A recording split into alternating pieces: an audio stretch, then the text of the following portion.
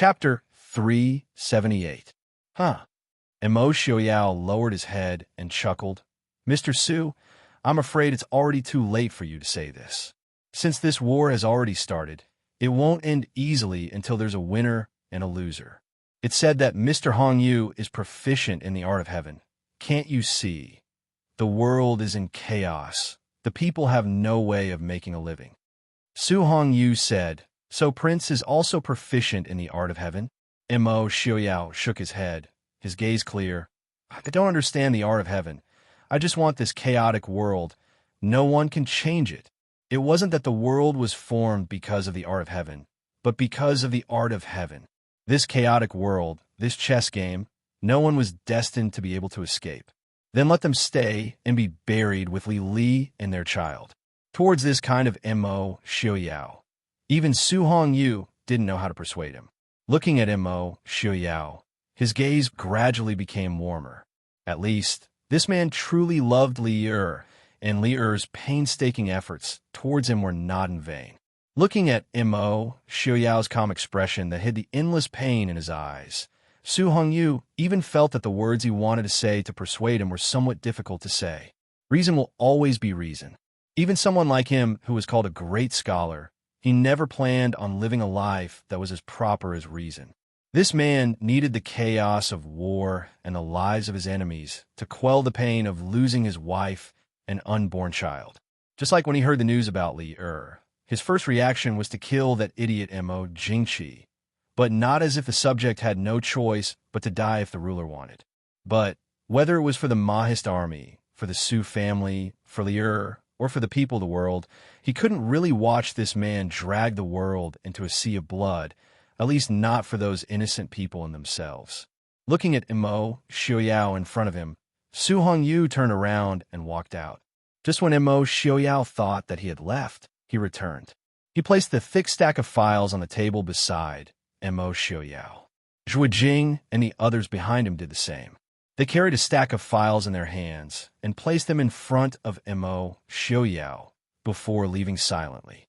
Ever since Yi Li went missing, Zhuo Jing, Wei Lin, and Lin Han, who had just returned, had been searching for her along the river day and night.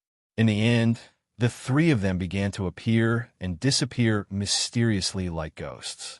Both Mo Xiaoyao and Feng Jiao knew that they had not given up. They often went out to look for them. Su Hongyu lightly knocked on the dossier on the table and said, These were all left behind by Li. You take a look yourself.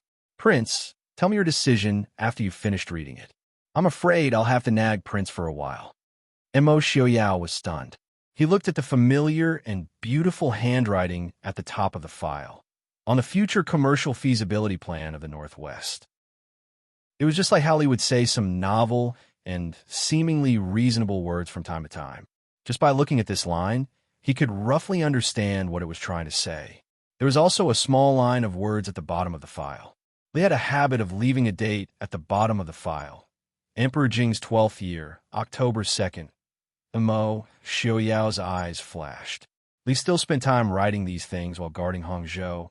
Seeing that Mo Xiaoyao was lost in thought as he looked at the file, Su Hongyu waved at Zhuo Jing and the others and led them out. Only the occasional sound of the file being flipped could be heard in the empty room. Outside Mo Xiaoyao's temporary residence, Feng Jiao leaned against the wall and watched Su Hongyu walk out of the courtyard. His handsome eyes were filled with curiosity and vigilance. Right now, Prince's state made him feel slightly uneasy. But at the same time, Su Hongyu's arrival did not make him or the generals of the Mahist army happier. Of course, the world knew that the Su family was the smartest in the world. But the Su family had been as loyal to the Chu state as the Ding King's mansion for many years. If Su Hongyu had come to persuade the prince on behalf of the emperor, with the prince's present state and the relationship between the Su family and the Wang Fei, the prince might be moved by Su Hongyu. And the generals of the Mahist army did not want to see such a situation. In these years, when the regent Mo Lufeng was still alive, the imperial house had started to suppress the Mahist army. In these years, the treatment that the Mahist army and the prince had suffered made all the generals loyal to the Prince Ding mansion angry. Everyone was sad that the Wang Fei had died, but the series of orders that the prince had issued because of this caused the generals of the Mahist army to see a glimmer of hope. Su Hongyu stood outside the door and looked sideways at Feng Zhiyao, who was standing in the corner. He smiled faintly and said, "Is young Master Feng San waiting for me?" Looking at the unsurprised Su Hongyu, Feng Zhiyao's eyes flashed slightly. He raised an eyebrow and said with a smile, "Mr. Hongyu must have had a hard journey. Why don't you rest first before I ask Mr. for advice?" Su Hongyu laughed brightly and shook his head. "This old man wants to drink a cup of tea. Would young Master Feng San do me the honor?" Feng San smiled faintly and said with lowered eyes, "Then I will trouble Mr. Hongyu." The two moved to the guest house prepared for Su Hongyu. Su Hongyu personally brewed a pot of good tea and poured a cup for himself and Feng Zhiyao. Then he smiled faintly and said, "This old man understands what young Master Feng San is worried about." Feng Zhiyao raised his eyebrows and looked at Su Hongyu without speaking. Su Hongyu smiled and shook his head. He looked at Feng Zhiyao's vigilant appearance as if he was looking at a disobedient junior.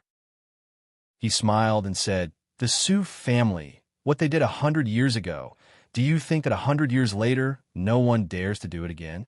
Hearing this, Feng Zhiyao was shocked. He had no time to hide the astonishment on his face. He stared blankly at the elegant middle-aged man in front of him. He suddenly found that this great scholar who was supposed to be well-read and cultured had a sharp edge between his eyebrows. He suddenly remembered that 100 years ago, the Su family, the head of the Su family, had personally killed the last emperor of the previous dynasty and opened the city gates to let Emperor Taizu enter the city. Although the head of the Su family had taken his own life and followed the last emperor of the previous dynasty, he had made the world deeply understand that the Su family was never simple literati who were blindly loyal, cowardly, or had strong character. They had decisiveness and ruthlessness that even military generals didn't have. Similarly, the head of the Su family had killed the emperor and opened the city not because he was loyal to the Dechu state, but because he wanted to save the people who had suffered through the chaos of war and for the Su family, which was about to be exterminated. As expected, the youngest son of the Su family, Su Yanli, ascended to the position of prime minister at the age of 19 and became a famous prime minister. And the Su family used the blood of the head of the Su family and more than 70 relatives in exchange for the respect of the world. Su Yanli's life and the prosperity of the Su family in the following 100 or 200 years. If no one deliberately mentioned it, in almost everyone's eyes, the Su family represented a scholarly family, overflowing with talent and strong character of literati. It wasn't until now that Feng Zhiyao clearly realized that the Su family also represented blood and killing, decisiveness, and unparalleled wisdom and strategy. A family that had prospered through 2 dynasties, especially during the change of dynasties, needed wisdom, decisiveness, and ruthlessness. It was definitely not something that could be achieved by an ordinary literati who had compassion for the world. The Su family didn't like blood, but it definitely didn't mean that they were afraid of it. Su Hongyu leisurely drank tea and looked at the young man's changing expression with a smile, but didn't say anything. No family that had lasted for hundreds of years was truly merciful. Even if they seemed to be and had been working hard, it was definitely not the truth. The Su family saw it too clearly, which was why people found it hard to understand. Just like how they could fight to the death on the battlefield as literati for the sake of the country of the previous dynasty. Just like how they could retreat to Yunzhou under the suppression of the imperial family and no longer pay attention to the affairs of the court. Just like they could personally cut off the head of the monarch and completely understand a struggling dynasty. Just like how they could sacrifice almost all of their clansmen for the continuation of their family. Chapter 379. Sir Su. Feng Zhiyao drank a mouthful of tea uncomfortably. He had always thought that he was smart enough, but sitting in front of this elegant scholar, he didn't know what he should say.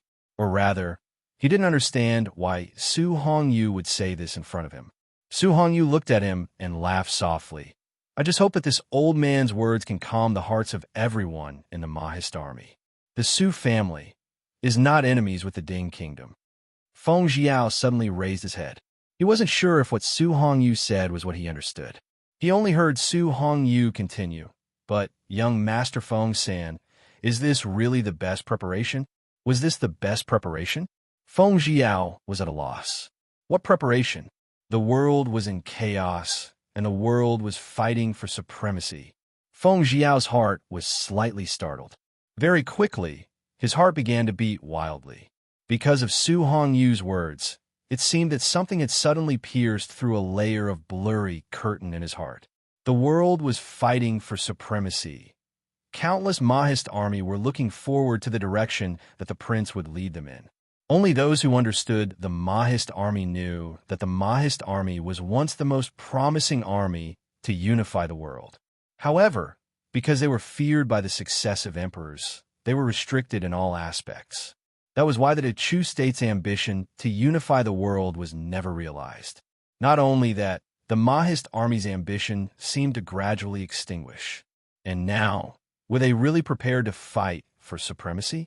The prince, who had just lost his princess, had indeed caused the world to be in chaos with a snap of his fingers. However, that was mostly because he wanted to stir up the world and take revenge on those people that the prince hated. He also wanted to be a bystander. And the prince didn't seem to have the mind to consider the future of the Mahist army. Even if they relied on the Mahist army's bravery to obtain a temporary victory in the beginning, this kind of situation couldn't be maintained for long. Also, the prince's health was an unstable factor that threatened the Mahist army at all times. The original excitement, unwillingness, and enmity towards Su Hongyu instantly disappeared without a trace. Feng Jiao couldn't help but sweat in his heart. He respectfully looked at Su Hongyu and said, "Sir, please advise. Since Sir Su traveled thousands of miles to Ruyang, you definitely wouldn't watch the prince be like this." Feng Jiao didn't finish his words, but Su Hongyu clearly understood what he wanted to express. He smiled faintly. The prince just couldn't understand it now. Feng Jiao smiled bitterly. Prince has been like this for several months. It's all Feng San's fault for being muddle-headed for a moment and not thinking. Many thanks for Sir Su's guidance. Su Hongyu smiled faintly, looking up at the first star rising in the gradually darkening sky. His gaze was distant. The Mahist army has its own selfish motives. The Su family also has its own selfish motives. The Su family also has its own selfish motives. That one in Chujing. Su Hongyu shook his head, not saying more. The Su family had never been blindly loyal, not only for the people of the world and Li'er, but also for the continuation of the Su family's 100 years of inheritance. The Su family wouldn't support Mo Jingqi. Mo Xiaoyao stayed alone in the room for 2 days, not seeing anyone. On the third day, he invited Su Hongyu in for a secret discussion. Other than the two people involved, no one knew what they talked about. 3 days later, Su Hongyu secretly set off to return to Yinzhou. On the second day after Su Hongyu left, Mo Xiaoyao walked out of the room again. Seeing the man slowly walk out of the room, Feng Jiao inwardly sighed in relief. The Mo Xiaoyao in front of him was still haggard and pale, even paler than before. His eyes were still cold and ruthless, but there was no longer that frightening danger. Feng Jiao knew that the prince had finally truly calmed down. After calming down, Mo Xiaoyao picked up the tasks he had thrown to his subordinates in the past few months. He methodically ordered the various government orders and the deployment of troops. In the world of war, the originally lifeless northwest region gradually regained its vitality and vitality. Subordinate Qin Feng greets Prince. Qin Feng stood in front of Mo Xiaoyao, a faint scar appearing on his young face. His entire temperament had also undergone an earth-shattering change from a few months ago. If in the past Qin Feng was a sword hidden in its scabbard, now he was a sharp blade waiting to strike at any time. In the past few months, Qin Feng and his Qi Lin had left traces in every place on the northwest border. At the beginning, they had intercepted the 300,000 troops of Shilling according to the Queen's orders and burned the Shilling provisions. After the news that the Queen had fallen off the cliff, Qin Feng and Qi Lin started to fight independently and madly retaliated against the Shilling troops on the border.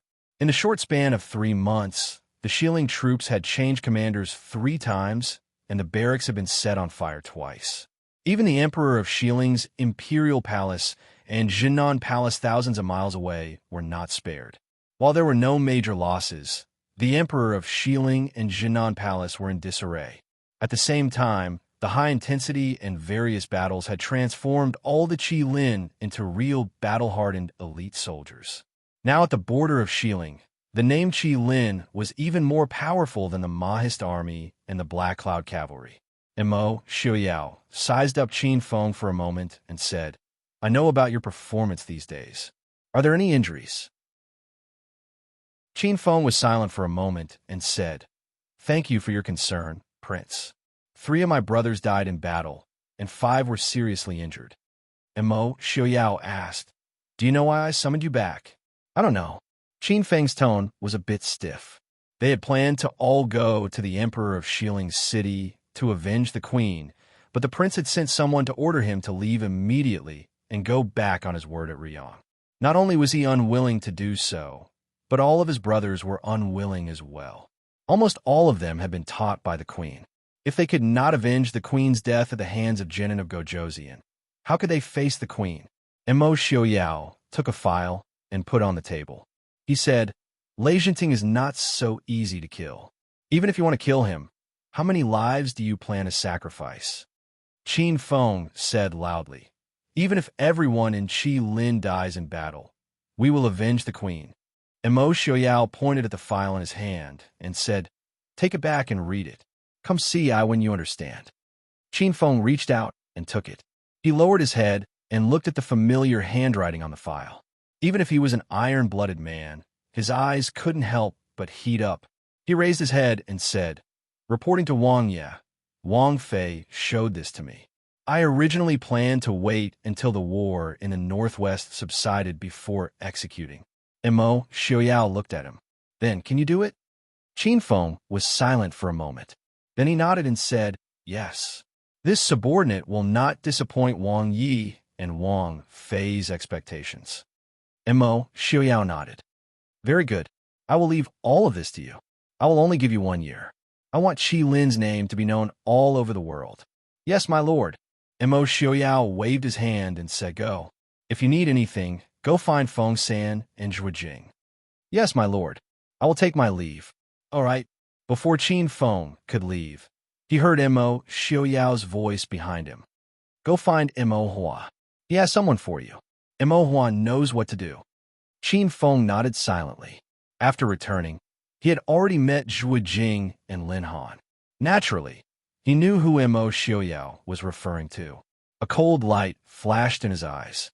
He did not know whether he was happy that the woman was still alive or despised Mo Hua for not being able to kill a woman.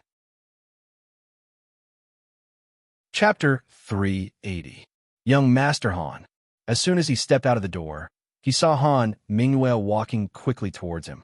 Qin Feng frowned and nodded in greeting. Because of Yi Li, almost everyone around Yi Li didn't like Han Mingyue.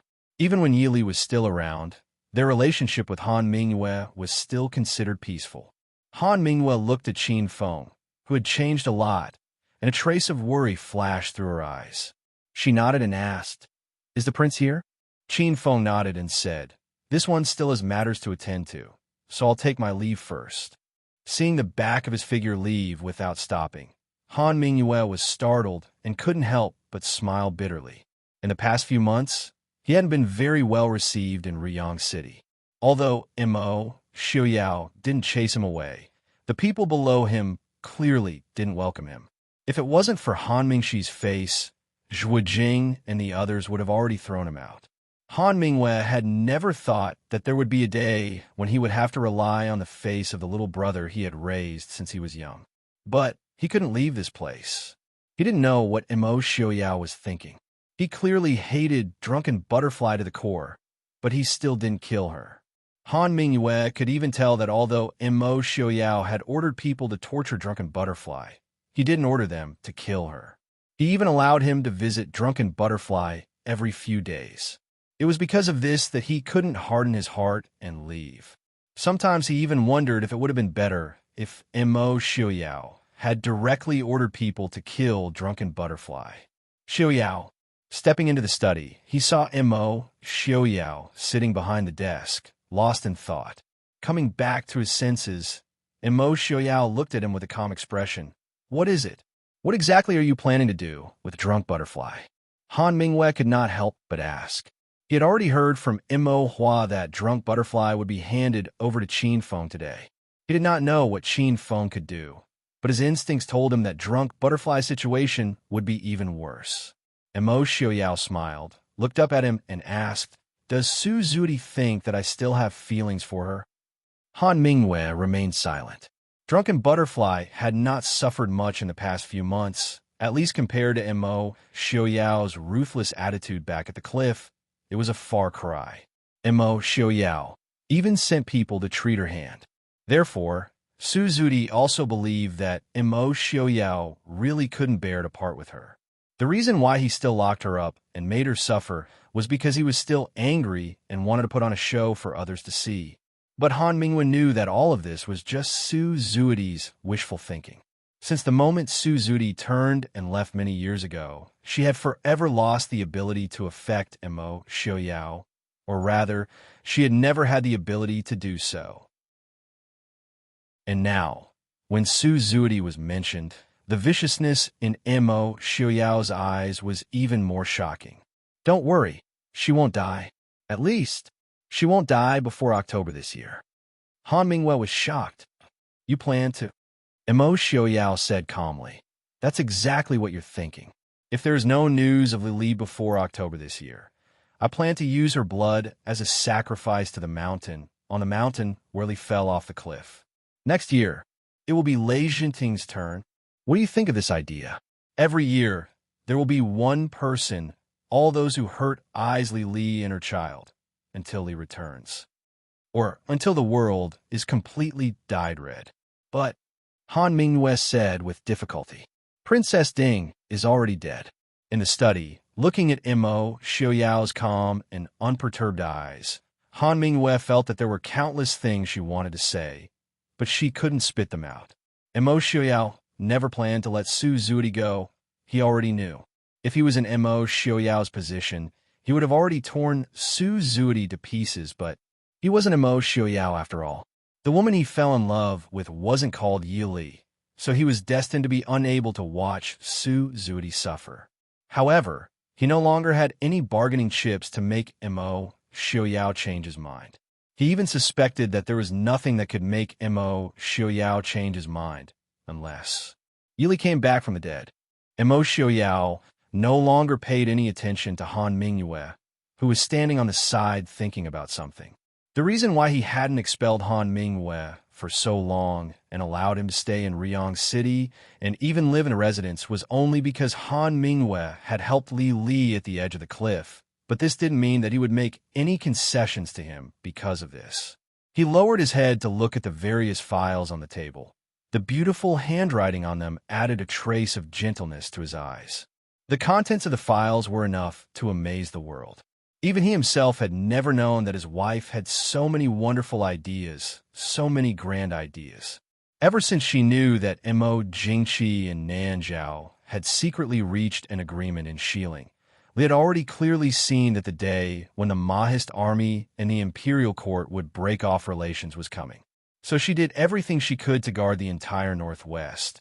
And during this time, she painstakingly thought about the survival and development of the hundreds of thousands of Mahist army in the relatively bare Northwest. If Lili wasn't a woman, Mo Xiaoyao believed that she definitely had the qualifications to become a famous minister of a generation that would be more famous than her ancestors. But now, he was gently stroking the files in his hands. Mo Xiaoyao's eyes were filled with tenderness and love. "Lili, I definitely won't let your painstaking efforts go to waste. Even if you're not by Ai's side, I will let your name and I be famous for generations to come and be admired by the world. Of course, before that, you'll have to watch how I tear the world apart and change the color of the mountains and rivers. No matter how chaotic the world is, There will always be a few places that are isolated from the rest of the world and will always be peaceful and quiet. Yili struggled to open her eyes, and the first thing she saw was a light green coarse cloth on top of the bed and a curtain that was hung up separately. Looking down, she saw that her body was covered with a coarse cloth quilt of the same color. The numbness on her body made her want to get up to move her body slightly. She stroked her abdomen with one hand. Her protruding abdomen, with the occasional beat, filled her heart with joy. No matter where she was now, at least, she had thought that she would die, but now, not only was she alive, even the baby was still there. Just this point alone was enough for Yi Li to put aside all her hatred and be grateful. As long as she was still alive, there was nothing that couldn't be solved. Gently biting the corner of her lips, Yi Li pushed her worries to the bottom of her heart. She tried to prop herself up and sit up. "Oh, you're finally awake." At the door, a middle-aged woman wearing a floral cloth came in with something. Seeing the person on the bed struggling to get up, she smiled happily. She quickly put the fragrant porridge on the table in the room and helped Yi Li up. Yi Li thanked her softly. Using the woman's hand, she sat up and leaned against the bedpost. She said, "Thank you, sister-in-law. It was sister-in-law who saved me. How should I address you?" The middle-aged woman smiled kindly and said, "My husband's surname is Lin. You could just call me sister-in-law of the Lin family. Poor child, you've been in a coma for more than 4 months. When you were rescued, you were more than a month pregnant. Fortunately, this child looks very lucky and has been well all this time. I think little sister is also very lucky. What's that saying again? Great disaster, ah. If one survives a great disaster, there will be good fortune later." Chapter 381. Yi Li smiled and stroked her protruding belly. "Thank you for your kind words, sister-in-law Lin. My surname is Chu. You can call me Junwei." Mrs. Lin looked at Yi Li and saw that she only mentioned her surname. She thought that a 16 or 17-year-old girl was rescued in a place like this while pregnant. There must be something that was hard to say. Her simple face showed some relief and sympathy. She patted Yi Li's hand and said, "Everything will be fine. Don't think too much. Take good care of your body. Your child is more important." Yi Li nodded and took the porridge that Mrs. Lin handed over. She slowly put it into her mouth. Although she had been unconscious for a few months and felt weak all over, even the hand holding the spoon was slightly trembling. With her extraordinary endurance, she didn't appear to be in too much of a sorry state. Mrs. Lin watched her eat the porridge while sitting next to her and chatting with her. It turned out that this Mrs. Lin in front of her was not the person who saved her. The person who saved her was the only old doctor in the village. It was just that the old doctor didn't have any relatives at home. It wasn't convenient for him to take care of a woman, so he asked Mrs. Lin to help take care of her. Speaking of this, Yi Li hurriedly wanted to greet the old doctor who saved her. Mrs. Lin hurriedly stopped her and said, "Uncle Lin went up the mountain to pick herbs. He won't be back until later. Mrs. Lin knows that you look like a well-educated girl, but there aren't so many rules in this place. You should take good care of yourself and don't waste Uncle Lin's painstaking efforts." Yi Li nodded and thanked Mrs. Lin. Then she changed the topic and said something else. When Mrs. Lin put away the things and left, Yi Li had a general understanding of this place. Although she didn't know the specific location, it should be an isolated village not far from the place where she fell off the cliff. She was found by a small river when Dr. Lin went into the mountain to pick herbs. But it was strange that after so long, the Mahist army and Shadow Guard still hadn't found her. In the evening, Yi Li sat outside the house by the herb garden and looked at the sunset in a daze. The village wasn't big. There were only a dozen or so families in total. The small village was built on the side of the mountain. There were no rules, and they were scattered at the foot of the mountain. Every house looked very old and small. Obviously, the people here did not advocate luxury and enjoyment. Occasionally, young men, young women, and women would pass by the house and smile kindly at her as she sat by the herb garden. This is a quiet and simple village, Yi Li thought silently as she looked at the setting sun on the horizon. Under the setting sun, a white-haired old man strolled over with a medicine basket on his back. When he saw Yili sitting at the edge of the medicine garden, he raised his white eyebrows and said, "You're awake. It seems like you're really lucky." This old man thought that you would need at least a month to wake up. Yili stood up and respectfully bowed to the old man. She said, "Junwei thanks Dr. Lin for saving my life." The old man looked at her with interest. Young lady of a noble family? It was rare to see a young lady with such a good life. "Girl, what is your surname?" Although lying to her savior was not very good, Yili did not want to take the risk. She said in a low voice, Chu Junwei." The old man looked at her.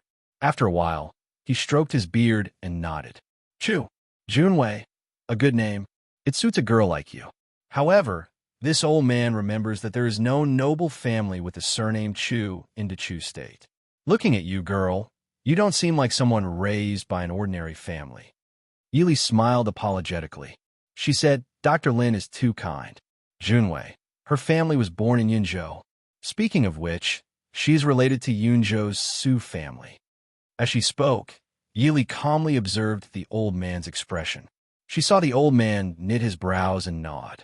He said, "Yunzhou's Su family? That makes sense. Forget it. This old man doesn't care which family you are from. Since this old man saved you, it can be considered fate. Rest at ease and recuperate." Yili lowered her eyes and said in a low voice, "Thank you, Dr. Lin." Looking at the old man's expression, it did not seem like he was acting. The news of her falling off the cliff could not be hidden. It must have spread throughout the Chu state by now. She had deliberately mentioned Yunzhou's Su family. As long as someone had some understanding of the family, they would at least make some connections. However, the old man's expression did not change in the slightest. Unless he was so good at acting that there were no flaws, or he did not know that Princess Ding had fallen off the cliff. Yili concluded that it was the latter. When she fell off the cliff, she had thrown her last dagger at Genom of Gojoseon. Even her clothes were the most ordinary and unremarkable. There was nothing on her body that could prove her identity.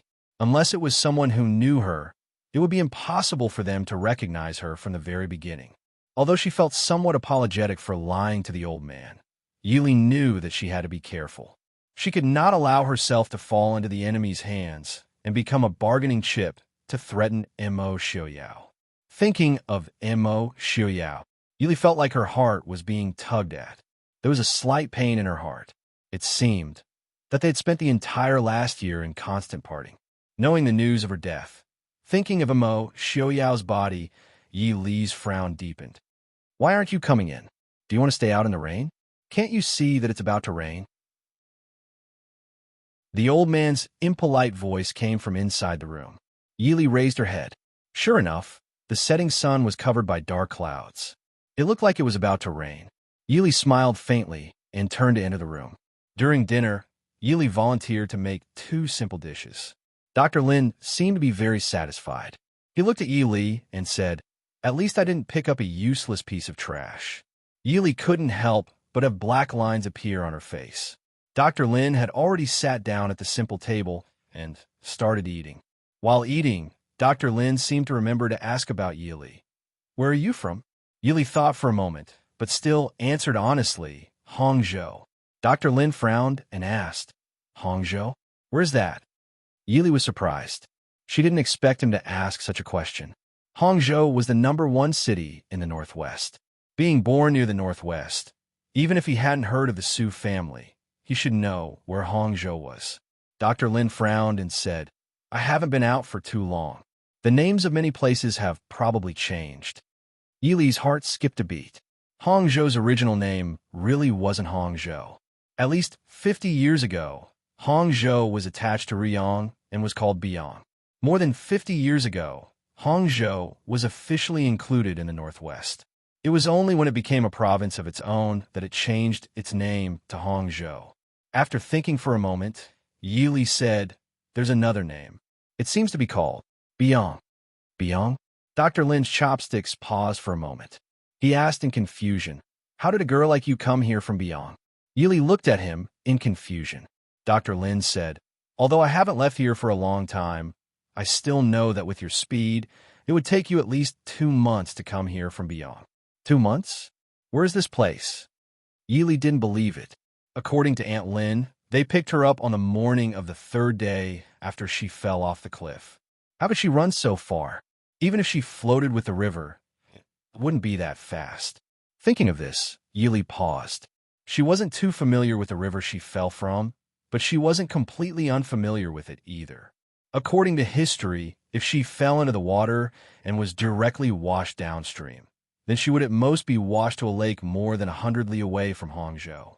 She wouldn't have mysteriously appeared by a small river in the mountains. Lowering her head and recalling the mountains and rivers around Hangzhou in her memory, Yili asked with uncertainty, "This place is in the mountains to the north of Hangzhou?" Dr. Lin gave her a look of praise and said, "This place is at least 700 to 800 li away from Hangzhou. Most importantly, it's all rugged mountain roads, not to mention the wild beasts, poisonous snakes, and insects along the way. Not to mention you. Even a normal young man wouldn't dare to go out easily." Chapter 382. Hearing this, Yili was completely helpless. She frowned and said, "Then how do I go back?" Dr. Lin rolled his eyes and said, "How would I know? This old man saved you. Do you think I have to be responsible for sending you home? First, after you give birth to the child, take care of your body and see if anyone is willing to send you back. But I don't think so. Second, settle down in the village and live a good life after you marry someone. Forget about the past. Don't worry, the young men in this village are all pretty good. They won't dislike you because you've been married before. Do you want this old man to act as a matchmaker for you?" Yili directly rolled her eyes at him. Although they had only known each other for less than a day, she could tell that this old man was a strange old man who didn't act like an old man. She calculated in her heart. It would take at least 4 more months for her to give birth to the child. In addition, after the child was born, she still needed to take care of it for a period of time before she could leave. In other words, she would need at least 6 months before she could leave. Thinking of this, she couldn't help but frown. But at this time, there was nothing she could do. She could only hope that Hangzhou and Immerse were safe and sound. At the very least, she still wanted the baby to be alive, right? Yili lowered her head and gently stroked the baby who would occasionally move. She faintly smiled. "Humph, are you thinking about that heartless lover of yours?"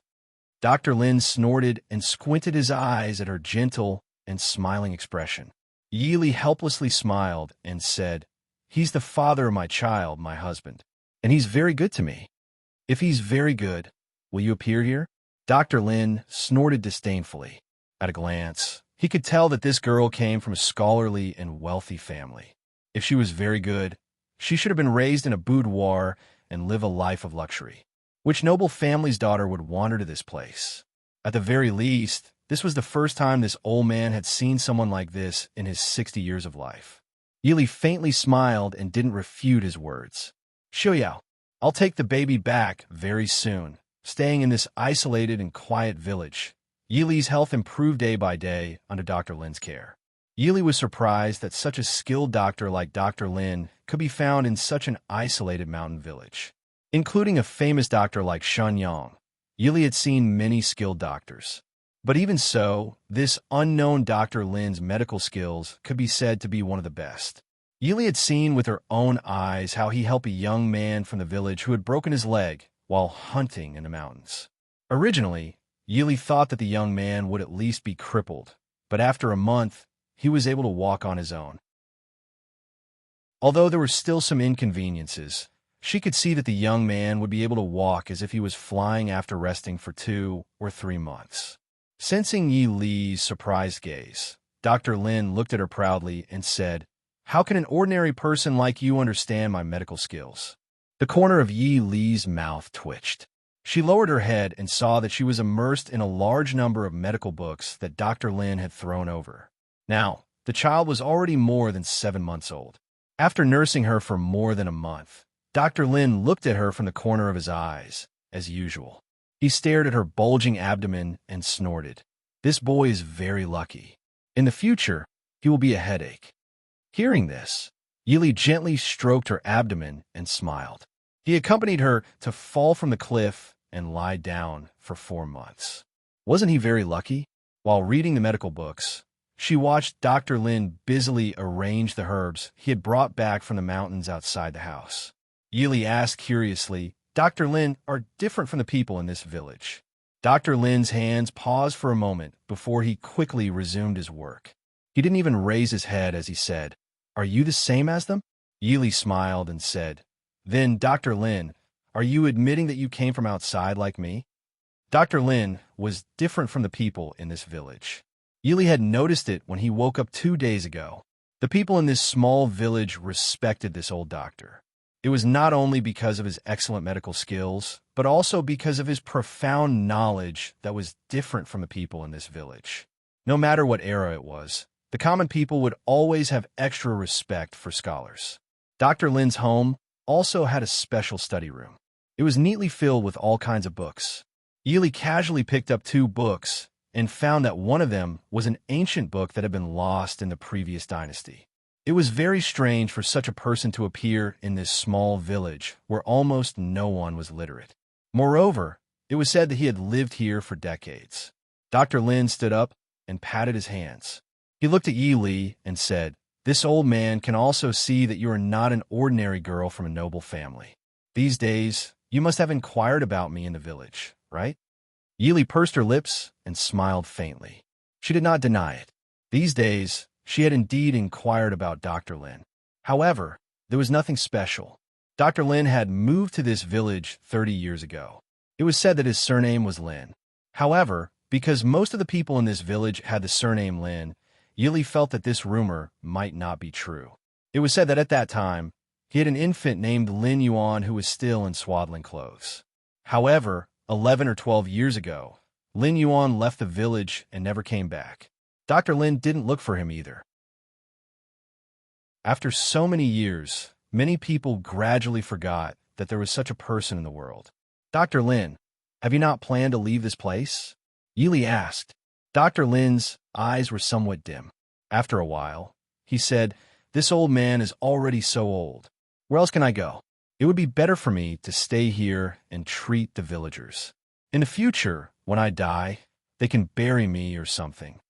Feeling the sadness in the old man's eyes, Yili thought for a moment. "Dr. Lin, have you not thought of looking for your son? Perhaps I can be of some help." Dr. Lin snorted coldly. "He won't come back. Moreover, he is not my son." Yili raised her eyebrows. She decided to end the conversation here. Dr. Lin was clearly not a person who liked to cultivate. His temper was not very good. After confirming that Dr. Lin said that she would not be able to leave this remote village for the time being, Yili felt at ease and decided to stay here. 10 days after she woke up, a small wooden house was built next to Dr. Lin's house. Then she moved in. Usually, Yili would walk around the village and chat with the villagers. Sometimes, she would help Dr. Lin with some trivial chores. After meals, she would put a room full of books in Dr. Lin's house. Gradually, Yi Li's room was filled with books. Regarding the matter of Yi Li taking away his ancient books, Dr. Lin did not express anything. No one in this village could read or write. Ever since the child he raised left this place 11 years ago, those books were just left there and no one would look at them again. For the rest of the time, Yi Li used a simple hairpin that she always carried with her to exchange for some soft cloth with a girl in the village who knew how to weave cloth. In a few months, the child would be born. She had to prepare clothes for the child.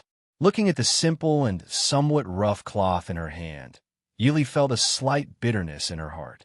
If it wasn't here, the child would definitely eat and use the best things when he was born. But now, looking up at the setting sun outside the house, Yi Li sighed softly. The outside world was probably in a state of war. At least it was much safer here, wasn't it? Chapter 383. While sewing clothes for the baby, Yi Li also sewed a set of clothes for Dr. Lin. Although the old man didn't show anything on his face, he didn't mock Yi Li as much as before. From time to time, he would throw 1 or 2 books that Yi Li had only heard of but had long been lost. Yi Li looked at the ancient books that Dr. Lin threw to her as if they were worthless trash and her lips curved into a faint smile. She knew that this eccentric old man was gradually accepting her existence. In fact, if it weren't for the fact that there were so many people outside that she was worried about, living in this small village for the rest of her life would also be a good choice. Sister Chu, are you there? Just as she was thinking, a young man's voice came from outside the house. Yili sighed helplessly. No matter where in this world, there would always be one or two people who would make people speechless. She supported herself on the table and stood up. The person outside the house had already walked in. It was a tall young man with a pheasant in his hand. When he saw Yili, he quickly went up to her and said with a smile, "Sister Chu, I went up the mountain to hunt a pheasant. Let me give it to you to nourish your body." Yili sighed helplessly in her heart. She raised her head and smiled at the young man. "Brother Lin, thank you for your kindness. But I don't eat much meat, so you should take it back and give it to uncle and aunt to nourish their bodies." The young man frowned and disagreed. "How can that be? Even if you don't eat, the child still needs nourishment. My mother asked me to give it to you."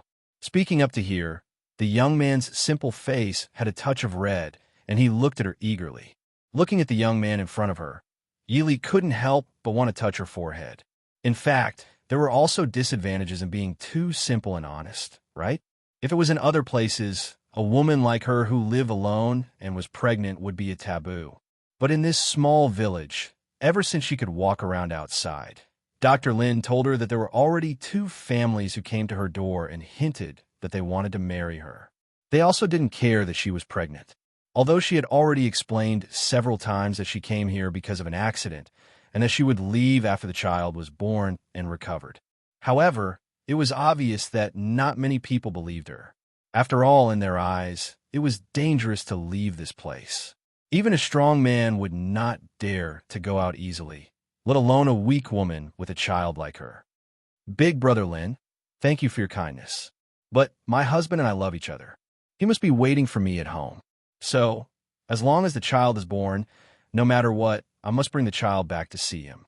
So, Big Brother Lin, you really don't have to worry so much about me." Originally, Yili really didn't want to be so straightforward. However, this person would send some wild game food to her house every 2 to 3 days. In the end, every time she went out, the villagers would drag her to talk about these things with an ambiguous expression. It really annoyed Yili. Most importantly, there were some things that needed to be resolved decisively. Procrastinating was not a good thing. The young man's face turned even redder. He was a little depressed and a little flustered as he said, "I know. Dr. Lin said that you were a young miss from a rich family. I don't deserve you. Then, I got this on the mountain. You can keep it. In the end, it seemed that he didn't know what to say. The young man threw down the pheasant and hurriedly threw it out. Yili looked at the door. She lowered her head and held her round belly with a wry smile. "You little girl, that kid is the best young man in our village." At some point in time, Dr. Lin had walked in from outside. He looked at the wild game on the table and said with understanding. Yili helplessly smiled bitterly and said, "Dr. Lin, why are you teasing me like this? It's not like you don't know that I must leave here." Dr. Lin sat down and sighed. "I know. I can tell at first glance that you are not an ordinary person. This small mountain village can't hold you. You were just like that kid in the past. He didn't have the slightest bit of heart. After so many years, he still didn't come back to visit." Seeing the old man frown and complain, Yili faintly smiled. In her heart, she thought that if she had the chance in the future, she would help the old man find this Lin Yuan. Dr. Lin looked at her with some regret and said, "This old man is not young anymore. Originally, I saw that you were smart and had good perception, so I wanted to pass on my medical skills to someone. This village, in the future, there will be a doctor to look after it.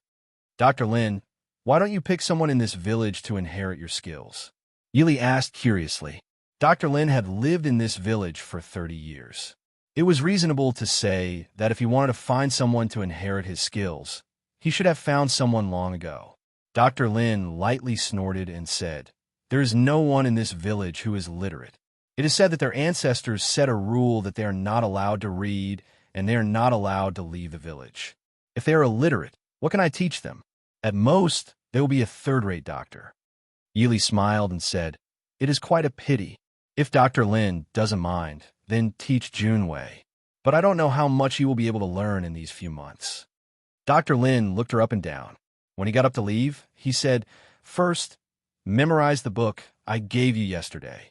Looking at the old man's back, Yili faintly smiled and said, "Yes, master."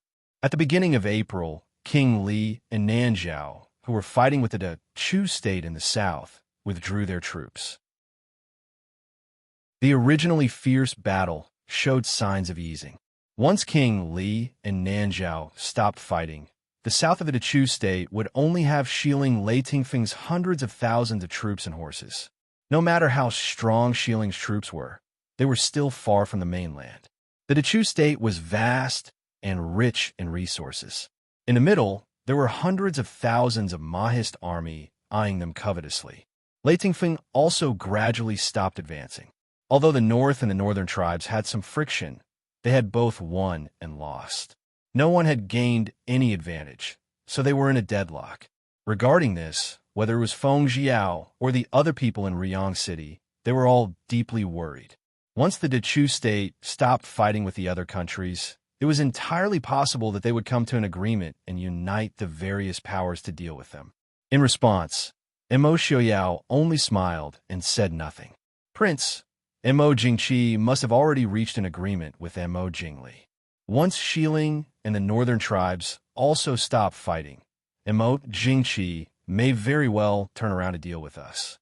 In the study, Feng Jiao said worriedly.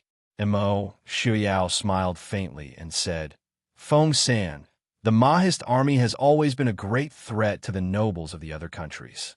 Even now, it is still the same.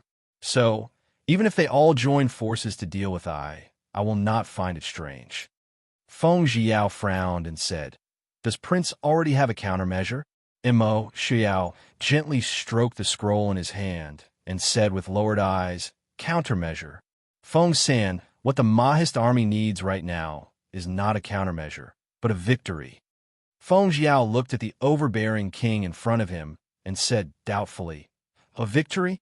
With a cold smile, Mo Xiaoyao nodded and said, "That's right. After so many years, the Mahist army's invincible reputation has long been covered in dust. I want Mo Jingqi to make the first move. Let's use him as a practice. Let the world know that the Mahist army is still the same Mahist army." Feng Jiao was a bit doubtful. He rubbed his forehead and said, "If the four countries attack us at the same time, Prince, no matter how brave the Mahist army is, they will not be able to withstand an endless stream of enemies." Mo Xiaoyao narrowed his eyes and looked at Feng Jiao. After a while, he let out a low laugh. Seeing Feng Jiao's doubtful expression, Mo Xiaoyao laughed and said, "Feng San, you call yourself smart, but you are a complete mess when it comes to politics. Do you think there will be a time when the four countries attack us at the same time?" Feng Jiao furrowed his brows in deep thought. Mo Xiaoyao carelessly rubbed his fingertips and said lightly, "In this world, there are no eternal enemies and no eternal friends. The only thing that is truly eternal is each person's own benefit. If the Mahist army is gone, who will benefit the most?" The Mahist army today still has more than 500,000 people. If they want to truly destroy will 500,000 be enough? Who will put in more effort and who will put in less effort? And themselves, there are the tribal disputes in Nanzhao. The small countries in Xiling are in turmoil, and the northern tribes are suffering from drought and lack of harvest. There is also the Chu state, Mo Jingqi and Mo Jingli. Do you think they will sincerely ally together? Chapter 384. Hearing Mo Xiaoyao's words, Feng Jiao felt his heart suddenly become clear. He smiled with some shame and said, "I'm thinking too much. Prince probably already has an idea. Then, the Mahist army will be on high alert and wait for the enemy to come. However, this subordinate thinks that it's best not to face Mo Jingqi's people from the start." Mo Xiaoyao looked at him with raised eyebrows. Feng Jiao said, "Mo Jingqi is wantonly slandering Prince. If we face Mo Jingqi from the start, I'm afraid that Prince will be accused of plotting a rebellion. Mo Xiaoyao gave a light snort and clearly didn't care. He only asked, "What is the reaction of the Mahist army soldiers?" The Mahist army has been suppressed by Mo Jingqi all these years. They're very clear about this matter. Naturally, they will follow Prince's orders. Feng Jiao felt a bit helpless. He really didn't understand why Prince didn't even consider refuting the dirty water that Mo Jingqi had poured on him. Even he was clear about the importance of the people's hearts, but Prince didn't seem to care about this problem at all. As if he saw through Feng Jiao's thoughts, Mo Xiaoyao said lightly, "No matter how you argue, the Mahist army is gradually leaving the Chu state. No matter how much you say, in the eyes of many people, you're just trying to cover it up. Mo Jingqi likes to play, so I will play with him. He's been spoiled by the late emperor and empress dowager. The world of those who win the hearts of the people. Does he think it's that easy to win the hearts of the people? Don't worry about Mo Jingqi. Send a message to Han Mingxi and ask him to come back to CI. Also, tell Leng Haoyu to come back as soon as possible. I have something to tell them."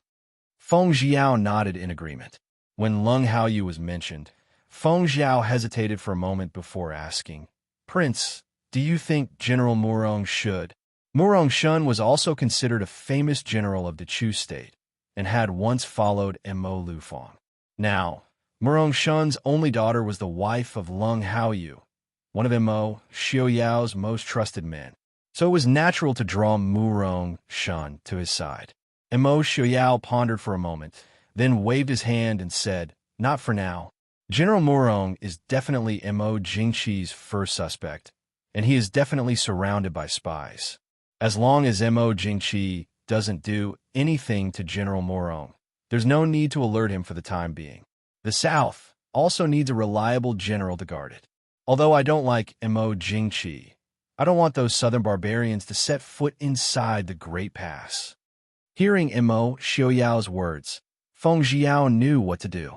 Mo Xiaoyao obviously had confidence in Murong Shun, but now he still needed Murong Shun to stay in the south. Tilting his head and thinking, Feng Jiao also understood Mo Xiaoyao's idea. If talking about the surrounding countries, which one did Feng Jiao hate the most, he would definitely choose Nanzhao. Different from the valiant Xiling and northern tribes, the Nanzhao tribes had different fierce customs, but they were definitely the most xenophobic of all the countries. And those messy and dazzling poisonous insects and ants. Feng Jiao really didn't want to imagine what would happen if they turned the beautiful and rich central plains into a place full of poisonous insects and snakes. "I understand. I'll do it immediately." Mo Xiaoyao nodded and asked Feng Jiao to leave. Feng Jiao cupped his hands and left. Looking at Mo Xiaoyao, who was sitting behind the desk and lost in thought, he moved his lips and wanted to say something. But in the end, he swallowed his words and quietly left the study. Yili walked back with a basket of wild vegetables in the sunset. Her beautiful face was a healthy red in the sun, and small beads of sweat appeared on her forehead. Although she was already well, it was still a bit difficult for her to go up the mountain while being more than 7 months pregnant. Taking advantage of the good weather today, she went to the small river where Dr. Lin found her. The winding but rapidly flowing river was obviously not the same as the one she fell from. It was not even a branch of the river. At the end of the river was a waterfall falling from a high place, but Yili knew that she definitely didn't fall from the waterfall. That waterfall was at least 20 meters high, and there was also the shallow river below. Even if the gravity of the fall didn't kill her, it would definitely be enough to kill her. So, it was very likely that there was an underground river below the waterfall, and she might have been washed out from there. Unfortunately, looking at the rapidness of the water, even if her guess was correct, it was not a suitable way to go back. Furthermore, she was pregnant, so it was even more impossible. Helplessly giving up on the idea of going in to investigate, Yili gathered some wild vegetables and fruits that she could use before strolling back to the small village she had lived in for several months. Dr. Lin and Yi Li's hut was at the outermost edge of the small village. At this time, It was already time for smoke to rise from the chimneys of the houses. In the small village, there was not a single person to be seen. From afar, Yili saw that there was no smoke coming from Dr. Lin's hut. She raised her eyebrows in confusion. Master hasn't returned yet? Didn't he say that he wouldn't go out today? Slowly walking into two small wooden huts not far from each other, Yili's beautiful eyebrows gradually furrowed. There were people in Dr. Lin's hut, and there was more than one. Normally, there wouldn't be anyone in the village at this time of the year, and from the sounds, it seemed like they were trained. Putting down the basket, Yili carefully held her belly and walked to the back of Dr. Lin's hut. Near the study, there was a small window. Although Dr. Lin didn't like to read those books, he cherished them very much and often opened the window to let in some fresh air. As she approached the open window, she heard the sounds from inside become clearer. It was obvious that these people were in the study. Yili carefully held her breath and walked to the window. Through the gap, she looked inside. Dr. Lin sat on an old chair with a cold face. There were two men standing in the study. One of them was talking to Dr. Lin, while the other was rummaging through the rows of bookshelves, looking for something. The books on the bookshelves were all messed up and scattered all over the floor. "Old Mr. Lin, we don't want to hurt you. Please take out the thing. It's useless for you to keep it. Why don't you teach it to us and save us some trouble?" The middle-aged man, standing in front of Dr. Lin, said with a calm smile. It was obvious that he didn't want to be rough with Dr. Lin. Dr. Lin's eyelids twitched, and he indifferently said, "This old man doesn't know what you're talking about." The middle-aged man didn't get angry. He smiled and said, "Dr. Lin, why are you playing dumb? You should know that since we've found this place, we won't be fooled by you. You've already lived here for 30 years. I'm sure you want to continue enjoying your old age. That thing is just a pile of waste paper to you, but it's extremely important to me. Seeing that you and I have a good relationship, why don't you help him?" Hearing this, Dr. Lin's face slightly changed. The corner of his lips trembled. It was obvious that his mood was somewhat disturbed. After a long time, he coldly snorted and said, "What do you mean by this old man, don't understand? I don't know what you're talking about either." The middle-aged man frowned. He looked at Dr. Lin with displeasure and said, "Old Mr. Lin, that thing was originally my family's heirloom. It's only natural that we want it back. If you keep it for yourself, you're going too far." Dr. Lin coldly snorted. He closed his eyes and didn't say anything else. The other man had already searched the entire study, but didn't find anything. He said with annoyance, "It's not here." The middle-aged man didn't have much patience. He looked at Dr. Lin with an unfriendly gaze. "Dr. Lin, I've told you that because of your kindness in raising me, we have to be polite to you. However, it's best that you don't refuse a toast only to be forced to drink a forfeit." Dr. Lin opened his eyes and looked at him. He indifferently said, "This old man hasn't drunk wine for 30 years. You can leave. If you want something, let him tell me." Chapter 385. The man smiled disdainfully. "I have a lot of work to do every day. How can I waste my time on such a small matter? Dr. Lin, if you're still so stubborn, then don't blame me for offending you." He raised his chin slightly and gestured to the man beside him. The man stepped forward and grabbed Dr. Lin. He sneered, "Dr. Lin, I'm sorry. Our superiors have ordered us to get the item." Dr. Lin closed his eyes again and refused to speak. A trace of impatience flashed across the man's face. He grabbed Dr. Lin's arm and was about to twist it. Dr. Lin was already over 60 years old and wasn't a martial artist. If he were to twist his arm, it would at least break his entire arm. Crack! A faint sound came from outside the window. The man's hand stopped, and he looked at the middle-aged man in confusion. "Who's there?" The window shook slightly, but they didn't see anyone. The man frowned in confusion. He put down Dr. Lin and walked to the window. He looked left and right before poking his head out. A pair of slightly cold white hands suddenly reached out and clasped his neck. He only felt a chill on his neck, and then a sharp pain, and then he lost consciousness. Seeing his companion suddenly fall on the window, a trace of fear flashed across the middle-aged man's face. Originally, because this wasn't a difficult task, they didn't bring too many people. They didn't expect this small village to be hiding a mysterious expert. "Who is it? Come out," the middle-aged man said sternly as he stared at the empty space outside the window. Looking at Dr. Lin, the middle-aged man pulled Dr. Lin to stand in front of him. He carefully stared at the window and retreated outside. Whoosh! A gray figure quickly passed by the window. The middle-aged man's eyes widened, but he only saw a dark light quickly shoot in. His throat suddenly felt cold. He lowered his head and stared blankly at a rough-looking wooden hairpin inserted in his throat. He stiffly fell back. Who is it?" Seeing his companion suddenly fall on the window without a sound, the middle-aged man stared at the window with vigilance. His voice trembled unconsciously. He glanced at Dr. Lin standing to the side and quickly stepped forward, holding him in front of him and slowly walking forward. "Who's outside? Come out." The middle-aged man's back began to sweat. Originally, he was only here to deliver things to his master. It wasn't a difficult task. Therefore, they didn't bring too many people. They didn't expect that there would be a hidden master in such a secluded mountain village. "Come out. If you don't come out, I'll kill him."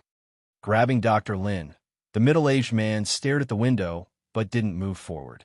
Instead, he slowly moved toward the door of the study. Shwa! A gray shadow flashed past the window. The middle-aged man's eyes widened. The gray shadow flashed by so quickly that he couldn't see what it was. Clenching the dagger in his hand, the middle-aged man gulped and retreated to the door with Dr. Lin. Just as he was about to reach the door, the window creaked and shook. The man was startled and hurriedly pointed the dagger at the window, only to see a dark light shoot out. The man opened his mouth and weakly lowered his head, only to see a somewhat rough wooden hairpin inserted in his throat. He blinked his eyes, but found that there was nothing he could do.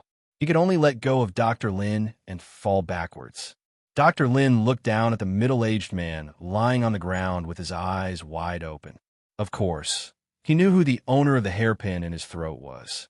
He raised his head to look at the window, but Yi Li's figure didn't appear. After a while, heavy footsteps came from outside the door. Yi Li appeared at the door of the study. Seeing Dr. Lin in a daze, she worriedly asked, "Master, are you all right?" Dr. Lin shook his head silently and looked at Yi Li. Yi Li forced a smile. "Did I scare Master?" Dr. Lin sat down on a chair in exhaustion. After a while, he said, "At first, this old man felt that you weren't simple. Now I know that I was wrong. I won't ask where you came from. You can leave by yourself later. It's not safe here." Yi Li looked at the corpses on the ground and by the window and frowned.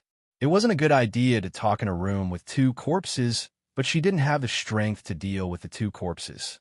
Yi Li found a place to sit down and comforted the uneasy baby in her stomach. She frowned and smiled bitterly. "Master, in my current state, where do you want me to go? Not to mention the possibility of encountering poisonous snakes and fierce beasts. She couldn't even bear the exhaustion of crossing mountains." Dr. Lin sighed and shook his head. "Do you think I'm chasing you away? This old man has to go. If I don't go, I'm afraid I'll implicate the innocent people in this village." When he said this, the old man's expression became sad. For an old man in his 60s to leave the place he had lived in for decades, it wasn't something that could make him happy. "Is it Lin Yuan?" Yi Li asked softly after a moment of silence. Dr. Lin was stunned. After a long silence, he let out a long sigh. If Dr. Lin didn't want to say, Yi Li didn't want to force him. Although she didn't know what Lin Yuan wanted from Dr. Lin, she didn't want Dr. Lin to think of her as someone who coveted his treasure. After thinking for a moment, she said, "If Master doesn't want to give it to him, why not destroy it? To cut off his thoughts? If he was raised by Master since he was young, who else would Master give it to?" Dr. Lin forced a smile and shook his head. He stood up and walked to the door. Yi Li didn't move. She looked at the two corpses with some annoyance.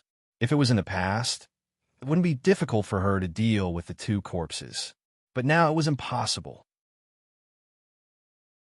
Dr. Lin was old, and there was no way she could let him deal with these things. Just as she was thinking about it, Dr. Lin returned with a plain porcelain bottle in his hand. He walked to the middle-aged man lying on the ground and opened the bottle to shake out some of the powder.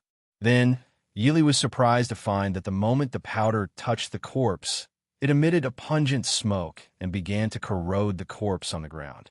In less than a moment, the originally burly man was left with a puddle of water on the ground. Even his clothes weren't left. Then, she watched as Dr. Lin walked to the other corpse and shook off some of the powder. Seeing that the corpse was corroded and melted, Yili couldn't help but rub her nose. After being together for so long, she realized that her unknown master was actually so cruel. Seeing Dr. Lin calmly deal with the two corpses, Yili was now convinced that her actions didn't scare the old doctor. Looking at his practiced and calm appearance, he clearly wasn't a novice. After finishing all of this, the master and disciple, who weren't familiar with each other, looked at each other for a long time before they remembered to move to the outer room. Although there was no more eyesore in the room, to be honest, the smell that was left behind wasn't very pleasant. Chapter 386. They sat down in the outer room, and Dr. Lin calmly poured 2 cups of tea for himself and Yili. After taking 2 sips of tea, Dr. Lin seemed to have calmed down a little. He said, "I can't implicate the innocent people in the village. I can't stay here any longer." Yili was silent for a moment. She said, "From what Master said, that person is not a soft-hearted person. How can Master be sure that he won't harm the villagers after Master leaves? If that's the case, why would Master persuade me to leave? Although I haven't known Master for long, I always feel that he is a good person." Dr. Lin was speechless. He really couldn't guarantee that after he left, that person wouldn't get angry and attack the innocent people. Otherwise, he could have just settled Yili in any family in the village, and there would have been no need for her to leave this place with a few months of pregnancy. In any case, the road outside was too dangerous for a pregnant woman who was only a few months pregnant. After a long time, Dr. Lin asked, "Do you have any ideas?" Yili shook her head. She looked at Dr. Lin regretfully and said, "I don't even have the ability to protect myself now.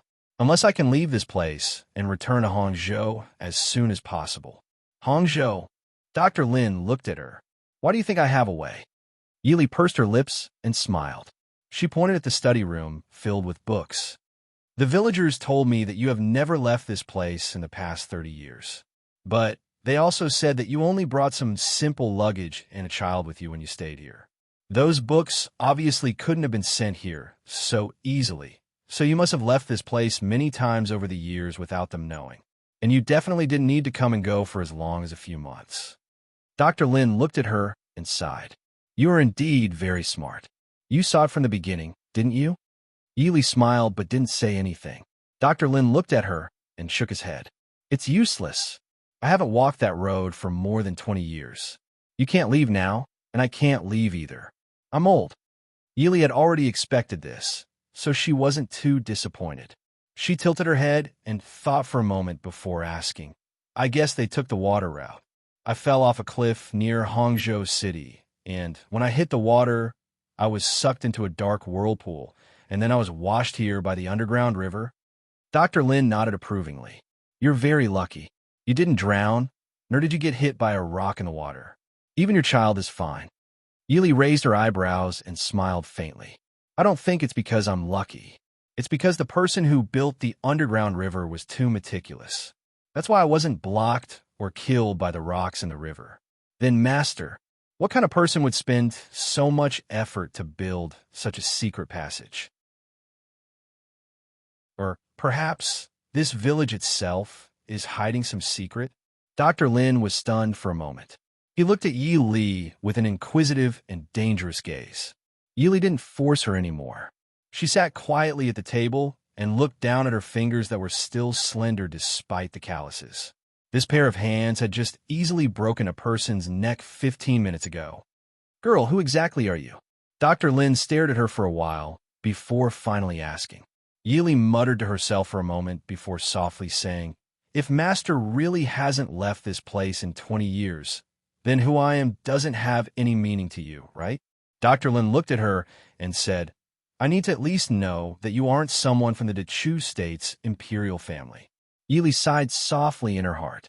Dr. Lin's question revealed a lot of answers.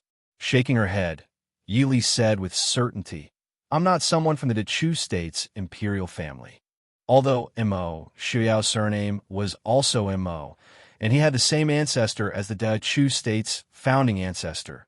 In terms of blood relations, they were very distant. If it wasn't for the fact that they had a hereditary title, they wouldn't have any connection to the imperial family. And in everyone's understanding, it seemed that the Mahist army and the Dechu state's imperial family were very clear. Therefore, Yili didn't feel any burden in believing that she wasn't related to the Dechu state's imperial family. After receiving Yi Li's answer, Dr. Lin's expression relaxed a lot.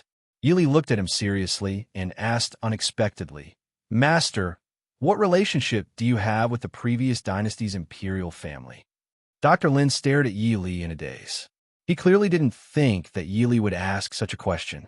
After a while, he asked, Why do you think I have any relationship with the previous dynasty's imperial family? Yi Li opened her lips and gave a faint smile. She carelessly played with the rough teacup in her hand as she said, Master is so concerned about whether or not I have any relationship with the Dechu state's imperial family. Since you're hiding here, it's clear that you and the Dechu state's imperial family. Even if it's not an irreconcilable enmity, you definitely don't have a good impression of them. Since this place is still within the Dechu state, and Master doesn't look like an outsider.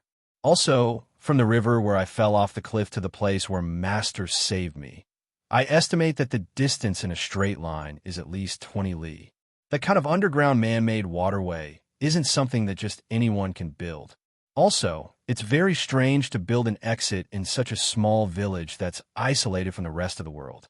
Finally, it's said that this village has a history of nearly 500 years. Also, the ancestors have decreed that the villagers can't read for generations. I feel that they didn't hide here by chance. They were protecting something. Although it's very likely that most of the villagers don't know, there's still some people who know, right? Dr. Lin couldn't help but sigh as he looked at the woman in front of him. You know too much. Yili blinked innocently and looked at the old man in front of her. Master, do you want to kill me to silence me? Just like those two people just now? After saying this, Yili pointed to the inner study. Dr. Lin couldn't help but twitch the corner of his mouth. Who killed those two people? Dr. Lin shook his head helplessly and said, You don't need to test this old man. I can see through your actions just now. It's still not certain who will kill who. Yili smiled as she raised her teacup. She made her smile even more pure and kind. A master for a day is a master for life. This disciple definitely won't do such a disgraceful thing. Master, why don't we think about what we should do in the future, since we all want to live well? Dr. Lin glared at her unhappily and said, It's you who wants to live. I'm an old man who has lived long enough. Yili smiled as she poured him a cup of tea and said, The neighbors in this village haven't lived long enough. At the mention of these simple villagers, the old man's hand that was holding the teacup tightly clenched. His expression was conflicted and apologetic. These people, they're all descendants of loyal officials, but after so many years, they've probably already forgotten about their ancestors. Actually, there's nothing bad about this. Isn't a peaceful life 100 times better than those people outside? But if they lose their lives because of those old matters, his heart couldn't bear it. While listening to Dr. Lin's words, Yili tried hard to recall what she could remember about the previous dynasty. A place like the Northwest had been considered remote since ancient times. At least, compared to the prosperity of Chu, Jing, and Jiangnan, it wasn't a good place. Yili really couldn't understand what the previous dynasty had to do with this place. After a long time, a thought flashed through her mind. Yili blinked and asked tentatively, Is the previous dynasty's imperial tomb here? Chapter 387. Looking at Dr. Lin's shocked expression, Yili knew that she had guessed correctly. The imperial tomb of the previous dynasty. Yili's mind quickly flipped through the ancient history books. The previous dynasty had existed for more than 370 years and had experienced 21 emperors. Among them, Other than the last emperor who was buried by the Chu state's ancestor as a noble, the tombs of the other 19 emperors were either destroyed in the chaos of war or looted by tomb robbers. Almost all of them were destroyed. However, there was one emperor whose tomb no one knew the whereabouts of. That was the tomb of the founding emperor of the previous dynasty. Yili suddenly thought of something. The royal family of the previous dynasty seemed to be surnamed Lin. As if sensing Yili's gaze, Dr. Lin looked at her and lightly said, "Don't think too much. I'm not a descendant of the previous dynasty. Then it can't be Lin Yuan, right?" If Lin Yuan was looking for the tomb of the previous dynasty's emperor, then it was reasonable to say that it was his tomb. Dr. Lin remained silent. Yili was speechless and looked to the sky. So, she guessed correctly again? Ever since she woke up from her coma, this was the first time Yili felt such a headache. The previous dynasty had been destroyed for more than 200 years. At least in the past few decades, there was no news of any remnants of the previous dynasty wanting to revive the country. But who could say for sure about national enmity and family hatred? Although the Ding Palace wasn't the current ruler, at least half of the previous dynasty's destruction was fought by the first-generation Prince Ding and Mo Lanyan. Therefore, Yili wasn't sure if those remnants of the previous dynasty hated the Chu state's emperor more or hated Prince Ding more. And now, she had obviously landed in a place where remnants of the previous dynasty gathered. But what was worth celebrating was that the residents living here, other than a few highly respected people, didn't seem to know about the change of dynasty. They were obviously not interested in who was the emperor. Seeing her holding her chin and her expression changing, Dr. Lin didn't say anything. After all, this kind of thing wasn't something that ordinary people could accept. After a while, Yili finally sorted out the chaotic thoughts in her heart and asked casually, "Master, do you want to restore the country?" "Restore the country?" Dr. Lin looked at her strangely, as if he had eaten something he shouldn't have. After a while, he snorted and said, "Have you seen anyone who hides in the mountains for decades to revive their country? Furthermore, I'm a doctor. How am I supposed to revive the country? Poison Mo Lu Fong and Mo Jingxian?" Yili took a sip of tea and calmly said, "It's Mo Jingqi and Mo Xiaoyao. Mo Lu Fong and Mo Jingxian have already passed away many years ago." Dr. Lin fiercely glared at her and frowned. "This generation's Prince Ding is called Mo Xiaoyao? I remember that when Mo Liufang's son was born, he was called Mo Xiaowen." Yili now believed that Dr. Lin really hadn't gone out for decades. She seriously explained, "Mo Xiaowen is the previous generation's Prince Ding. He passed away 9 years ago." Dr. Lin looked at her and said, "You know quite a lot." Yili smiled and said, "Didn't Master say that I was born in a prestigious family? How can I not know such a big thing?" Dr. Lin waved his hand and said irritably, "National enmity and family hatred. It's already been 200 years. Who can say for sure? Furthermore, even if the people are dissatisfied with the Chu state's royal family, would they still miss the previous dynasty? If that was the case, the previous dynasty wouldn't have been destroyed. At that time, the previous emperors were useless, and the people had no way to make a living. Even if the last emperor wanted to reform, he didn't have the talent to be an emperor. In the end, he couldn't turn the tide and could only watch as the country was destroyed. Speaking of which, the Chu state's ancestors couldn't be blamed. To put it bluntly, the winner was the king and the loser was the bandit. What does Lin Yuan want? Why does Master not want to give it to him?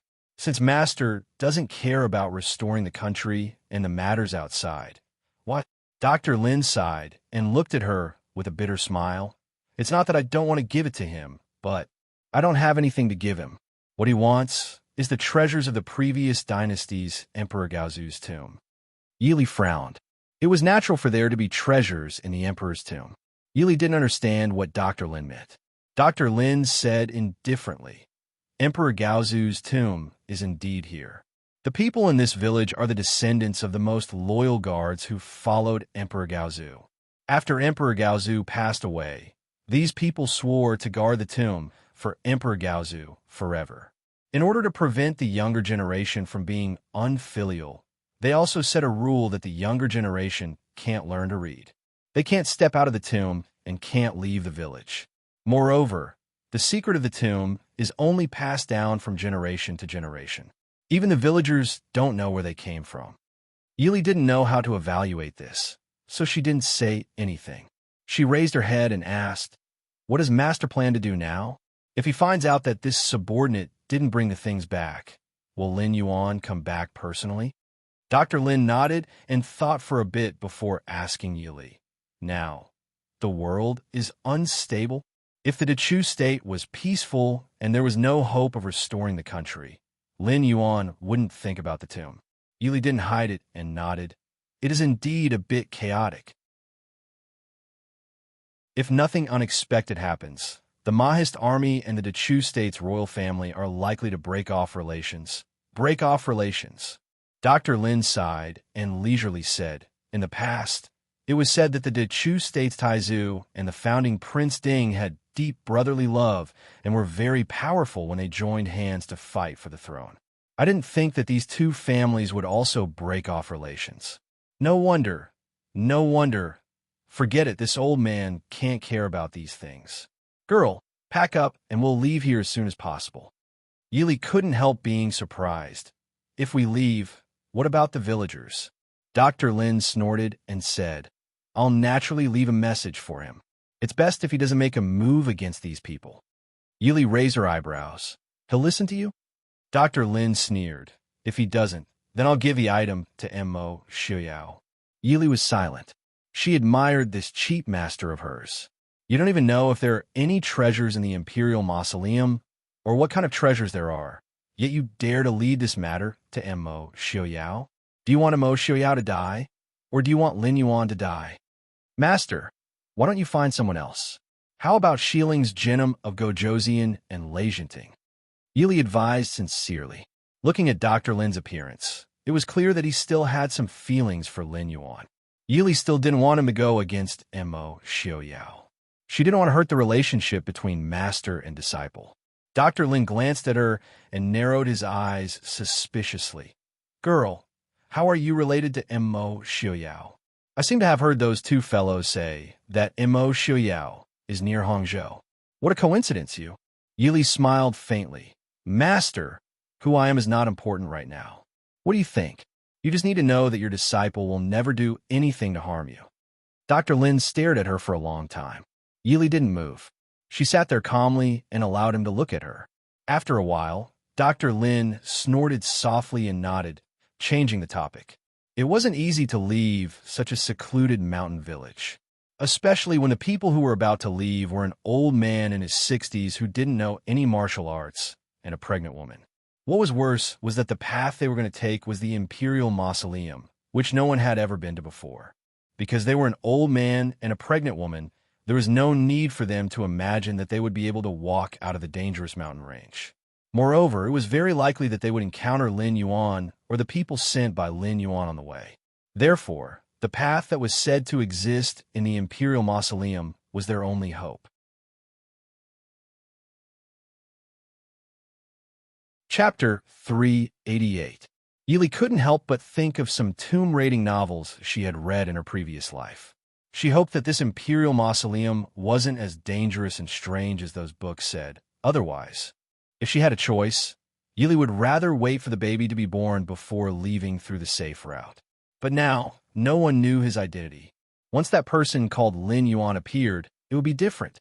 If he really had the ambition to restore the country, then he would definitely be able to guess that she was Mo Xiuyao's wife, the mistress of the Ding Kingdom. When that time came, there would be big trouble. A few days later, Dr. Lin finally finished packing up all of his things, including his ancient books and unique books. Yili also took advantage of this period of time to prepare some things that she needed. Then, in the morning, when everyone in the village was still asleep, the old patriarch of the village personally sent them to the mountains. He was already over 70 years old, but he was still waiting for them. Sure enough, it was the waterfall that Yili had observed before. The old clan head brought the two of them into the waterfall. Inside, there was a huge karst cave. Yili was already prepared. She took off the bamboo hat on her back and shook off the water on it. When she took out the bamboo hat and draped it over her body, the old clan head, and Dr. Lin looked at her in surprise. Yili smiled sweetly. Isn't this for the baby, just in case? Dr. Lin looked at her meaningfully and didn't say anything. The white-haired old clan head looked at the two of them and didn't say anything. It was obvious that Dr. Lin had already negotiated with him before. He brought the two of them into the Karst cave. This Karst cave was big and deep. It was obviously a natural Karst cave. There were different shapes of stalagmites hanging from the ceiling, and water droplets dripped down from time to time. In the middle was a fast-flowing man-made river. Not only was the river neat and beautiful, even the roads on both sides were carefully carved out of stone. Although it was covered with moss, because no one had walked on it for many years, one could still see the exquisite patterns on the stone base if one looked carefully. Yili couldn't help but twitch her mouth. It was said that every emperor had to build their own imperial mausoleum as soon as they ascended the throne. If they were all on the same scale as the previous dynasty's Gaozu, then they really needed to start building it as soon as they ascended the throne. Even a place that had nothing to do with the imperial mausoleum was built like this. If they didn't start building it earlier, then they might not even have a place to bury their dead. The three of them walked along the Karst cave. After walking for about an hour, they finally stopped. They had already reached the end. They could only see a torrent of water emerging from the bottom of the stone wall. Yili could only hope that the current situation did not require them to dive into the water. The old patriarch slowly groped around the stone walls that were covered with moss and all kinds of weeds.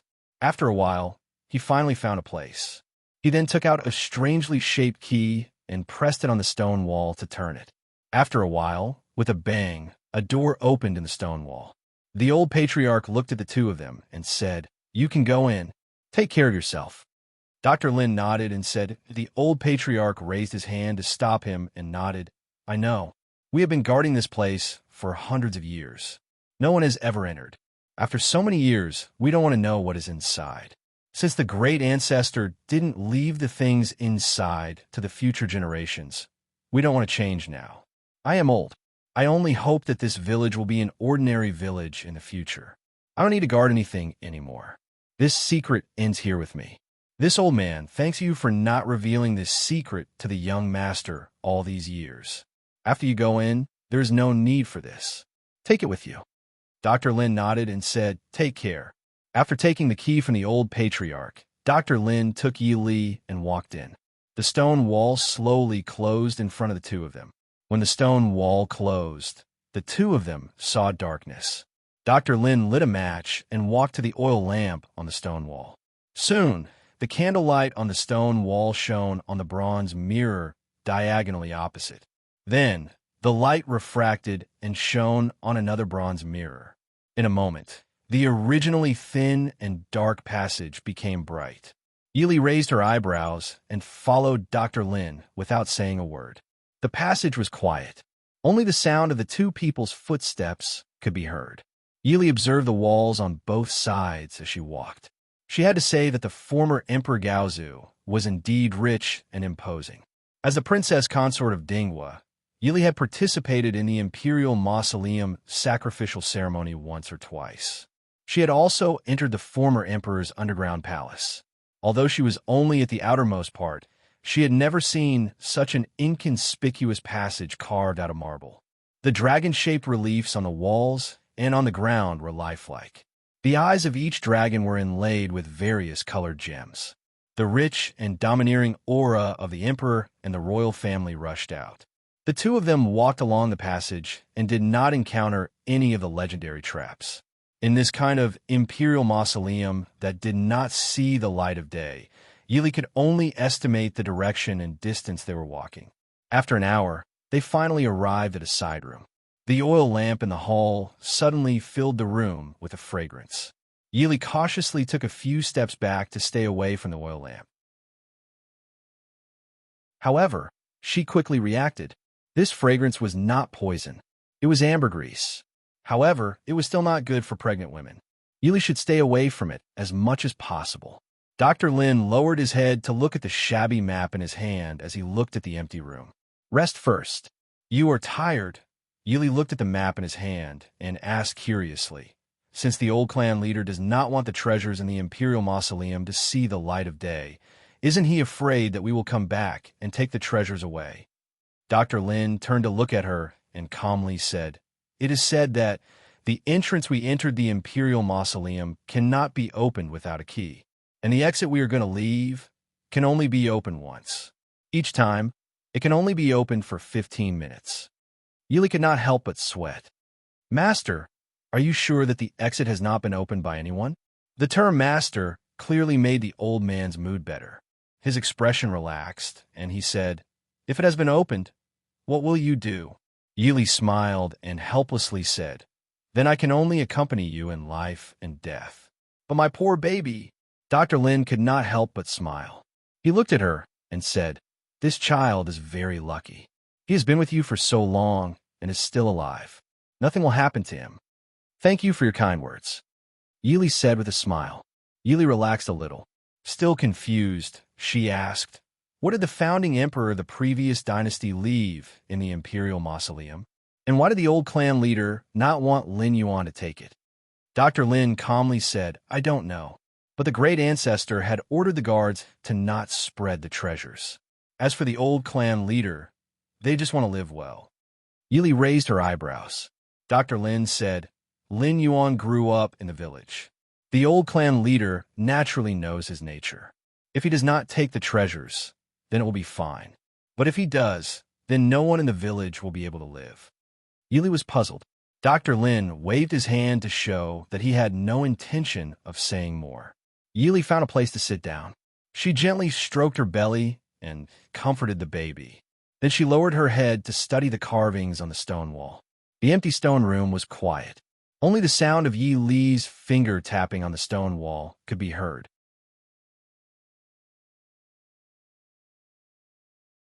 Chapter 389. Even if Lin Yuan had obtained the treasures in the tomb, there was no need for him to kill everyone in the village to silence them, because these people were the descendants of the Gaozu's loyal subjects from hundreds of years ago.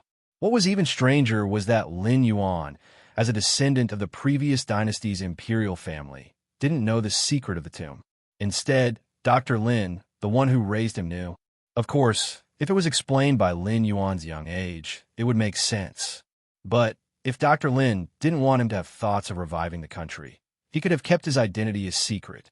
When Lin Yuan first came to this village, he was only 1 year old. There was no way he could remember anything. Looking up at Dr. Lin, who was sitting in a daze, Yili raised her eyebrows. This Lin Yuan, she felt that something was wrong.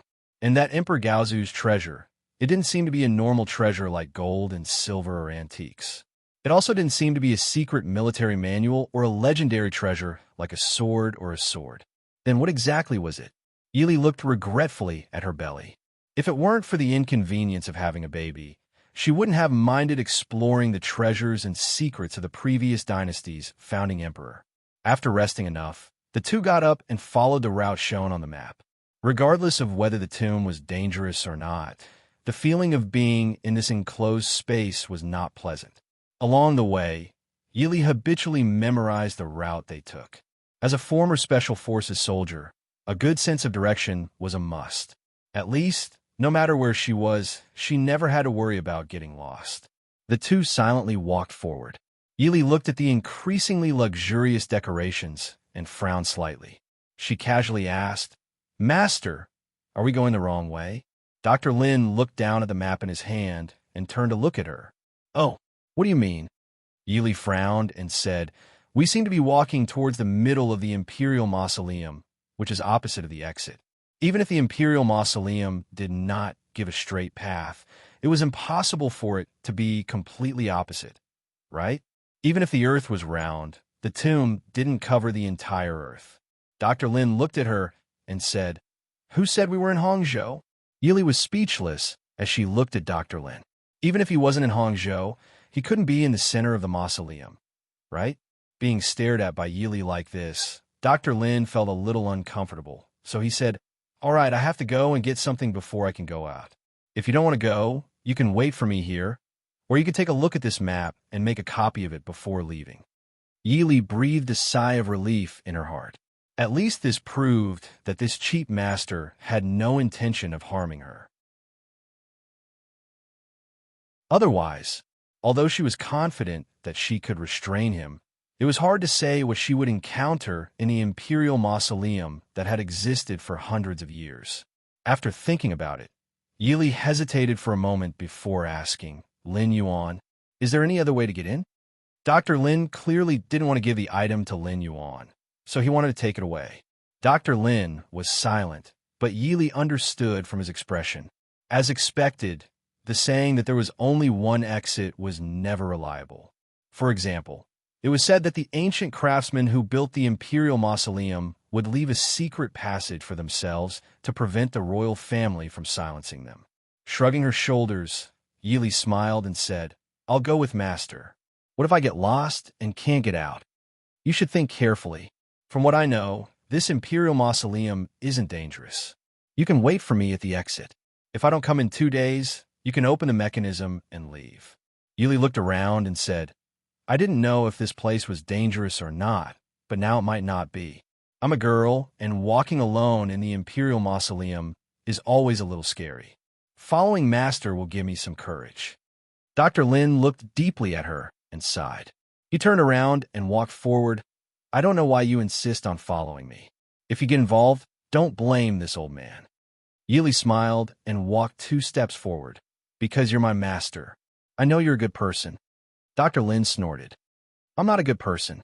Don't pretend to be ignorant in front of me.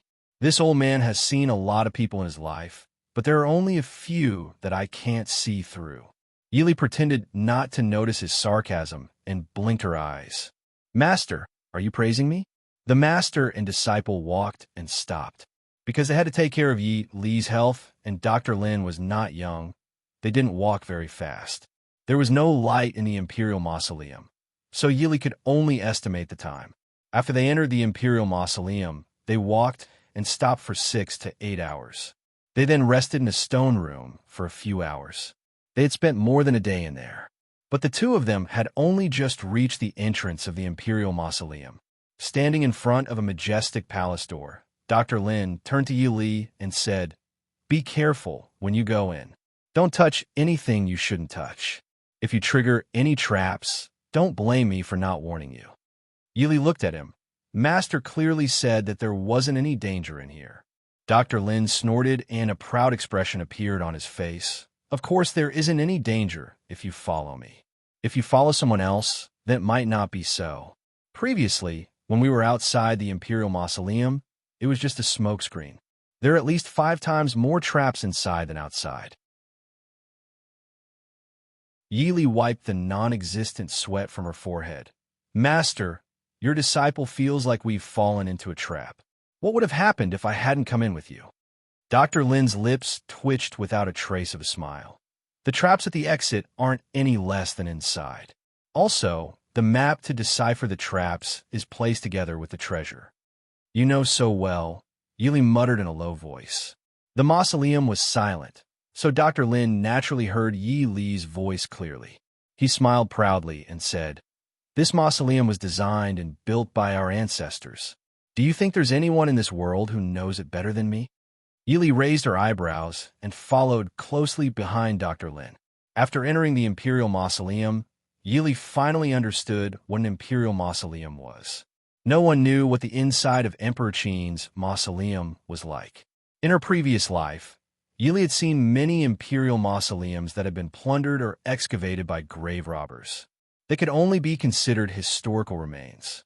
Yi Li remembered that the historical records had once recorded the Emperor Qin's mausoleum. Through the 3 springs, copper was poured into the coffin. The palace was filled with hundreds of officials, strange objects. Mercury was used as the rivers and the seas, and the mechanics were imbued. Astronomy above, geography below. Mermaid paste was used as a candle to help those who were not extinguished for a long time. She didn't know if this mausoleum was as grand and magnificent as the Emperor Qin's mausoleum, but the scene in front of her was enough to prove that it was at least comparable to the Emperor Qin's mausoleum. The marble floor and walls were exquisitely carved, and lines of Mercury and stars were densely packed in the astonishingly large mausoleum. She raised her head to look at the stars in the sky, which were all illuminated by various luminous pearls. The funerary objects in the mausoleum weren't bronze objects, but all kinds of exquisite gold, jade, and precious stones.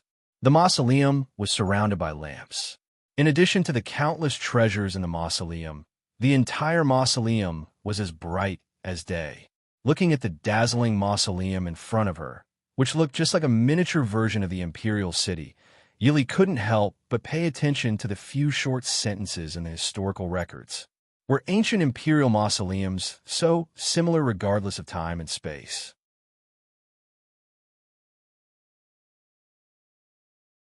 Chapter 390. There shouldn't be terracotta soldiers near the imperial mausoleum, right? Yili softly muttered. She carefully followed Dr. Lin forward. Even though everything in front of her was a rare treasure, she had no intention of touching it. Dr. Lin turned around to look at her. How do you know there are terracotta soldiers? Yili was shocked. There really are? Could this previous dynasty's great ancestor be the reincarnation of Qin Shi Huang? Yili shook her head to get rid of the wild thoughts in her mind. The Qin Shi Huang swept through the 6 directions. Although the previous dynasty's great ancestor's martial arts were peerless, he was still lacking. Dr. Lin looked at her and then turned around to continue walking. He said, according to the ancestors' records, there really were terracotta soldiers. But at that time, the world had just settled down and there was no way to spend such a large amount of money to build an imperial mausoleum. So in the end, 2/3 of the great ancestors' plan was cut off. The terracotta soldiers were only mentioned in a few secret records about the great ancestor. Yili sighed. This scale was only 1/3. If he really built the entire imperial mausoleum, the previous dynasty might have died 100 or 2 years earlier. Actually, this is not bad. If the future generations have any difficulties, they could just tear down the imperial mausoleum. It's enough, Yili said with a faint smile. Dr. Lin's cold snort came from the front. Even the most unfilial of descendants would not tear down their ancestors' tombs. Yili blinked. Then what's the point of hiding so much gold and silver here? Of course, she knew this reasoning. People who had never been emperors would never understand the meaning of building an imperial mausoleum like this. With so much money, it would be better to leave it for the future generations to deal with emergencies. They did not speak along the way. Even with Dr. Lin leading the way, the two of them carefully went around several mechanisms before approaching a palace-like building in the center of the imperial mausoleum. Yili understood that this was the place where the tomb owner's coffin was placed. This was a building completely carved out of white jade. It stood at the end of the imperial mausoleum. Even from far away, this kind of snow-white palace could be seen.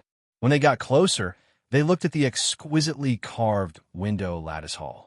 Dragons sat on the eaves, and below the eaves hung lifelike flowers and plants carved out of jade. Dragons and phoenixes were carved on the steps of the palace. Most importantly, there was a huge white dragon coiling around this white palace. The dragon's head was on the roof of the palace, and a pair of huge eyes made of luminous pearls was glaring angrily at the visitors. For some reason, Yili couldn't help but twitch her lips when she saw this luxurious, and domineering palace. An extremely strange feeling arose in her heart. However, when she saw Dr. Lin's excited and admiring expression, Yili decided not to say anything. Master, do you want to go in? Yili couldn't help but ask. Dr. Lin came back to his senses and put away the expression on his face. He reluctantly looked at the white building in front of him and nodded. The two of them stood at the entrance of the palace in a daze. The gate of the palace was shut tight. There was no lock or anything else. There was only a piece of black jade engraved with words, surrounded by coiling dragons. The two of them looked at it carefully. There were a few simple words arranged without any pattern, but these words were moving. It was clear that they needed someone to rearrange them. Yili raised her eyebrows and looked at the words in front of her. Sweep, He Lu Jun Xia Hung Lin Tian. It was a very simple 8-character game. When put together, it should be Sweep 6, Lord descends under the heavens. Seeing Dr. Lin move the words on the door, Yili frowned slightly. She didn't know why, but she felt a sense of unease.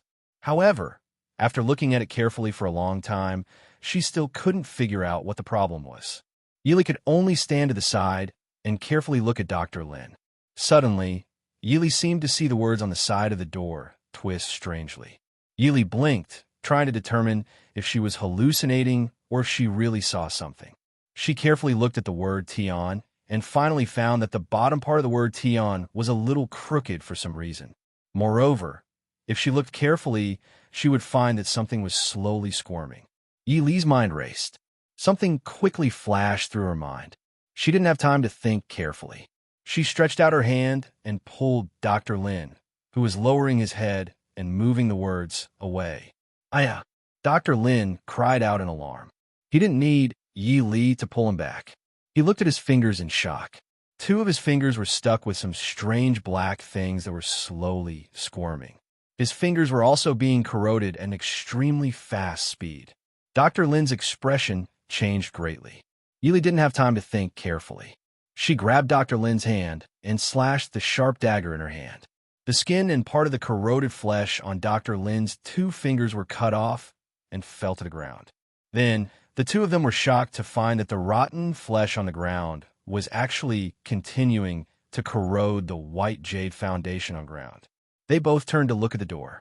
The image on the door was gradually becoming blurry. More and more black things were squirming on it, as if they were about to break free. Yili pulled Dr. Lin back 2 steps and said, "Master, we're in big trouble. Let's go." Dr. Lin looked at his right hand that was still bleeding. His expression was very ugly. The secret ancestral records didn't mention this. Yili said, "It's clear that the ancestor of the previous dynasty tricked you. What is that thing?" The 2 of them quickly walked down the steps of the palace. But it was clear that the owner of the tomb didn't plan on letting the intruders off so easily. The piers that were originally built on the surface of the Mercury River for people to cross suddenly sank to the bottom of the water. Yili even heard cracking sounds in many places. It was clearly the sound of some mechanisms being activated. Not to mention that none of them could jump over the Mercury River. Even if they could, the following mechanisms and hidden weapons wouldn't be easy to deal with. The designer of the tomb definitely wouldn't have not considered the possibility that the intruders could be a martial arts expert. The 2 of them turned back to look at the door. The black things were already beginning to grow bigger. The writing from before couldn't be seen at all. Some of them had already separated from the body and were flying out like small insects. The 2 of them had seen the power of those small insects. Dr. Lin only touched a little bit, and 2 of his fingers were corroded. There was also a hole the size of a wine cup in the white jade foundation. If they touched their bodies, not only would the 2 of them die, they would die very miserably. What is this thing? Dr. Lin frowned. Although his family was no longer involved in matters related to tombs, there were still many records in the family. But he was certain that he had never seen this kind of thing before. Yili pulled Dr. Lin. While looking for a place to retreat, she vigilantly stared at the black fog not far away. Master knows about awe-inspiring caterpillar fungus, right? Dr. Lin didn't understand. Awe-inspiring caterpillar fungus? What does this have to do with awe-inspiring caterpillar fungus? Yili said, "It's a worm in the winter and a grass in the summer. This is the same. When it's warm, it's a worm. When it's cold, it's like jade." When Master moved the words, the temperature of his fingers made these small things come alive. Does Master have a way? Dr. Lin was helpless. "I've never even seen this damn thing before. What can I do?" Yili said, "Then it's troublesome. If these small things fly everywhere, not only will we be unlucky, but all the treasures in this tomb will also suffer."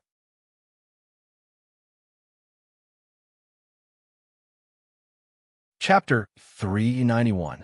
Do you still have time to think about these things right now? Dr. Lin glared at her and said in a bad mood. Yili said with a faint smile, "Just because I don't think about it doesn't mean other people won't." Dr. Lin was stunned. What other people?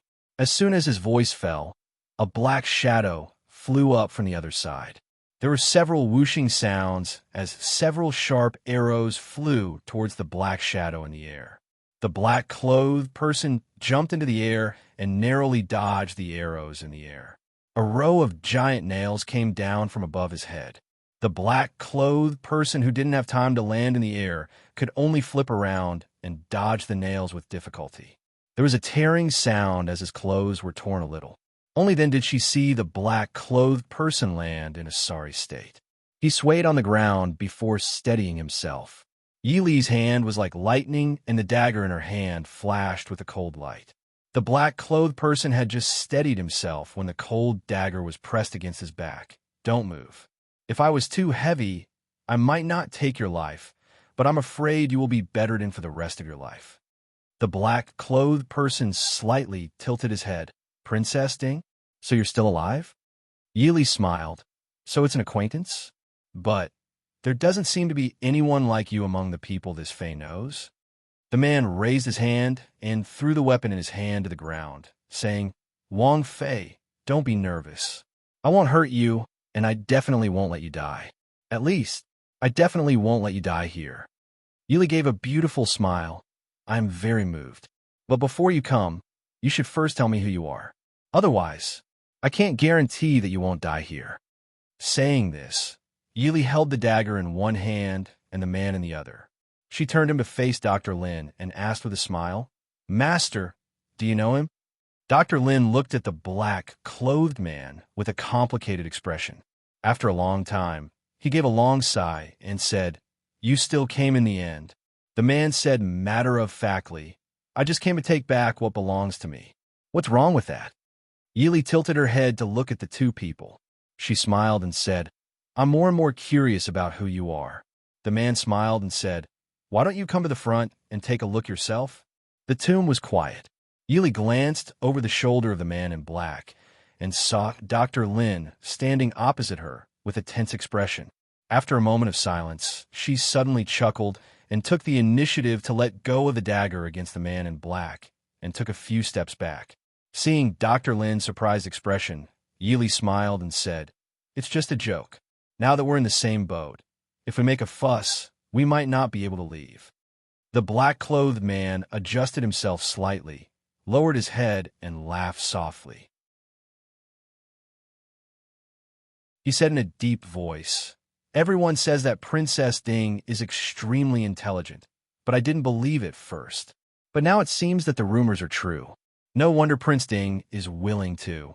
At the mention of Mo Xiaoyao, Yi Li's heart tightened. She hadn't heard any news about Mo Xiaoyao in a long time. Thinking about his health and the environment he was in, she couldn't help but worry. But at this time, she would not reveal any of her thoughts in front of this man who she didn't know anything about.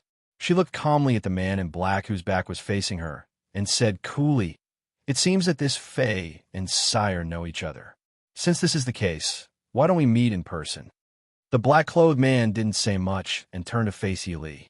According to Yi Li's understanding, Lin Yuan should be in his early 30s, but the man in front of her looked no more than 26 or 27. The black robes made his figure appear even thinner and taller. At the same time, it made his handsome face appear even more sinister and cold. It was just a glance, but it gave people a very uncomfortable feeling. Yi Li frowned slightly. Looking at Yi Li's expression, the man did not mind. His gaze stopped at Yi Li's stomach that was not small anymore. He smiled and said, "This one greets Princess Ding." Yi Li stared at him for a beat before calmly calling out his name, "Tan. Ji. Ji." The black-clothed man looked at Yi Li. His sinister smile seemed to become more joyful. "I hadn't thought that Wang Fei would remember such a small person like this one. This one is really fortunate. This one is Tan Jiji. Wang Fei can call me Lin Yuan." Yi Li snorted softly and said faintly, "Tan Darren, now does not seem to be the time to reminisce. If you don't think of a way, you and I can sleep here forever." Towards Yi Li's clear disdain, Tan Jiji did not care. He said calmly, "Wang Fei is right." Finishing, he turned to look at the growing black mist at the door. They could only rejoice that these things seemed to like to gather together and not fly around by themselves. Otherwise, they would be in even greater trouble. Tan Jiji turned his head to look at Yi Li and asked, "Since Wang Fei has some understanding of these things, do you have a way to deal with him?" Yi Li also understood that this was not the time to bargain. She said faintly, "These things become insects when they are hot and jade when they are cold. Tan Darren does not need this Fei to say more, right?" Tan Jiji rubbed his chin and said in a low voice, "Cold. I understand. Wang Fei, please wait a moment." Finishing, Tan Jiji rose into the air again and flew towards the other side. It was clear that he wanted to find something. At the same time, he was met with an endless barrage of hidden weapons and sharp arrows. Fortunately, Tan Jiji seemed to have a good understanding of this tomb. Even though he was in a sorry state, he was not injured. With a few leaps, he disappeared into the palace and jewels on the other side. Yi Li pulled Dr. Lin further away. Dr. Lin looked and stopped her from leading the way. The inside of the tomb was not as safe as the tomb passageways they had walked through before. There were many mechanisms and traps that normal people could not see. When there was no place to retreat, Dr. Lin stopped and turned his head to look at Yi Li. He said, "You are this generation's Prince Ding's Wang Fei." Yi Li smiled apologetically. "Yes, I have concealed it from Master. I hope you do not blame me. My surname is Yi and my given name is Li." Dr. Lin snorted softly. "What you are called has nothing to do with me. How do you know Lin Yuan?" Yi Li's eyebrows rose slightly. "I have met Tan Darren once. He is the advisor of the Dechu State's Emperor's Imperial Study. He is a true confidant. Speaking of which, for me to appear here, it might have something to do with Tan Darren." Dr. Lin frowned and said in deep thought, "The Dechu State's Emperor and the Prince Ding mansion had a falling out?" Yi Li shrugged and did not answer. Even if they had not fallen out on the surface, it was probably close.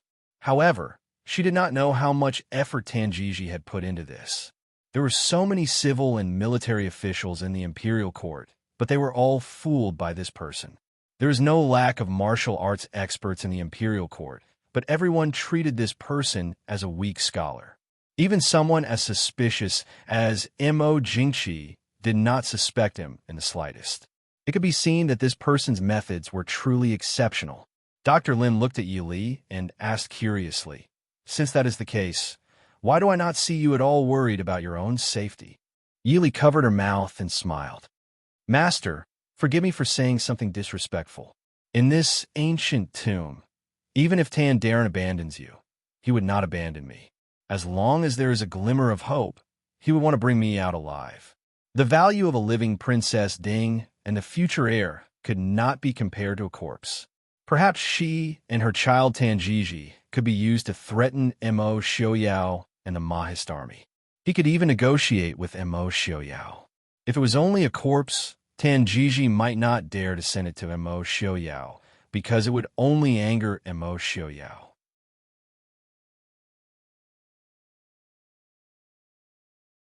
Chapter 392. Dr. Lin lowered his head, silently agreeing with Yi Li's words. He had raised Lin Yuan until he was nearly 20 years old, so he naturally understood his thoughts. In Lin Yuan's eyes, his adoptive father might not be as valuable as Yi Li, the Ding Guowang Fei. While the two were talking, Tan Jiji had already returned. His Qinggong was obviously not bad. At least after dodging more than 10 waves of hidden weapons and arrows, he was still able to move with ease. He glanced at Yi Li standing in the corner by the Quicksilver River. He no longer hesitated and rushed towards the black fog that was about to enter space and time. "Huh, what is that?" Yi Li looked in the distance with some surprise. A thick layer of white ice crystals wrapped around the black fog. Although it still tried to struggle, Tan Jiji held a bag of water in his hand and kept pouring it on the ice crystals, making the white ice crystals thicker and thicker. Gradually, the black fog was completely wrapped inside. Dr. Lin's face was a little ugly.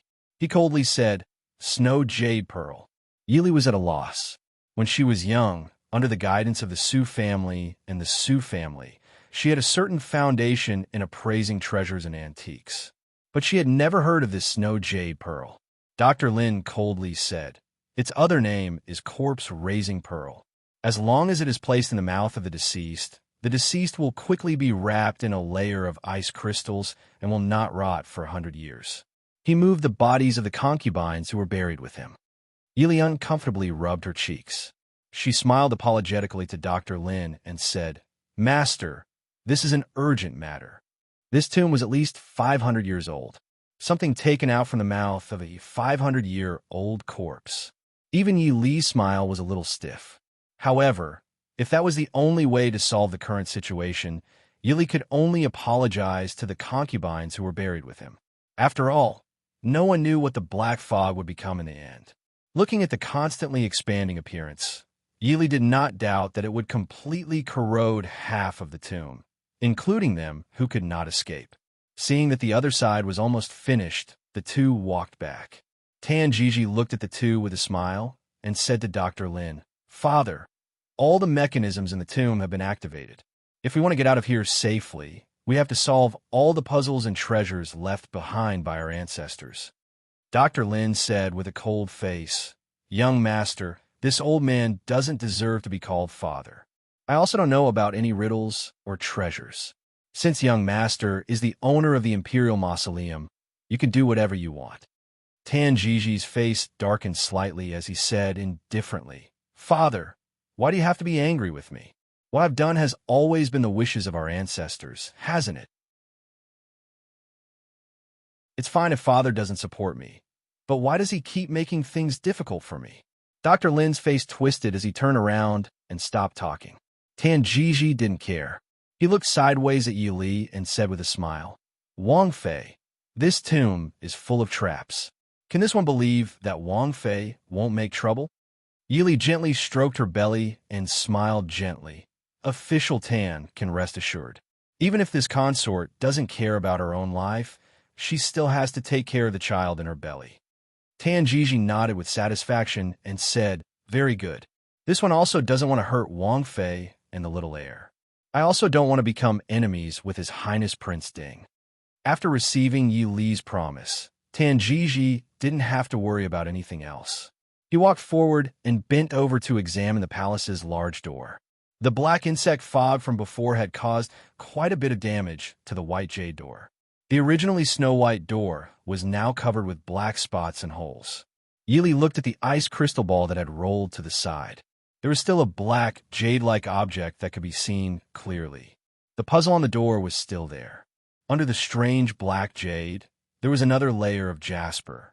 This time, Tan Jiji had clearly learned his lesson from Dr. Lin. He didn't use his finger to touch the surface of the jasper. Instead, he took out a dagger and slowly moved the words on the surface. The puzzle of 8 words wasn't difficult to begin with. After a short while, Tan Jiji finished it.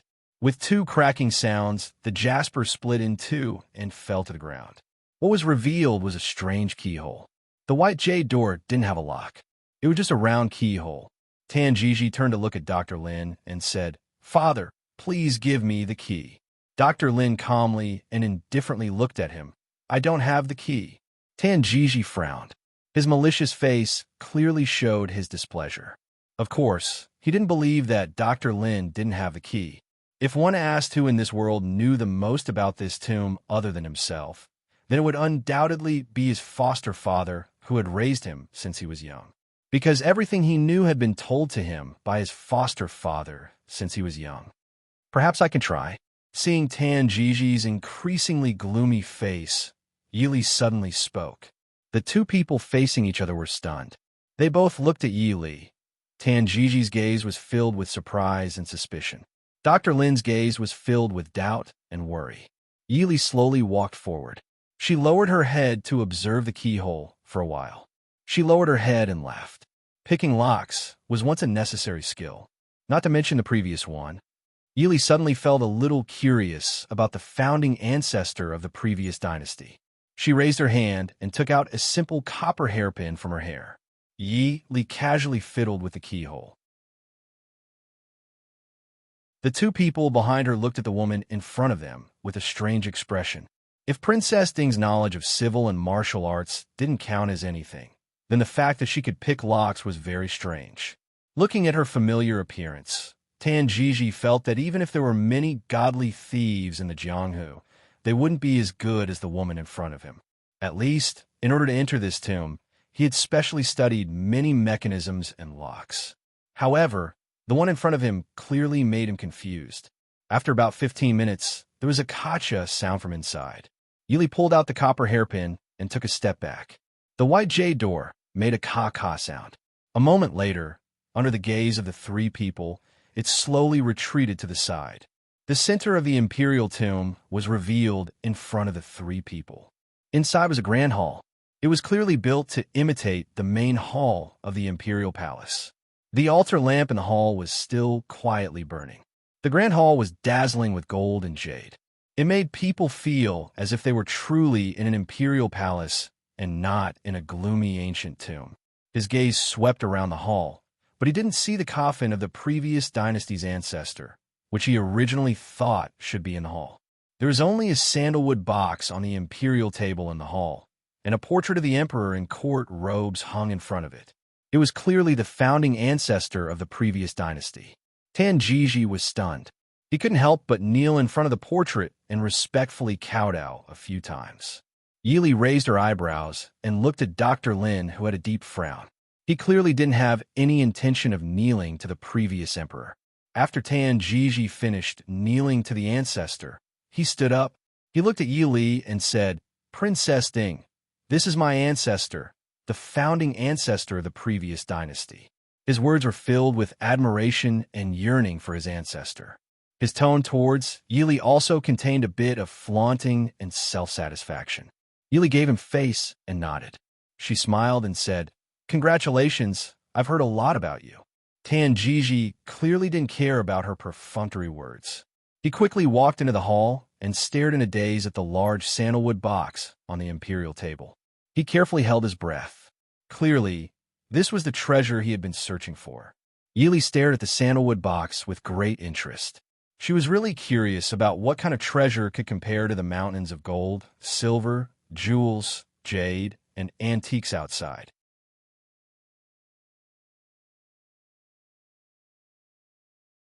Chapter 393. Tanjiji looked at her and smiled. "Princess is also interested? Why don't you come up and uncover the secret of this treasure with this one?" Seeing Tanjiji's expression that seemed to be bestowing a gift, Yili pulled up the corners of her lips and smiled. "No need. Tandarin, please do as you please." Yili's rejection made him a little disappointed, but the feeling of treasure in front of him made him decide to ignore this little displeasure. Walking to the dragon chair behind the imperial table, Tanjiji looked at Yi Li and Dr. Lin with satisfaction, then slowly reached out to open the box. Fortunately, this time there wasn't anything on the box that would cause a headache, so Tanjiji easily opened the box. Carefully, he took out a jade seal from the inside. Yili raised her eyebrows. This should be the imperial jade seal made by the first emperor 1,000 years ago. On it were engraved the words, "Receiving the mandate of heaven, long life and prosperity." It was said that the first emperor of the previous dynasty had indeed obtained the imperial jade seal, but none of the subsequent emperors had taken out the imperial jade seal. After the first emperor of the Chu state ruled the world, he turned the previous dynasty's old palace upside down, but still couldn't find it. So the history books generally believe that the first emperor of the previous dynasty had obtained the imperial jade seal, but it was just a rumor. It only existed in the unofficial history. Tanjiji happily held the imperial jade seal, the expression on his face becoming even more mesmerized. It was as if he could already control the life and death of the world and unify the world. When he was finally intoxicated enough, he began to carefully feel the imperial jade seal in his hand. Gradually, his expression became somewhat stiff and then slowly revealed a frightened expression. "Ow! How could this be?" Yili didn't understand. He flipped the imperial jade seal around and looked at it for a long time. Finally, he suddenly stood up and waved his hand, sweeping all the things on the imperial table to the ground. Then he threw the imperial jade seal down as well. "How could this be?" Yili blinked, dodging the things that fell from above, and looked at the imperial jade seal that had rolled to her feet. Carefully bending down to pick it up, it was indeed a rare good jade, with a coiling dragon engraved on it. There were also the 8 words in the legend. Regardless of size or appearance, it was exactly the same as what was recorded in the history books. But why was there such a big word on the bottom right corner of the Imperial Jade Seal? Dr. Lin also picked up the red sandalwood box that Tanjiji had dropped. There was also a piece of cloth in the box. Yili glanced sideways and saw 2 lines of arrogant words written on it. Unfilial descendant who dares to disturb my mausoleum. Will I tell you where the true Imperial Jade Seal and treasure are? Behind it were 3 words that were even more arrogant. Ha, ha, ha. Yili couldn't help but twitch her lips. At this point, if he still couldn't figure out the origins of this founding ancestor, she wouldn't be able to survive. However, while others were cheating their fathers, this Emperor Gaozu was actually cheating his descendants. Tanjiji naturally saw the cloth in Dr. Lin's hand. He quickly jumped down the steps and grabbed the cloth in Dr. Lin's hand. However, the look on his face after that made Yili somewhat unable to bear to look at him. This hopeful descendant of the previous dynasty's imperial family had really been cheated by his ancestor. The cloth in Tanjiji's hand fell to the ground. Yili helplessly watched as he walked out in a daze. She turned to Dr. Lin and said, "Master, will he be okay going out like this? His mental endurance is a bit too weak." Dr. Lin sighed and chased after him. Yili gritted her teeth and lowered her head to look at the cloth with some difficulty. Her lips revealed a faint smile as she put it into her sleeve. She turned to look at the portrait of the emperor in the main hall and turned to follow him out. If she let those 2 people leave, she wouldn't be able to leave alone. However, if Tanjiji hadn't been driven mad by his unfilial ancestor, he wouldn't leave her behind. Ruyang City. In Ruyang City, in the most remote corner of the western part of the city, there was an unremarkable courtyard. From the outside, this small courtyard was the same as all the other courtyards in Ruyang City. There wasn't anything special about it. Every day, the owner of this courtyard would go out to buy groceries, go shopping, and take a stroll like his neighbors. However, when you really entered this small courtyard, you would find that it was a completely different world from the outside. This was because this was where the most mysterious and elite Qi Lin of the Ding Kingdom's imperial residence was stationed. As long as an ordinary person stepped into this courtyard, they would fall into the hands of the Qi Lin who were resting and learning here. Then, they would suffer a painful experience that was definitely enough to make anyone regret living in this world. In the middle of the night, a dark shadow quietly swept in from outside the wall. His superior Qin Gong allowed him to land on the ground without making a single sound. The man in black cautiously and quickly glanced at the entire courtyard. Then, he lifted his feet and wanted to walk towards his destination. "Don't move." A low voice sounded behind him. The man in black was startled. His eyes darkened, and he obediently stood in the same place. Qi Lin is indeed worthy of being regarded as a fierce tiger by the West Hill. "I admire you." The moment he spoke, someone had quietly come to his side and casually patted him a few times. All the weapons he carried on him were found. The man in black did not resist. Of course, he knew that there was definitely more than one person watching him in the courtyard. "You are not bad to be able to find your way here. Come with me to see the commander." "Mr. Han." The man in black, Han Mingyue, was startled. Finally, he smiled bitterly and shook his head. "You already knew that." The man beside him sneered. "If you didn't know, do you think that you could find this place?" Han Mingyue was speechless. He obediently followed the man beside him inside. Under the candlelight, Qin Feng was still sitting in the study, reviewing thick files. More than a month ago, more than 300 elites from the army and the Shadow Guard were selected to receive initial training outside the city. Relying on their own training experience and a large amount of information left behind by the princess, they finally managed to get on track. As the commander of Qi Lin, Qin Feng insisted on checking the records of these trained soldiers every day to evaluate their future potential. At the same time, he further trained himself and the original members according to the information left behind by the princess. Therefore, Qin Feng was so busy every day that he did not have time to think about those infuriating things. Of course, Whether this busyness was inevitable or deliberate, Qin Feng did not intend to find out. Therefore, when he saw Han Mingwei being escorted in, Qin Feng's mood immediately became bad. He was very busy, and Han Mingyue's arrival would undoubtedly make him even busier. More importantly, Han Mingyue's appearance would remind him of some unpleasant things. "Mr. Han, why are you here so late at night?"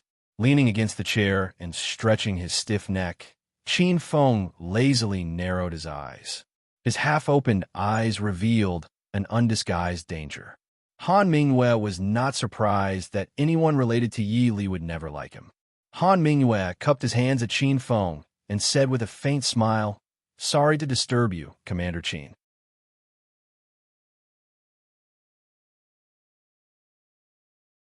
Chapter 394.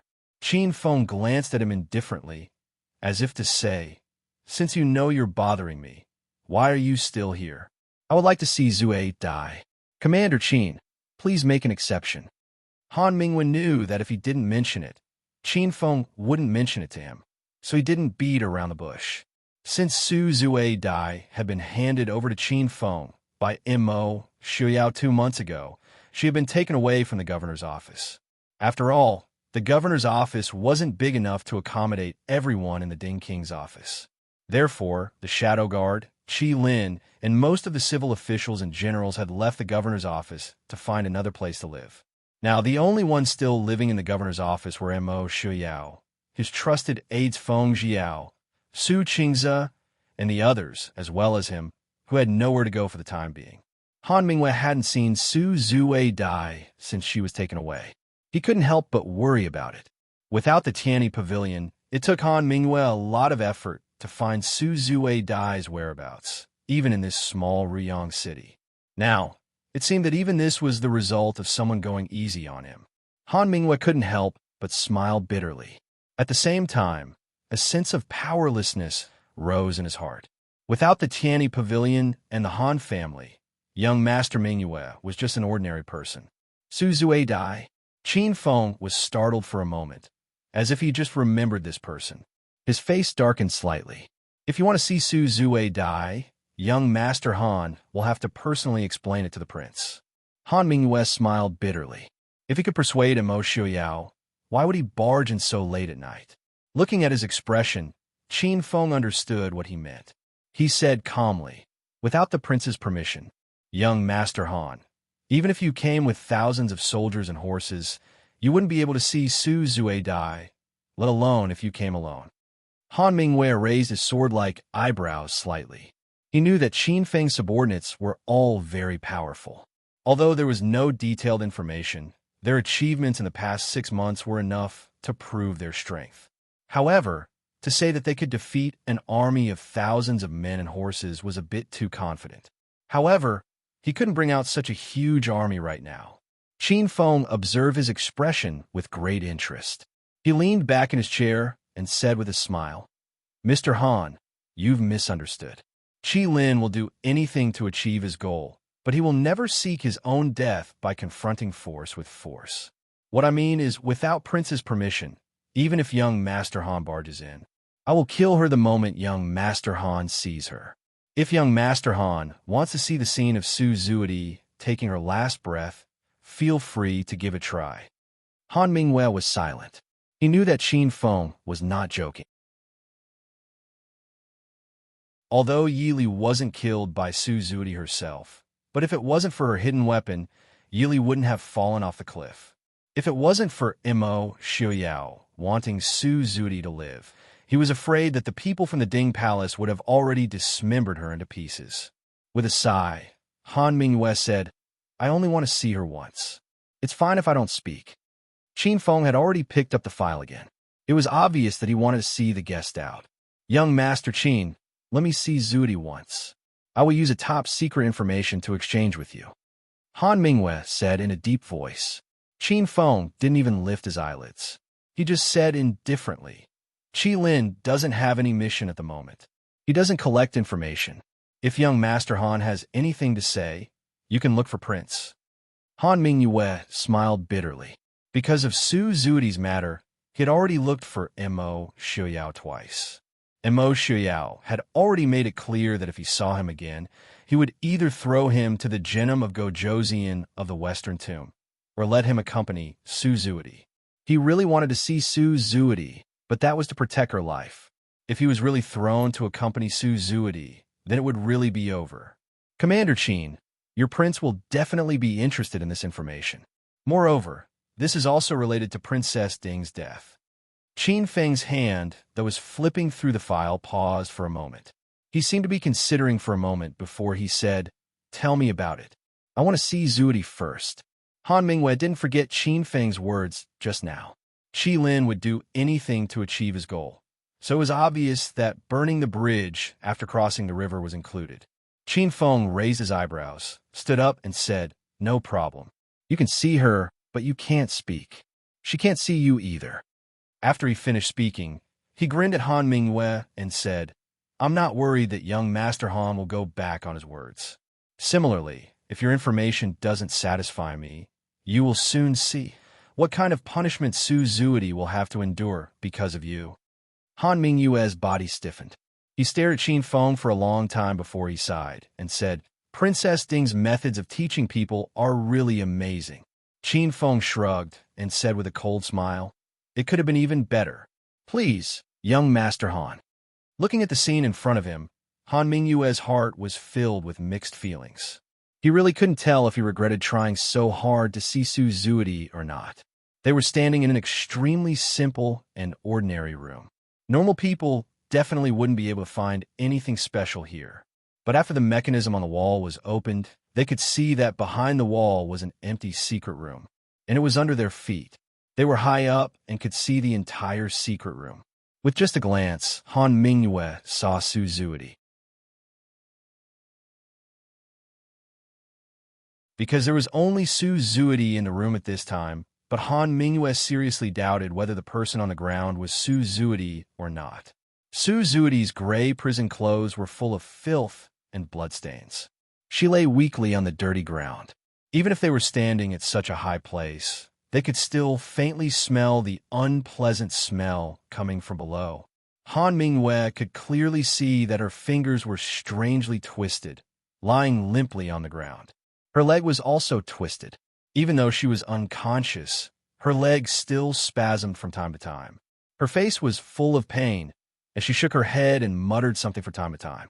If one looked carefully, they would find that she was saying, "I was wrong. Spare me.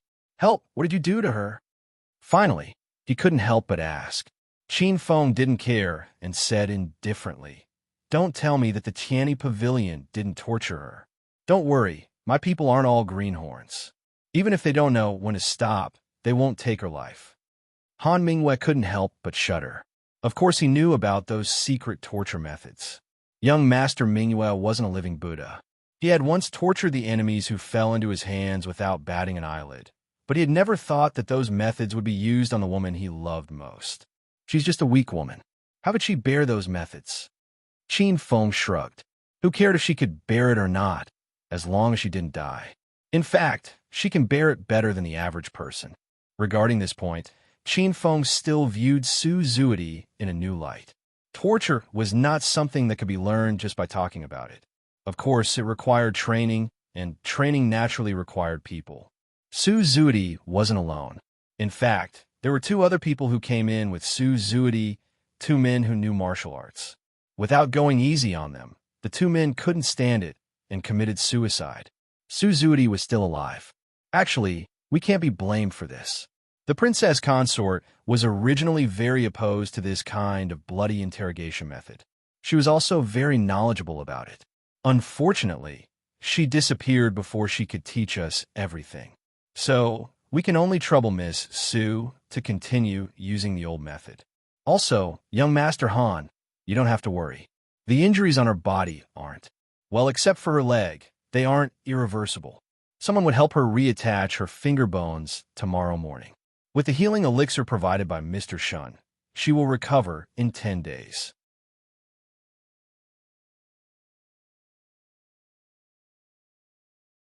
Chapter 395. Han Mingyue's face darkened. After she recovers, I'll let you break her, pinch, and break her fingers. Her fingers are too slender, so it's not easy to break them unless they're completely smashed. Qin Feng corrected her. Like this, will her hand be able to fully recover in the future? Han Mingwei roared. Just from Qin Feng's tone, she understood that this was not the first time, nor would it be the last. No matter how good Xin Yang's medicine was, it was impossible not to leave behind some side effects. Qin Feng raised his brows, calmly asking, "Does Mr. Han think she still has a chance to leave?" Prince did not say that he would guarantee that she would be unharmed. In fact, the fact that Su Zudi was still intact was already a sign that his subordinates had a good sense of propriety. "Mr. Han, don't worry. We won't touch her face. If Mr. Han's information satisfies me, you can take some time to draw 2 portraits as a souvenir." Prince said that if you make her too ugly, you'll scare the princess consort and the little heir. Han Mingyue's face turned ashen, but she could not say anything. Finally, she took a deep look at the woman lying on the ground, breathing weakly, and turned to follow Qin Feng out of the room. The man by Mo Jingqi's side, called Tanjiji, is a descendant of the previous dynasty's royal family. Facing Qin Feng's cold eyes, Han Mingwei said. Qin Feng narrowed his eyes. "Mr. Han, are you playing with me? A descendant of the previous dynasty's royal family? If it was in the past, this would be good news. But now, Mo Jingqi could be said to be like fire and water. Who had the time to care if the people by his side were descendants of the previous dynasty? Even if Mo Jingqi was a descendant of the previous dynasty, it had nothing to do with them." Han Mingyue coldly said, "Although Tanjiji only officially appeared in court this year, he's been by Mo Jingqi's side for more than 10 years. He is Mo Jingqi's most trusted confidant and think tank. Do you think this is important?" Mo Jingqi's confidant and think tank? Qin Feng's brows furrowed. To be able to be selected by Mo Xiaoyao and given to Yi Li from the many Black Cloud cavalry members, as well as obtain Yi Li's approval to become Qi Lin's commander, regardless of which aspect Qin Feng's abilities were at least above average. Therefore, after hearing Han Mingyue's words, Qin Feng immediately understood what Han Mingyue was trying to say. As a descendant of the previous dynasty, even if it had been more than 200 years since the fall of the previous dynasty, for such a person to appear beside the current emperor as a trusted aide, it would always attract some attention and vigilance. Of course, Qin Feng would not forget that when Mo Jingqi attempted to seize military power from Princess Consort in the Chu capital, this person called Tanjiji had made things difficult for Princess Consort. In just a moment, Qin Feng's mind had turned hundreds of times. Staring at Han Mingwei in front of him, Qin Feng said expressionlessly, "How can I believe that what you said is not true? Also, if this information is not even known to the Prince Ding mansion, how did young Master Han know?" Han Mingwei said indifferently, "In any case, I was once the head of the Tianyi Pavilion. The Tianyi Pavilion had the largest source of information in the world. What was so strange about knowing some information that others did not know?" Qin Feng snorted softly. If it was other information, this one might not find it strange. But in the Chu capital, does the Tianyi Pavilion really have the ability to find out information that even the Prince Ding mansion does not know? These years, not only did the emperor keep an eye on the Ding mansion, but the Ding mansion also never relaxed their guard against Mo Jingqi. Otherwise, the Ding mansion would have been swallowed by the royal family during these years when Prince Ding was seriously ill and shut himself in. If you don't believe me, I have nothing to say. This person is definitely involved in Princess Ding's matter this time. You can think about it. If Mo Xiaoyao and Mo Jingqi break off their relationship, who will really benefit? Of course, it would be the surrounding countries and Mo Jingli who occupied the land. Of course, if what Han Mingwei said was true, then Tanjiji would also be counted as one of them. In fact, whether Qin Feng believed it or not, this kind of information had to be reported to Mo Xiaoyao. However, Mo Xiaoyao's reaction to this made Han Mingyue turn pale with fright. "Cut off Su Zudi's left arm. You're crazy." Looking at the calm Mo Xiaoyao, Han Mingyue roared angrily. Mo Xiaoyao raised his head to look at him and said indifferently, "Tell me the source of the information." Otherwise, in less than 2 hours, I will cut off a part of Su Zuidi's arm and give it to you. I told you, Han Mingwei said angrily. I don't believe you. Mo Xiaoyao pushed away the account book in front of him and said, Don't forget who has the Tianyi Pavilion. I know how many people you have in the capital. Or are you telling me that you're hiding something from me from the deal you made with me? If that's the case, I can still kill Su Zuidi. Han Mingwei looked at him with a complicated expression. Don't forget that her father and brother died for your Mo family. Mo Xiaoyao leaned back in his chair. His pale face was filled with fatigue and indifference. So what? I said. If Miss Li doesn't come this year, no one can save her. Yili was already dead. Han Mingwei really wanted to shout this out, but looking at Mo Xiaoyao's indifferent eyes, he couldn't say it. Or rather, he didn't dare. He wasn't sure what the consequences would be if he shouted this out. Mo Xiaoyao, you're crazy, Han Mingwei said in a low voice. Mo Xiaoyao sneered in a low voice. He didn't care about Han Mingwei's evaluation at all. I've always been more clear-headed than you. I know what I want to do. Han Mingwei, do you know? He wanted to wait for Miss Li and their baby to come back. If Miss Li didn't come, he would kill slowly. He would kill those who wanted to hurt Miss Li and those who got in their way, until Miss Li came back or he died. Now, tell me the answer. Or do you want Su Zuidi's arm? Han Mingwei closed his eyes in defeat. He began to doubt whether telling Mo Xiaoyao this information was right or wrong. Zuidi told me. Haha, interesting. Mo Xiaoyao laughed softly. Su Zuidi told you? A woman far away in Xiling, a woman who was treated as a chess piece by Jinnum of Gojoseon that could be discarded at any time, would actually know such secret information? Qin Feng, Zhuijing. Your subordinates are here. The two men stepped forward to accept the order. Mo Xiaoyao said coldly, I want an answer from Su Zuidi within a day. I don't care what method you use. The two men looked at each other and said, Your subordinates obey. Qin Feng and Zhuijing accepted the order and left. Han Mingwei looked at Mo Xiaoyao in bewilderment, unable to speak for a long time. Mo Xiaoyao rubbed between his eyebrows, threw down the scroll in his hand, and looked coldly at Han Mingwei and said, Han Mingwei, you should know why I put up with you until now. Han Mingwei lowered his head and smiled bitterly. I know. Naturally, it's not because of our friendship. Mo Xiaoyao said, You should be glad that you have a good brother. You should be even more glad that Han Mingxi is a friend that Miss Li acknowledges. Don't cause trouble for him. He won't be able to save you every time. Han Mingwei was silent.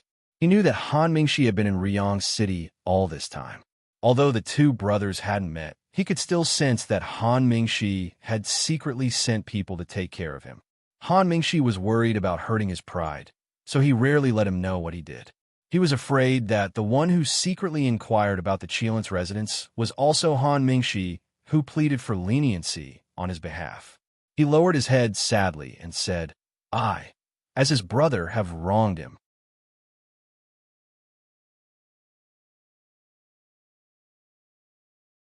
Chapter 396. Mo Xiaoyao snorted. In this life, besides being obsessed with Su Zuidi, who else had Han Mingwei done right? Xiaoyao, I beg you, let Zuidi go. Han Mingwei spat out his request with difficulty. Earlier, even if he lowered his stance, he still had chips to negotiate with Mo Xiaoyao. But now, he had nothing left and could only beg, get out. Mo Xiaoyao said lightly. Xiao. Han Mingwei still wanted to plead for mercy, but he saw a scarlet flash in Mo Xiaoyao's eyes and a strong force hit him in the face. Before he could finish his words, Han Mingwei was already sent flying. He fell hard in the courtyard outside the door, and the door of the study was closed in front of his eyes at the same time. Mo Xiaoyao's move was fast and ruthless. Han Mingwei didn't even have time to defend himself and was sent flying. He fell to the ground and spat out a mouthful of blood. Brother, a dark red robe silently appeared beside Han Mingwei. Han Mingwei looked up and saw Han Mingxi's originally unruly handsome face full of worry and sadness. Holding Han Mingxi's hand to stand up, Han Mingwei looked at his brother with some shame. He didn't want to appear in front of his brother in such a sorry state. Mingxi, I'm sorry. Han Mingxi shook his head silently and looked at Han Mingwei. Brother, don't waste your time. As long as Jun Weitian doesn't come back, no one can save Suzuki. These days, Han Mingxi had given up the idea of persuading his brother to forget Suzuki. He just told him that his current efforts were not desirable. The reason why Prince Ding still keeps Suzuki alive is not because he can't bear to part with her. It was just that he needed Suzuki to live. Letting Suzuki die so easily was letting her off easy. Just like how the Mahist army clearly had the ability to kill Marquis Muyang on the battlefield, but Imo Xiaoyao still ordered him to be released. However, no one knew what awaited Marquis Muyang in the future. Yili is already dead, Han Mingwei said through gritted teeth. Han Mingxi's expression darkened as he said in a low voice, "As long as we don't see her corpse with our own eyes, she's still alive. Big brother, you better pray that Jun Wei's corpse isn't really found otherwise." No one knew what Imo Xiaoyao would do. Ever since Jun Wei's accident, Imo Xiaoyao gave people the feeling that he was too strong. Other than killing the 7,000 soldiers who were searching for Jun Wei and expelling the Chu state soldiers who were stationed outside Feihong Pass, he did not show any attitude towards the death of the princess. However, Han Mingxi was close to the core of the Prince Ding mansion. Even if Imo Xiaoyao did not say anything, he could faintly feel that Imo Xiaoyao was setting up a trap. Once he really made his move, it would be accompanied by endless bloodshed. If Princess Ding, Han Mingxi shook his head and said indifferently, "A dragon has a reverse scale. If you touch it, you will die." Big brother, you're on your own now. Imperial Mausoleum. In the cold Imperial Mausoleum, Tan Jiji's face was even colder than the entire Imperial Mausoleum. Being played by his ancestor caused him to have no place to vent the anger in his chest. Yili was very perceptive and did not provoke him at this time. The three left the white jade palace. Ever since Yili opened the door to the palace, all the mechanisms in the Imperial Mausoleum seemed to have disappeared. Even the bridge pier that had sunk into the river of water rose back to its original position. The three retreated to a stone room on the outside of the Imperial Mausoleum before sitting down to rest. After a long day, Yili was tired. She walked to a stone chair in the corner and sat down. She took out the dry food and water she had brought with her and started to eat. Tan Jiji sat across from her, leaning against the wall as he casually sat on the ground. His face no longer had the pride and confidence from before. His already gloomy face now had hints of decadence and viciousness. Princess Ding is very happy right now. Seeing Yili calmly eat, Tan Jiji asked darkly. Yili's hand that was holding the dry food paused. She faintly smiled and said, "Tan official, what are you saying? Sitting in such a gloomy place, Bin Fei can't be happy." How could Tan Jiji believe her? He laughed coldly and said, "Seeing that this one came up empty and Wang Fei saw a joke, how could you not be happy?" Yili looked sincerely at him and said with certainty, "Bin Fei doesn't like to rejoice in other people's misfortunes." Hearing this, Tan Jiji's face twisted again. He quickly stared at Yili and smiled. Even though this one came up empty, but meeting Princess Ding and the future Prince Ding's heir, I didn't lose out. Of course, I have to thank Father. Dr. Lin ignored him with a cold face and pretended not to hear him. Yili smiled and said, "I also have to thank Master. If it weren't for Master's help, Bin Fei wouldn't have been able to wait until today to see Tan official." Tan Jiji looked at Yili strangely and didn't use words to force her. He had been by Yili's side longer than most people thought, so he naturally had some understanding of Yili. If the person Mo Jingqi hated the most in this world was Mo Xiaoyao, the person he hated the most was probably Yili. Although in Tan Jiji's view, this hatred was purely due to Mo Jingqi's own brain damage. In Mo Jingqi's view, King Ding's mansion, which was already on the verge of collapse, and Mo Xiaoyao, who was already half dead, completely lost control because of Yili's appearance. This made Mo Jingqi feel anger and hatred, as if 10 years of work had been destroyed in an instant. Compared to Mo Xiaoyao, Mo Jingqi probably hoped that Yili would die first. Although Tan Jiji didn't agree with Mo Jingqi's inexplicable hatred, this didn't prevent him from attaching importance to Yili. Of course, he understood that a woman like Yili wasn't someone he could control with just a few words. Tan Jiji's eyes turned slightly, and he tactfully changed the topic. It's been so long. Doesn't Princess want to know how Prince Ding is doing? Yili tugged the corner of her lips and gave him a fake smile. Is Tan official willing to tell me? Tan Jiji smiled and said, It's my honor to be able to speak with Princess. Speaking of which, His Highness Prince Ding is really devoted to Princess. On the second day after Princess fell off the cliff, the 7,000 soldiers at the foot of the mountain were all beheaded. His Highness Prince Ding also withdrew all the Mahist army that was originally resisting Nanzhao and Xiling. Now the Chu state can be said to be in endless war. Seeing Yili frown, Tan Jiji continued, If that's the case, it's fine. Prince Ding also expelled all the Chu state troops outside Feihong Pass and killed all the soldiers who resisted. Now, who doesn't know that Prince Ding has rebelled? His Highness is furious for a woman. Princess, are you very touched? Yili's expression didn't change. Thank you, Tan official, for telling me.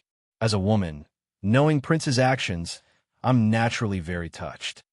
Tan Jiji raised an eyebrow. Princess comes from the Su family in Yinzhou. The Su family has always been loyal. Does Princess have nothing else to say? Yili smiled apologetically and said, Married women follow their husbands.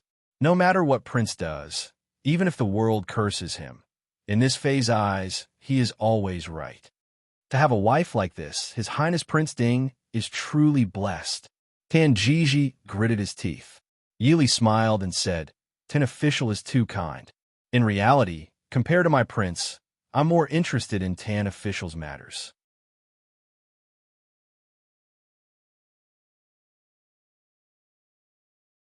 Chapter 397. Tan Jiji was startled, staring warily at the woman in plain clothes who was smiling brightly in front of him. Yili waved her hand, smiling faintly. Official Tan doesn't need to be nervous. Since you've already let this consort know your identity, you don't care about anything else, right? Tan Jiji was silent. That's right. His biggest secret was his identity. If this was no longer a secret, then what else could he not say? Raising his head, Tan Jiji's lips held a trace of a smile. It was a pity that he was used to having a gloomy face and could not look elegant. However, no one cared. Tan Jiji raised his brows and smiled. To be able to interest the princess, this one is really flattered. Yili smiled. Official Tan doesn't need to be so polite. This consort doesn't need to guess why Official Tan has been by Mo Jingqi's side for so many years. It must be for that matter, right? Tan Jiji nodded slightly. That's right.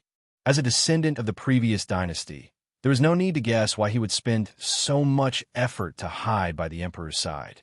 Official Tan, have you seen how many descendants of the previous dynasty have succeeded in reviving the country? Yili put down the dry food in her hands and poured out some water to clean her hands. Tan Jiji's face darkened, staring coldly at Yili. Yili smiled. Official Tan doesn't need to worry. This consort isn't mocking you. Official Tan might as well think about this consort's question.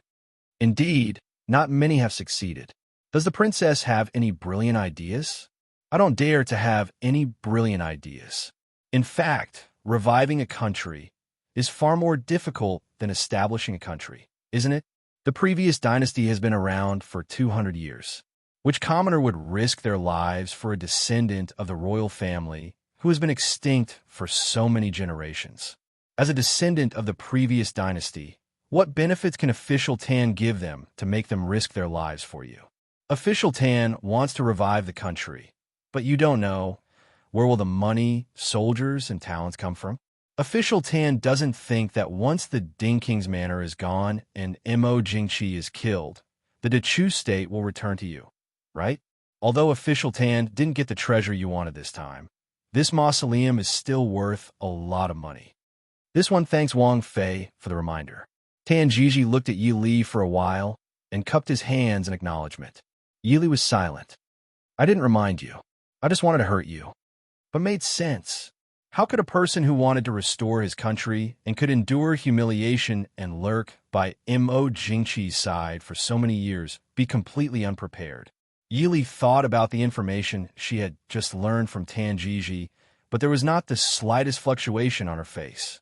Yili had always been good at keeping her distance when interacting with others.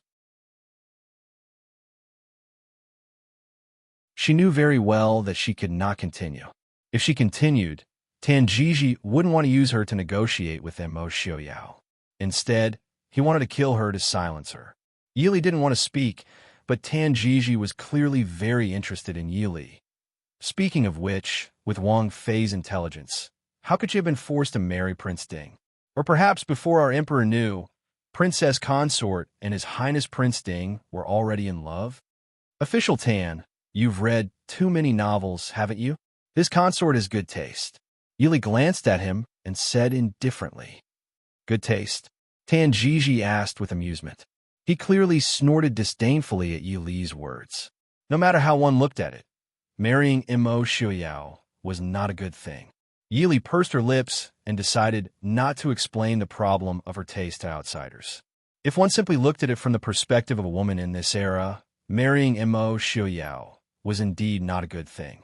But to Yili, it was the best choice. She didn't have to deal with countless women in the back courtyards. She didn't have to spend the rest of her life talking about rouge and face powder with the noble ladies.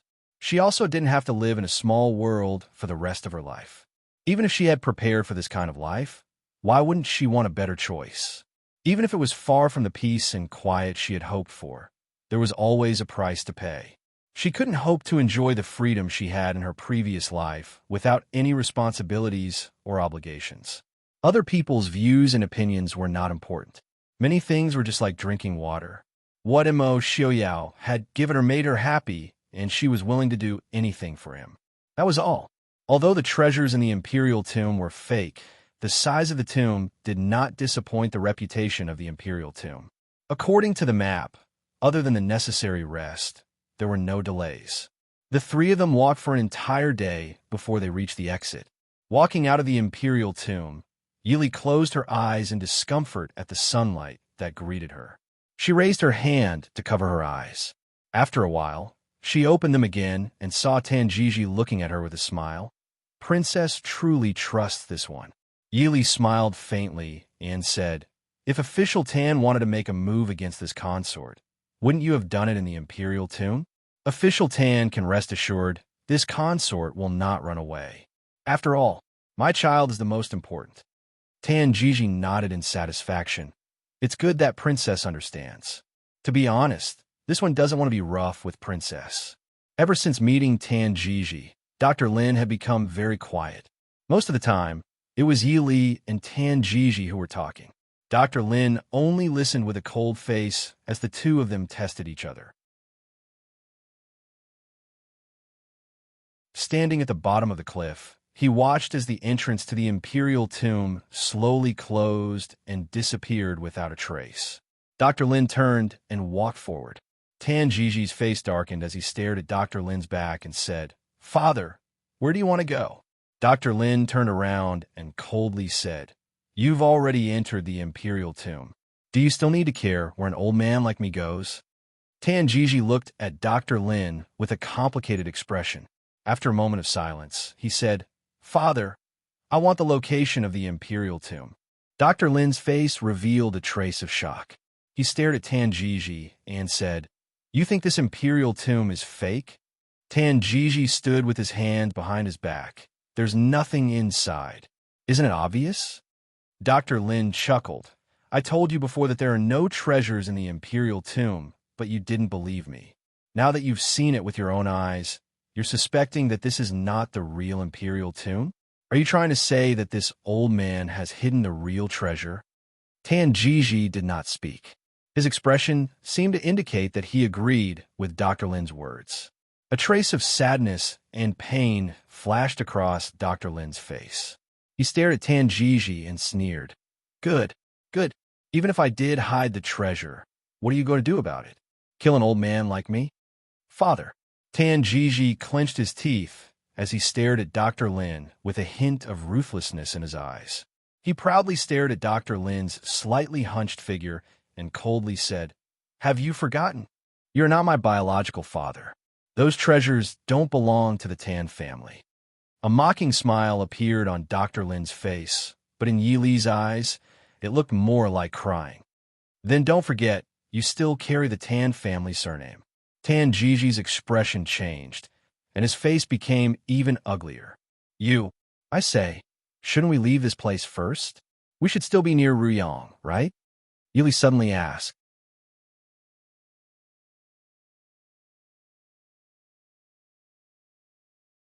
Chapter 398.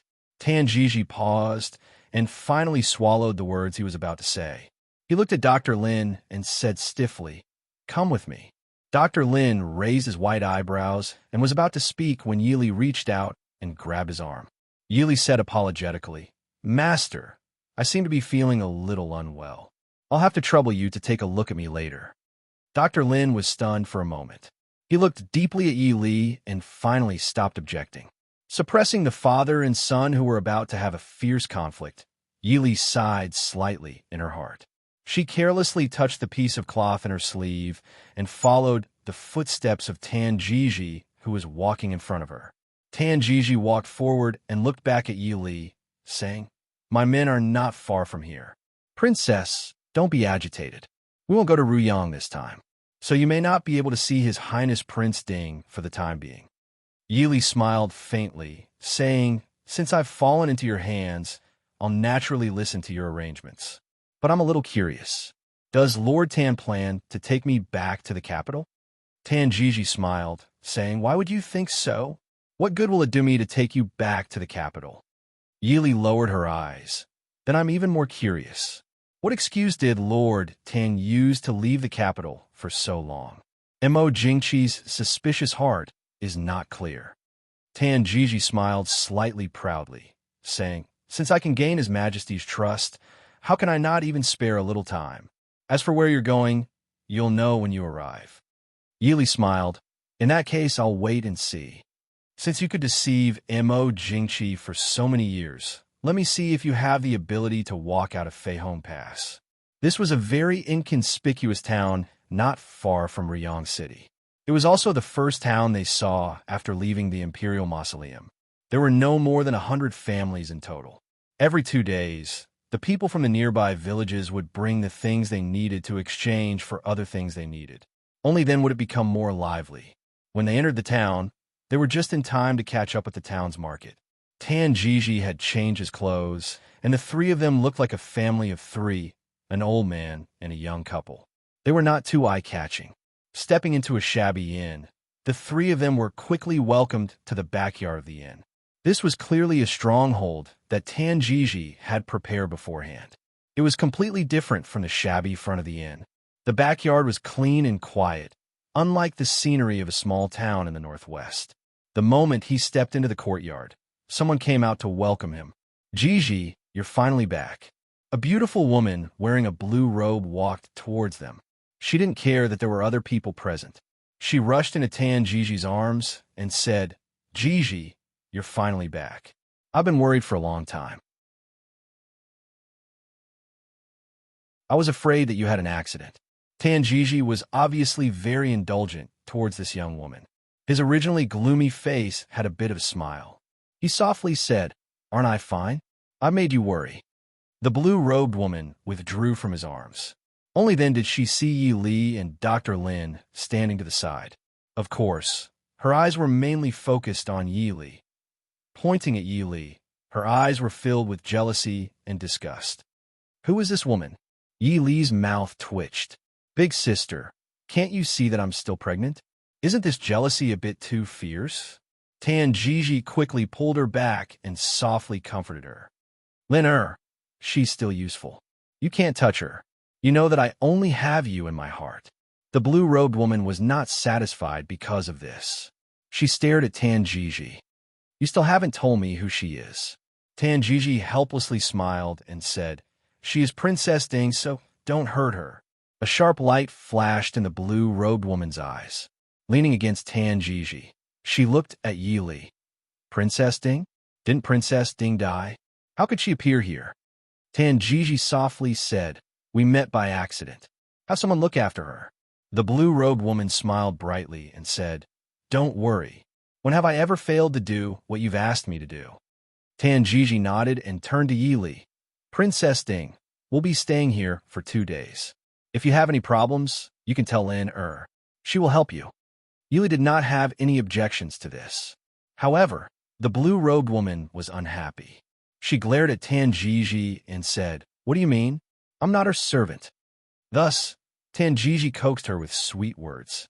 After a long time, he finally managed to cheer her up.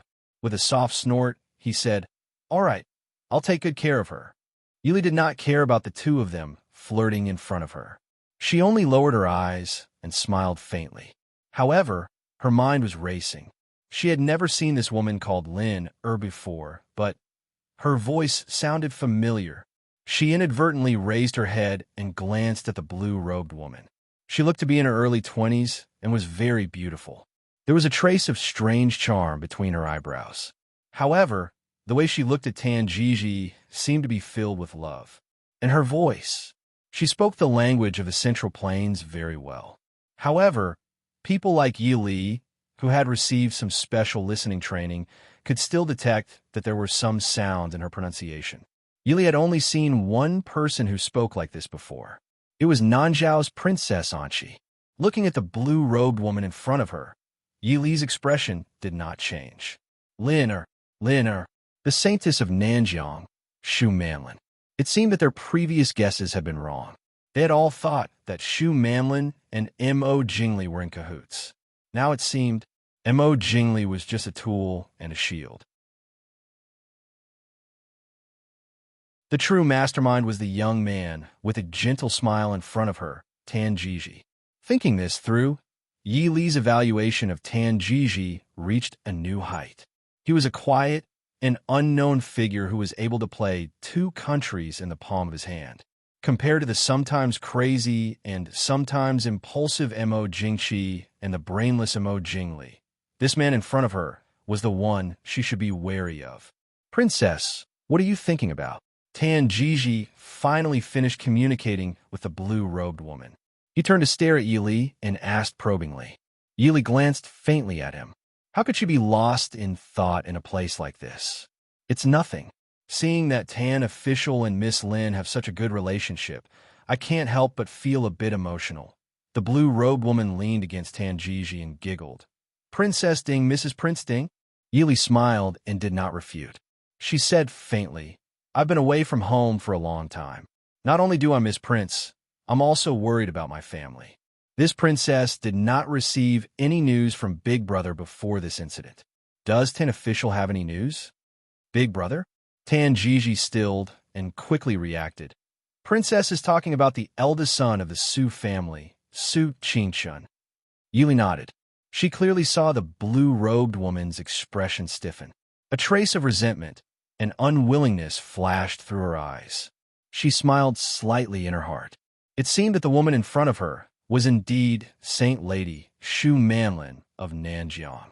Although she didn't see Shu Manlin's true face that day in the secret chamber of the Southern Kingdom's imperial palace, she heard her voice talking to her elder brother. The obsession and craziness in her voice for her elder brother didn't seem like the woman in front of her who was so attached to Tan Jiji. As expected, were they all masters of acting?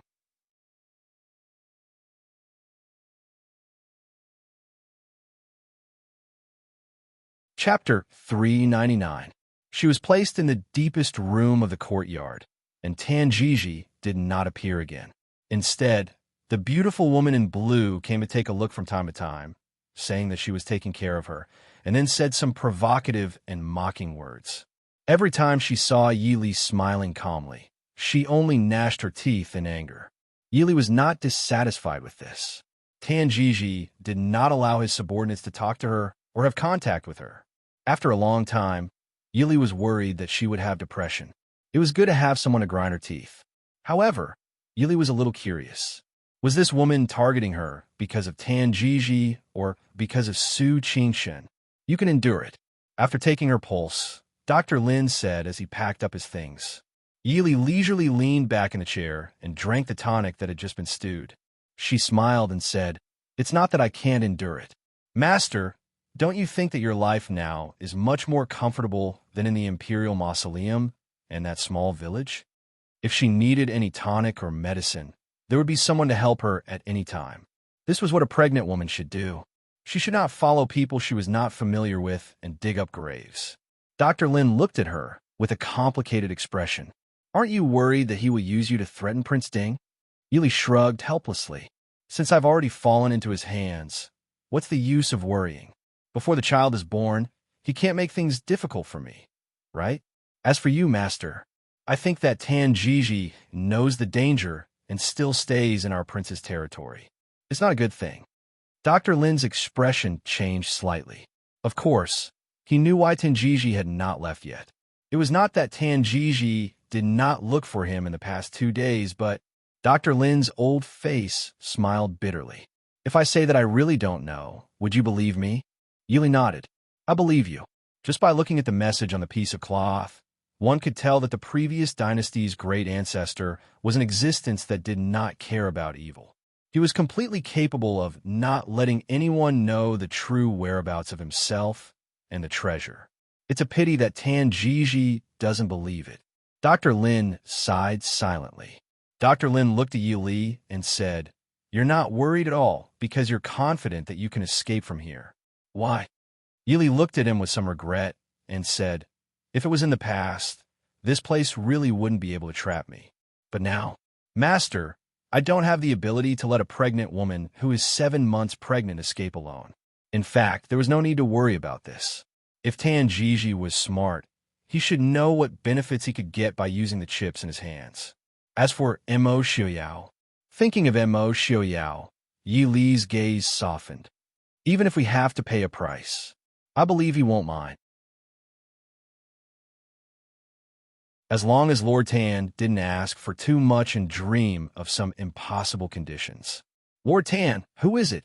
Tan Jiji walked in with a calm face. Beside him was the beautiful saintess of the south, Shu Manlin.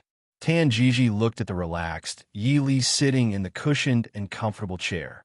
He smiled faintly and said, "Everyone says that a wise man submits to circumstances. Princess really makes this one have a whole new level of respect for you." Yi Li nodded and accepted his praise. She said, "Fighting to the death with both sides injured is what a boorish man would do. Not to mention, this consort's current situation isn't even enough for both sides to be injured." Tan Jiji sneered and said, "Princess is too modest." "That's right. Let me tell Princess a piece of good news. It should make Princess happy. Today, soldiers from the Mahist army suddenly appeared in this town. What does Princess think is going on?" Yi Li's expression was calm, and she pretended not to see Tan Jiji's probing gaze on her. She smiled faintly and said, "Shouldn't you ask Lord Tan about this? If Lord Tan really suspects that this consort has done something, this consort can't do anything about it, right? I'm a fish on a chopping block." Tan Jiji snorted and said, "It's good that Princess understands her situation. It's best if you don't put the little heir in danger. If something happens, not only Prince Ding, but this one will also feel very regretful." Yi Li raised the teacup in her hand and raised it to Tan Jiji. She smiled and said, "Many thanks for Lord Tan's reminder. Since Lord Tan has said so, this consort will give Lord Tan a suggestion. It's best if you leave the northwest as soon as possible. Since you've already attracted the prince's attention, the Mahist army may be easy to deal with. However, the Shadow Guard is not so easy for Lord Tan to deal with. If Qi Lin is attracted because of this, Lord Tan, I really don't want to say whether you've profited or suffered a loss." The corners of Tan Jiji's eyes twitched slightly. He had followed Mo Jingqi for many years and naturally had many dealings with the Shadow Guard. How could he not know how powerful they were? As for Qi Lin, although he hadn't met him yet, in the past 6 months, Qi Lin's reputation had spread far and wide. Tan Jiji couldn't help but be cautious. Tan Jiji looked at Dr. Lin, who was sitting next to him, and an unwilling expression flashed across his face. Shu Manlin obviously didn't agree. She stood up and said, "Jiji, Don't forget the purpose of our trip. If we go back like this, the imperial jade seal, the symbol of the heavens. It was said that the founding treasures of the previous dynasty were countless treasures accumulated by the ancestors of the previous dynasty. After the founding of the country, these treasures were hidden in a secret place. There were also the legendary secret books on the art of war. The ancestors of the previous dynasty were like gods when it came to war, but they weren't able to leave behind even a single book on the art of war. It was said that these were all hidden by the ancestors, waiting for their descendants to discover them. As long as they had these, how could they not succeed? Tanjiji gritted his teeth and waved his hand. Someone come, take Dr. Lin away. Two men appeared at the door and took the order to drag Dr. Lin away. Yili frowned. Lord Tan, if you take Dr. Lin away, what will happen to me? Tanjiji looked at her and said indifferently, Princess Ding, don't worry. Lin and I also know a little about medicine. As long as we leave the Northwest, this one will definitely find another famous doctor to take care of the princess. He's your father, Yili said in a low voice as she looked at the expressionless Dr. Lin. Shu Manlin snorted and said, What kind of father is he? He's just relying on the fact that he raised Jiji. Jiji is a descendant of the previous dynasty's imperial family. He's just a servant of the imperial family. Jiji respects him because of his kindness in raising him. Does he really think he's someone to Jiji? Take him away. Seeing Dr. Lin being taken away, Yili closed her eyes in exhaustion. She looked at Tanjiji and said in a low voice, You'll regret this. Tanjiji snorted in disdain and said, Princess, rest well. We'll be on our way tomorrow morning. After he finished speaking, he hugged Shu Manlin and turned to leave. Shu Manlin turned around and gave Yili a provocative look. Yili glanced at her. She wasn't in the mood to pay attention to this boring woman. Late at night, a fast horse galloped into Ryong City. The soldiers guarding the city walls immediately became vigilant. The people at the foot of the city walls seemed to be prepared. They casually threw something up. The soldiers guarding the city walls caught it and checked it over and over again. After that, they waved their hands and said, Let them pass. A moment later, the city gates opened. The person on the horse didn't care about anything else. He pulled on the reins and rushed into the city.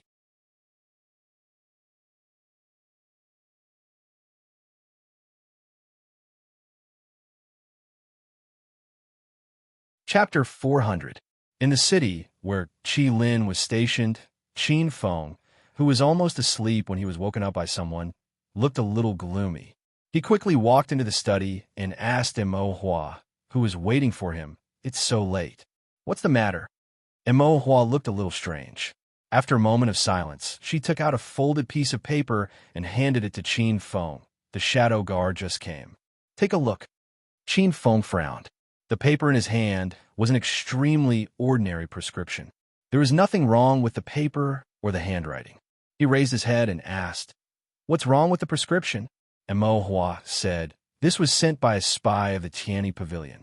A few days ago, 2 men and a woman came to the small town. The woman is a few months pregnant and is staying in an inn in the town.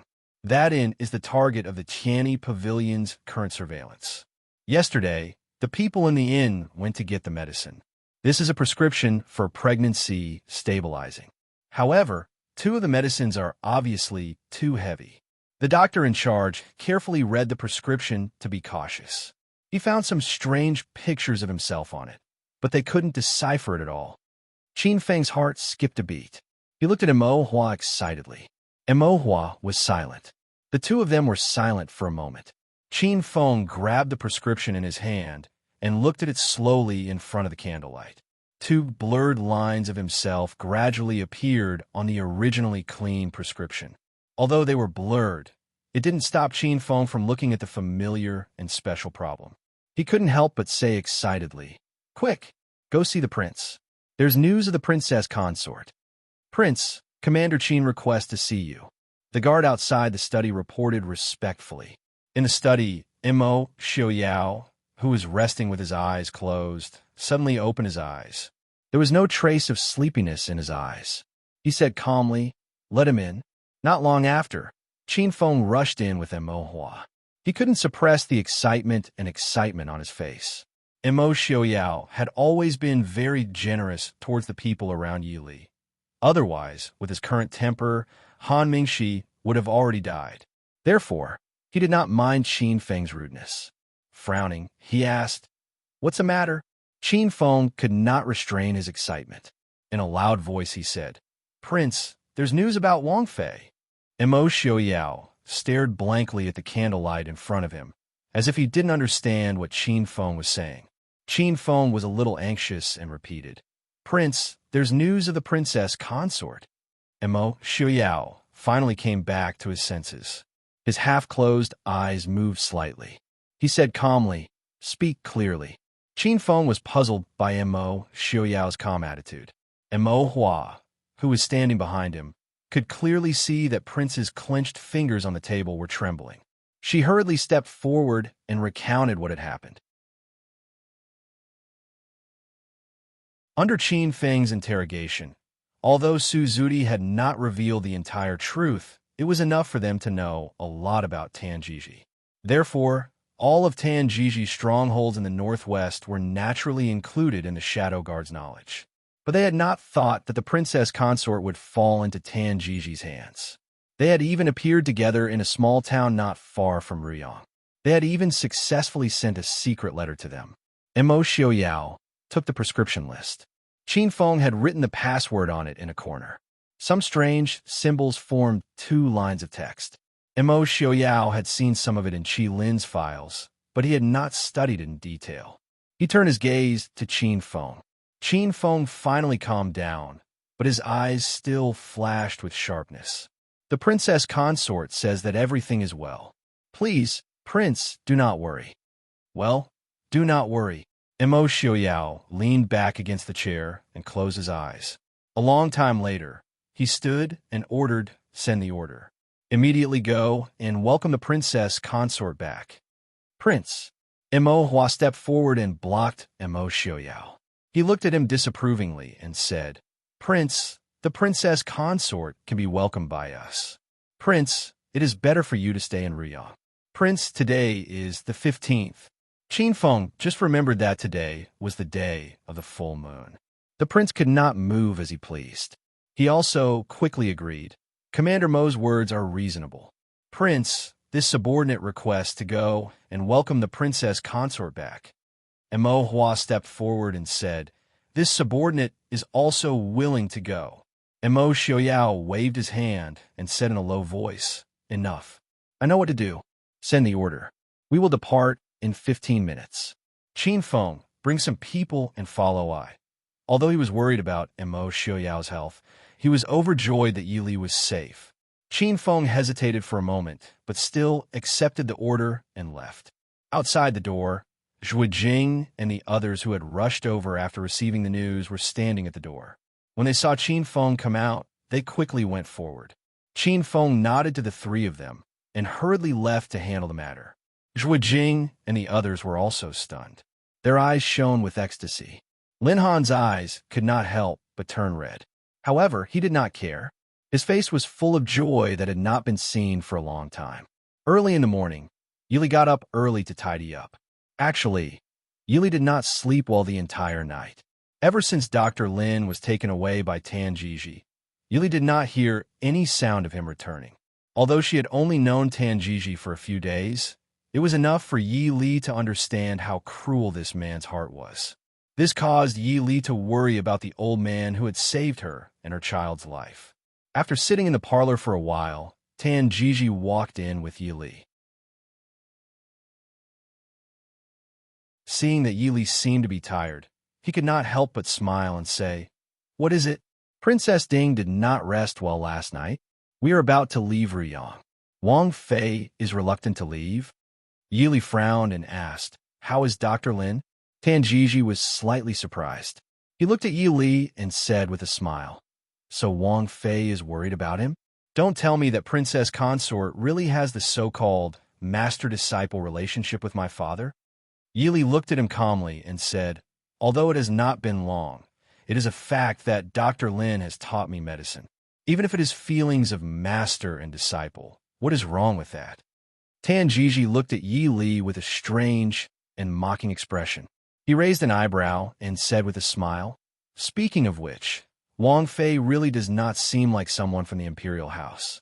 Right now, you can't even protect yourself, but Wang Fei still has the mood to care about someone you have just met?" Yi Li sneered indifferently. "Lord Tan, you can even give up the kindness of raising me for more than 20 years without batting an eye. You are indeed more like a member of the royal family than I am. You are indeed a descendant of the previous dynasty." Yi Li's words hit Tan Jiji's sore spot. His expression instantly became ugly. He said coldly, "Since Wang Fei is ready, let us depart." "Tan Darren, please," Yi Li said faintly. Leaving the inn, even though there was only Yi Li, Tan Jiji, and Shu Manlin with 3 or 4 servants, Yi Li was sensitive enough to feel that there were eyes following them from the shadows. Even though she had been restricted to the yard and could not go out these past few days, Yi Li estimated that there were at least 10 people hiding in the innermost yard where she and Dr. Lin lived, not to mention other places. If the secret guards rushed in a moment of impatience, it would be bad for them to be in such a small courtyard. Standing outside the door of the inn, Yi Li turned back to look at the deserted and old inn. She still did not see any trace of Dr. Lin. Tan Jiji had not obtained the treasure he wanted, so he probably would not kill Dr. Lin. Yi Li could only hope in her heart.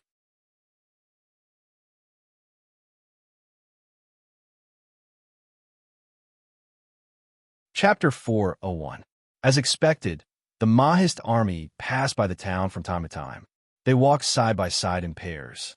They didn't look like they were looking for someone, but more like they were patrolling. Tan Jiji also noticed this situation. He frowned and waved for Shu Manlin to help Yi Li onto the carriage by the side of the road. After a while, the slow carriage slowly moved out of the town. Shu Manlin sat opposite Yi Li and stared at her with an unfriendly expression. Although Shu Manlin often came to the small courtyard to bully Yi Li, Dr. Lin was usually present. This was the first time the two were alone together. Yi Li looked calmly at the beautiful woman opposite her and smiled faintly. Shu Manlin raised her eyebrows and snorted disdainfully. She stared at Yi Li and said, "Do you know who I am?" Yi Li lowered her eyes. "I don't want to know who you are at all." "Miss Lin, if you don't know who you are, how would I know?" Shu Manlin glanced at her arrogantly and said, "You don't have to pretend. I know you've already guessed my identity. Princess Ding, when you were in Nanzhao, you used the identity of Su Qingchen's fiancé to deceive me and that idiot Anshi. Do you think I won't guard against you?" Yi Li looked up at her and smiled. Then, "Holy Maiden, do you have any advice for me?" Compared to the young Princess Anshi, who ruled the country well, Yi Li couldn't see how Shu Manlin had the right to call her an idiot. She was indeed an idiot. Did she always think that others were idiots? "You know what I want to say. If you know what's good for you, then obediently shut your mouth. Otherwise, don't blame me for being rude." Shu Manlin threatened in a low voice. Yi Li raised her eyebrows. Of course, she knew what she was talking about. So, she was pestering Big Brother behind Tan Jiji's back? However, Yi Li was surprised that Shu Manlin was afraid of Tan Jiji. After all, in anyone's eyes, even if Tan Jiji was a descendant of the previous dynasty's royal family, he was now just an emperor's personal attendant. He had no money, no power, and no one. On the other hand, Shu Manlin was the saintess of the southern border. Her status and power were almost on par with the southern border king's crown princess. Furthermore, she had the secret support of the southern border king and Mo Jingli. Even if they were hooking up, it should be Tan Jiji who gave in to Shu Manlin. It seemed that she had underestimated Tan Jiji because of his performance in the imperial mausoleum. Yi Li tilted her head and thought for a moment. Then she smiled and said, "Saintess, you should know that I'm not the kind of person who likes to gossip." Shu Manlin sneered. "It's good that you know what's good for you. Otherwise, I have plenty of ways to shut you up." Quietly looking at Shu Manlin, Yi Li's lips revealed a cold smile. "Saintess, your words make this consort very uncomfortable. Now, do you dare to kill me? No. Do you dare to attack me now?" Shu Manlin's pretty face sank. That's right, in the past few days, Tanjiji had repeatedly warned her not to touch Yili. Although she was unhappy, she wasn't the kind of woman who couldn't see the big picture. Since they didn't get the previous dynasty's treasure, the importance of Princess Ding as a bargaining chip became even more apparent. Now, not only could they not harm Yi Li, they even had to protect her. As long as they could safely bring Yi Li out of the Mahist army sphere of influence, they would have two bargaining chips that they could use to threaten Mo Xiaoyao at any time. Yi Li, don't be too complacent. One day, Shu Manlin gritted her teeth and said in a low voice, one day, the bargaining chip would lose its effectiveness. In the future, she could torture the woman in front of her however she wanted. Thinking back to last year, when Yili caused a ruckus in Nanjiao and what she did in Shattered Snow Pass, her original plan was almost completely destroyed. Whenever she thought of this, Shu Manlin couldn't help but want to skin her alive. Not to mention, she was Su Qingqian's cousin. Yili supported her head with her hand and leisurely reminded her, Saintess, you should think about the present first. Who knows what will happen in the future? Of course, if you don't mind, I don't mind occasionally chatting with official Tan about what happened in Nanjiang. Something that the Saintess of Nanjiang and Gongzi Qingqian have to talk about. Shu Manlin's face turned green with anger. She raised her hand and wanted to slap Yi Li's face, but Yi Li was faster than her. Outside the carriage, Tanjiji, who was riding a horse, quickly caught up a few steps. He leaned over and lifted the curtain beside the carriage and saw Shu Manlin's raised hand. He frowned unhappily and said, Liner, what are you doing? I said before, you can't be rude to the princess. Shu Manlin angrily put down her hand and cast a sharp look at Yi Li. She muttered in a low voice, I know. Tanjiji looked at the two with some worry and said, we're about to leave the town. Don't make trouble. Then he put down the curtain. Yi Li smiled at Shu Manlin and raised her eyebrows. Shu Manlin gritted her teeth. Yi Li, just you wait. The carriage was stopped at the exit of the town. Fortunately, the people who stopped the inspection at the intersection were not the Mahist army, but ordinary Yamen runners. This made Tanjiji breathe a sigh of relief. Who was on the carriage? Get off. The Yamen runner who was outside the carriage shouted in a deep voice. Tanjiji put on a disguise and looked honest and scholarly. He went forward and said, Official, this is what's going on. The Yamen runner knocked on the carriage door and said, under orders from above, we're searching for spies in the northwest. As long as it's a foreigner, we'll check all of them. Let the people inside come out. Tanjiji looked embarrassed as he said, Official, please forgive me. My family's wife is 7 months pregnant. It's really inconvenient. Please be magnanimous and forgive me. As he said that, he slipped 2 ingots of silver to the official without leaving a trace. He had completely put on the appearance of a cowardly scholar. The Yamen runner got the benefit. He looked at each other and said, It's okay if you don't get off the carriage. Lift the curtain and take a look. As he said this, he didn't care if Tanjiji agreed or not. He went forward and lifted the curtain. He saw 2 young women sitting in the carriage. One of them had a young woman's hairstyle. Sure enough, she had a big belly. The other woman in blue was beautiful and moving. She smiled at him. The Yamen runner was stunned and muttered in a low voice, It's really a good fortune. In such a small place, there's actually such a beauty. Tanjiji smiled carefully and said, Official, can this young man leave now? The Yamen runner looked inside with some reluctance. Then he put down the curtain and waved his hand. Go, go. Thank you, official. Thank you. Tanjiji said happily. He quickly waved his hand and let the coachman drive the carriage out of the town. Once the carriage was out of sight, the arrogance on the faces of the bailiffs outside the town gradually faded. One of them asked, How was it? Did you see it clearly? The Yamen runner who lifted the curtain to check frowned and said, It's the princess consort. The princess consort said that the other party has a lot of people, and there are people from Nanjiang. She told us to stay calm. Damn it. Seeing the princess consort pass by, the man next to him cursed in a low voice. His companion patted him on the shoulder and said, Since he's been targeted by us, does he still want to take the princess consort and leave the northwest? This is indeed not the place to make a move. Now that the princess consort is pregnant, it's inconvenient for her to move. The woman in the carriage is also not a good person. What if she hurts the princess consort?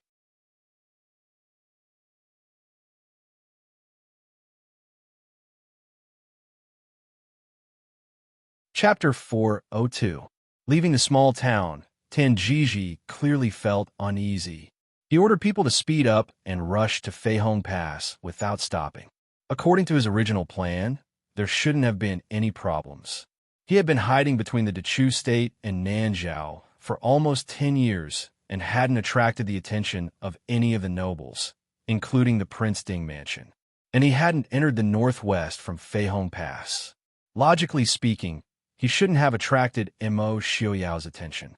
But the sudden appearance of the patrolling troops in the small town made him feel that he had lost control of something. Just as he was puzzled, he suddenly thought of a person.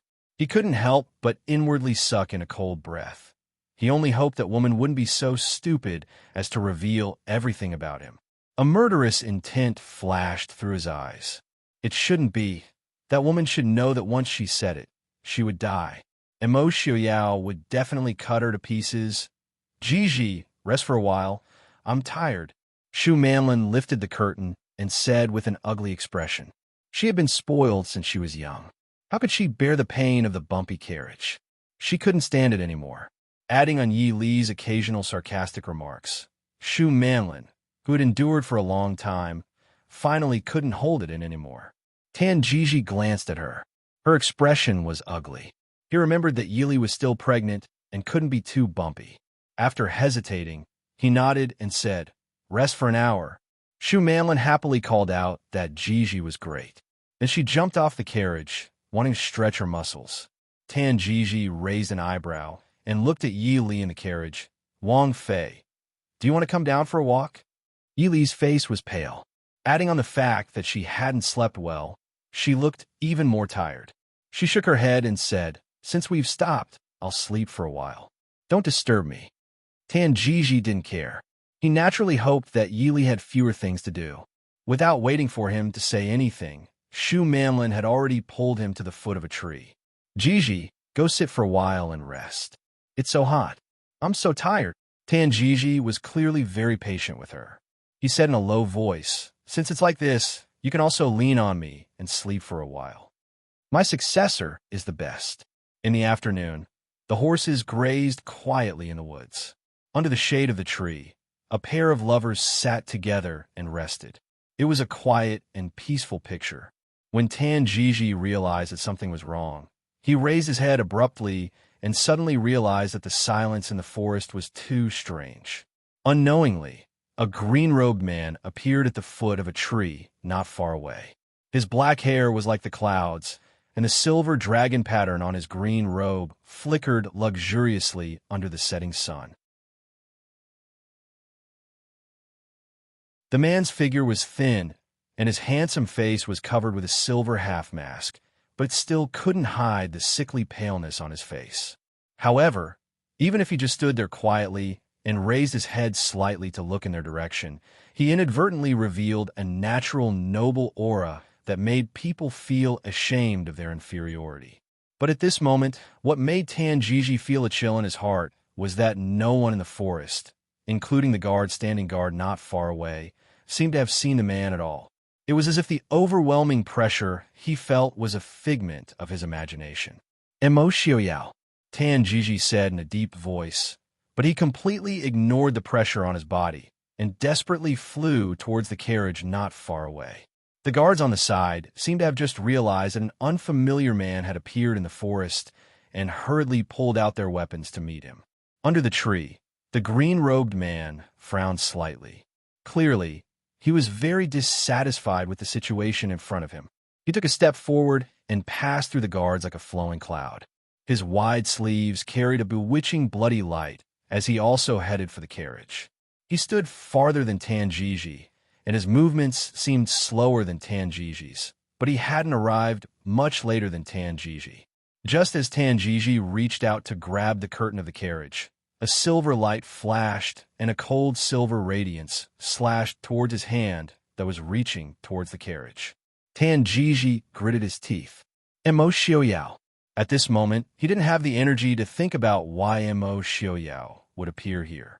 The only thing he could think of was to defeat the man in front of him. However, this was extremely difficult. Mo Xiaoyao was known as one of the 4 great experts in the world.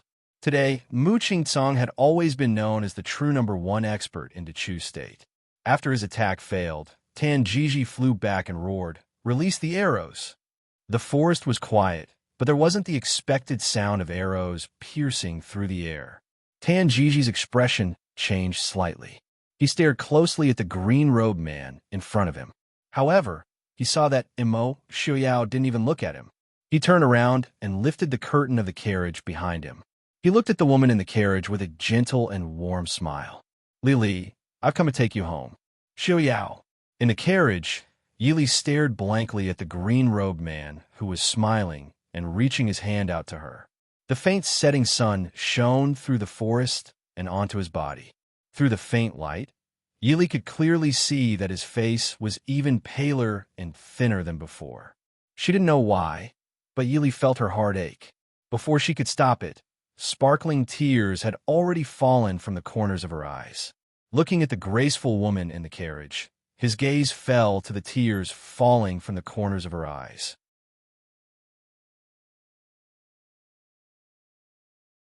Mo Xiaoyao's gaze suddenly became a bit panicked, but he still stubbornly reached his hand out to Yili. Is he blaming Xiaoyao for coming too late? Yili's eyelids trembled slightly. Only then did she realize that she had already shed tears. She quickly wiped them away and reached out to the man outside the carriage. Mo Xiaoyao carefully carried her off the carriage, but he was unwilling to let go. It was as if the person in his arms would disappear as soon as he let go. Raising his hand, he gently lifted Yi Li's disguised face. It was still gentle and beautiful, but it was a bit different from her usual elegant face. Mo Xiaoyao took out a handkerchief from his chest and carefully wiped away the makeup that was covering her elegant face, revealing the originally familiar and beautiful face. Li, looking at the person in his arms, Mo Xiaoyao's eyes were filled with gentleness and love. "Li, I will never let you leave me again." Yili raised her head and was immediately met with those gentle and loving eyes. She suddenly felt that the cautiousness she had these days had disappeared without a trace. She just wanted to rest quietly in the man's arms. Gently nodding, she said, "We will never be separated again." Yili sighed softly. Mo Xiaoyao's eyes lit up, and he carefully held her in his arms. His handsome chin rubbed against her slender shoulder as he smiled and said, "All right, it's a promise. We will never be separated again." Tan Jiji, who had been ignored, stared at the arrogant man and woman in front of him with an ugly expression. But when his gaze fell on the bodies of the guards who had fallen not far away, the anger in his eyes was quickly suppressed by him. The guards who had been secretly following them had not reacted yet. It was obvious that they had been controlled or eliminated before they had noticed. And just now, Mo Xiaoyao had arrived first and even effortlessly got rid of several guards who were blocking his way.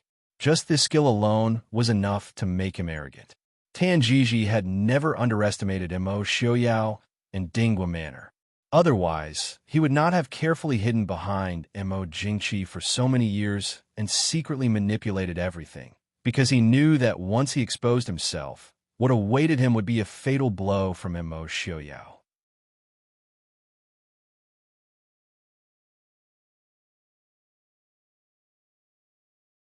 Chapter 403.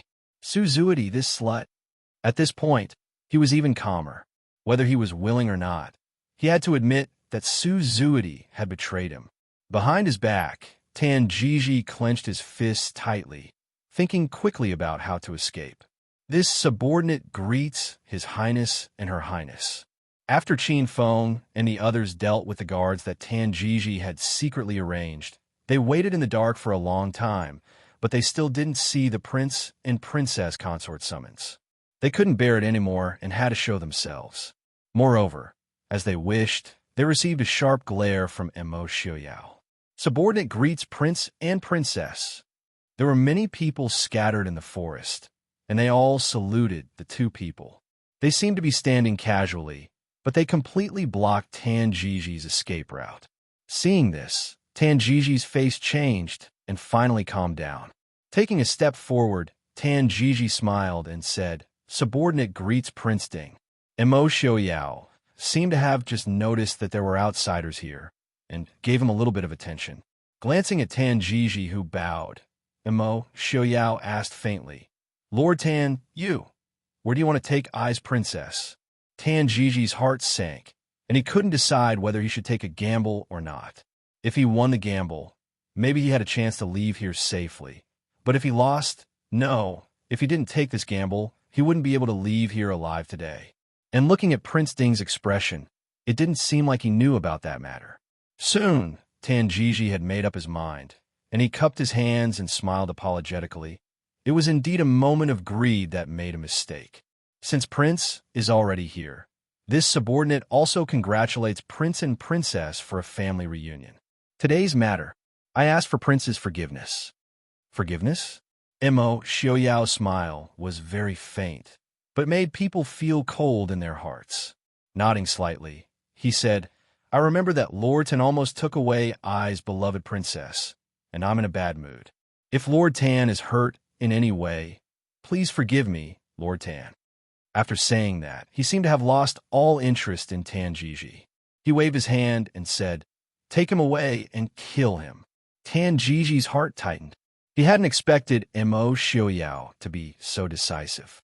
A thought flashed through his mind, and he said, "Prince Ding, don't you want to know what His Majesty thinks?" Mo Xiaoyao sneered and lightly spat out a few words, "Qin Feng kill." With that, he bent down and carefully carried Yi Li and turned to leave. Yi Li fidgeted uncomfortably as she was picked up in front of so many people. Mo Xiaoyao smiled faintly and said, "Lili, don't move." Yi Li frowned slightly, faintly feeling that there was something wrong with Mo Xiaoyao, but she couldn't tell what it was. But when she met his gentle eyes, she didn't know why, but she couldn't say anything. She could only let him hold her. Tan Gigi saw that he was about to leave, and knew that once Mo Xiaoyao and Yi Li left, he would die. Looking at Yi Li, who was in Mo Xiaoyao's arms, Tan Gigi suddenly said, "Princess, don't you want to know how to cure Prince Ding's poison?" Yi Li was startled, but Mo Xiaoyao didn't seem to care and walked out of the forest. Tan Gigi said loudly, "Princess, do you really not want to know where the falling jade flower is? Or do you think that the ice fire lotus can cure Prince Ding's poison?" Not many people knew that Princess Ding was secretly looking for the falling jade flower, and that she had a grudge with the Yanwang Chamber of Commerce's third master. Yi Li was startled and said, "Qin Feng, take him back." Mo Xiaoyao snorted, but didn't refute Yi Li's words. He carried her and walked out of the forest without looking back. Qin Feng and the others who were left behind watched Mo Xiaoyao's departing figure with ugly expressions. They hadn't even been able to say a word to Princess before they were taken away by Prince. But these days, they had been in an extremely delicate and dangerous atmosphere, and no one had the guts to stop Mo Xiaoyao and say anything important or unimportant. Waving his hand, he had people take Tan Gigi and Shu Manlin away. Qin Feng looked at Mo Hua, who was standing to the side with a hesitant expression, and asked, "What's wrong?" Mo Hua said in a low voice, "Prince's body." Today was the day of the full moon, and in the past few months, Prince's illness had been acting up more and more seriously. Last month, on the day of the full moon, it started acting up at noon. According to Shenyang's guess, Prince was definitely not feeling well now. But now, Qin Feng looked in the direction that Mo Xiaoyao had left in, and hesitated for a moment before saying, "It should be fine, right?" When it acted up, there was nothing else but pain. With Prince's willpower, there was basically no danger to his life. Moreover, any medicine was useless, so it didn't matter where Prince was now. The most important thing was that no one dared to disturb him now. "I'll get people to protect Prince and Princess's safety." Mo Hua nodded. Although this was originally the responsibility of the Shadow Guard, Mo Hua also admitted that Qi Lin was better than the Shadow Guard. Leaning in Mo Xiaoyao's arms, Yili suddenly felt a sense of peace that she had never felt before. These days, although she appeared calm and composed on the surface, it was very inconvenient for her to move around after being pregnant for a few months. How could her heart really be at ease? Especially when he was with Tan Jiji, every casual joke he made was carefully calculated and considered. Now that she was completely relaxed, a wave of sleepiness suddenly surged up. Leaning against Mo Xiaoyao's chest, she felt a little drowsy. "Xiaoyao, where are we going?"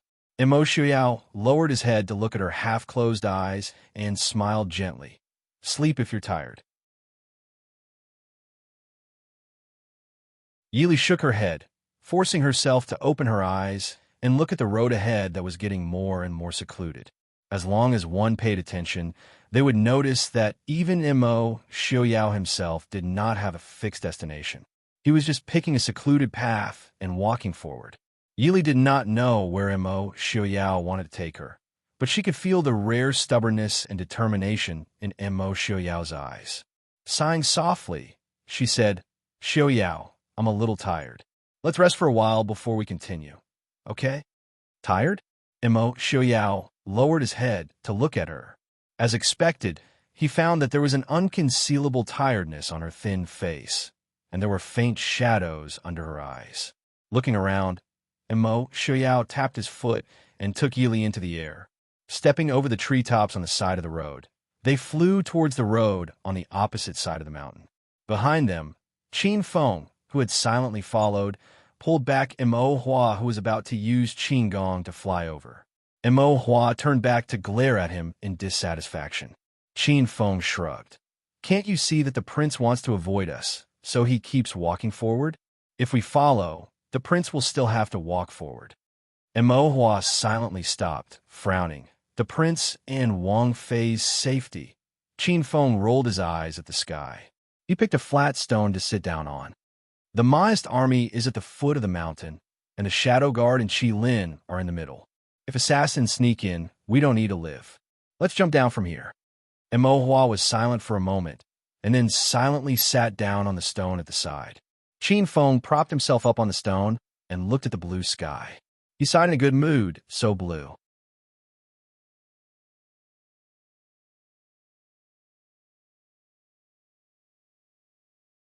Chapter 404.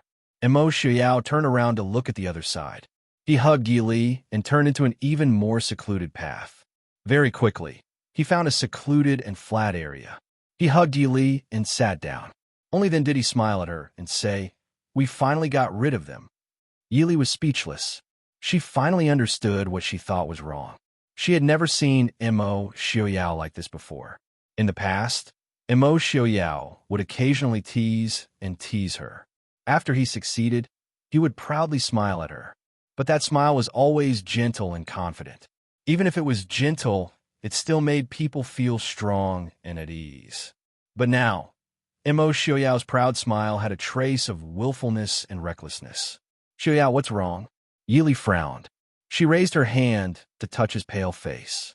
"Sorry, I made you worry." Mo Xiaoyao buried his face in her hair and said in a muffled voice, "Li, I want to kill them." Yili was stunned. "Them? Who?" "Everyone." Mo Xiaoyao's voice was filled with killing intent. He tightly wrapped Yili in his arms and said, "Kill everyone. Those who hurt Li, they all deserve to die. And those eyesores, I only want Li, everyone else can die." Yili's heart trembled. She slightly pushed Mo Xiaoyao away with trembling hands. She lifted his face that was buried in her hair and looked at Mo Xiaoyao's face that was still filled with killing intent and ruthlessness. Mo Xiaoyao also saw his own appearance in her eyes. The gentleness that he once pretended to be was completely gone.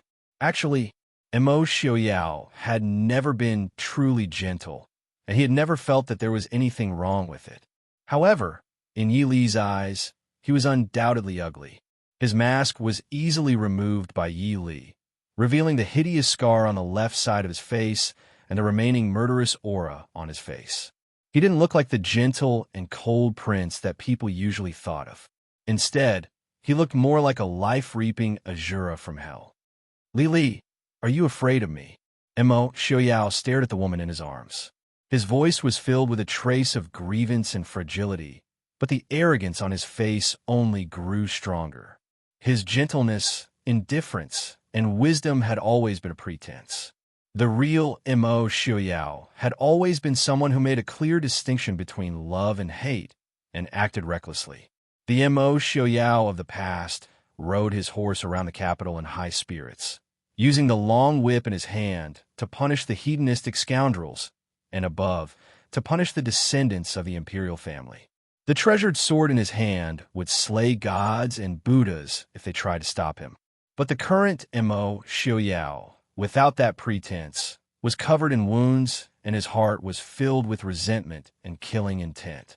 He was no longer the fiery and bright youth from before. He didn't know if he should be happy that Li hadn't seen his former high spirits, or if he should hate himself for only being able to give her this imperfect version of himself. Li, what nonsense are you saying? Yili sighed. She sat up and gently placed a kiss on his lips. She didn't know how the man in front of her had spent these past few months, but she clearly knew that his worry, pain, and resentment were all because of her. Hugging his neck, Yili seriously looked at him and said in a low voice, Xiaoyao, no matter what happens, I won't leave you. Here. She gently placed his hand on her round belly and said in a soft voice, there is already our baby here. Xiaoyao, very soon, we will have a complete home. Mo Xiaoyao was stunned. In fact, from the very beginning, he hadn't noticed the child at all. Fortunately, he was too careful when holding Yili, so he didn't hurt the child. He stared blankly at his hand's already very big belly and felt the gentle movements of his hand from time to time. Mo Xiaoyao frowned. He once again held Yili in his arms and said unhappily, I hate children. Lili, I only want you. Yili blinked. Looking at the man in front of her who was acting like a child, she couldn't say a single word of anger. Mo Xiaoyao never hated children. When they were in love, he had also looked forward to the arrival of a child. Very quickly, Yili understood why he had such a reaction. It was because she was pregnant and couldn't move freely, which caused them to retreat slowly. Mo Xiaoyao blamed her falling off the cliff on the child. She helplessly comforted the man who rarely threw a tantrum. I love him. He is our child. Mo Xiaoyao's body slightly stiffened. He raised his head again and stared at her. Yili looked at him with a puzzled expression and softly said, What's wrong? Mo Xiaoyao pursed his lips and didn't say anything. He just stared at her without letting go. Yili helplessly sighed.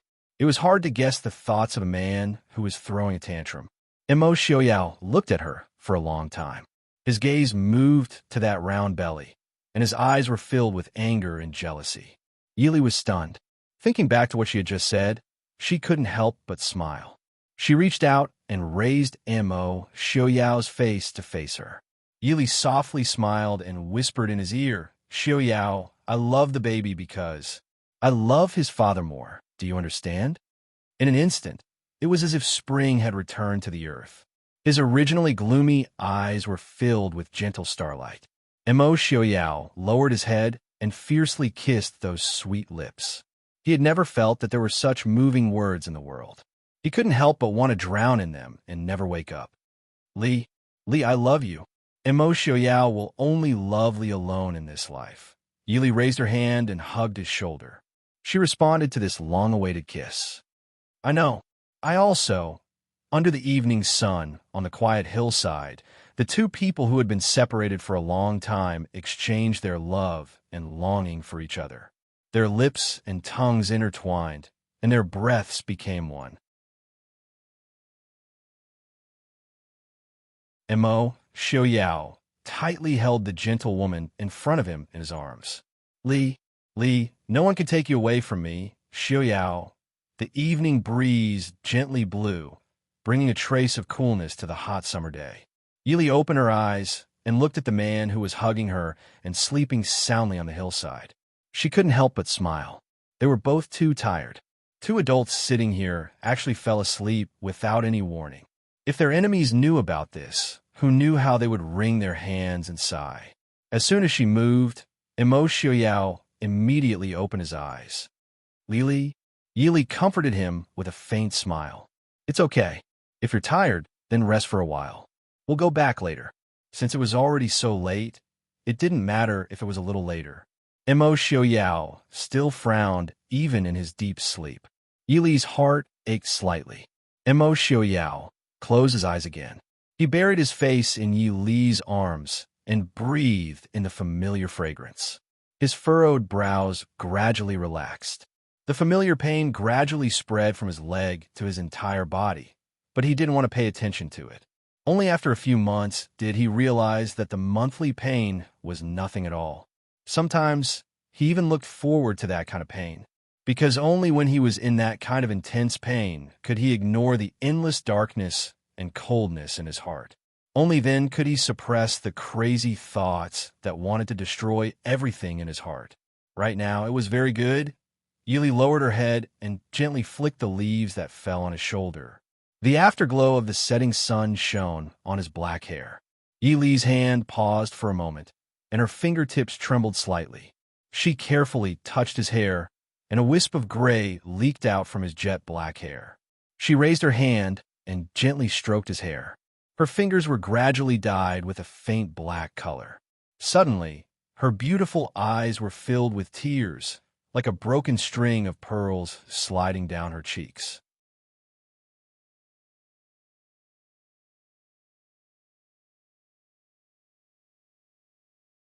Chapter 405.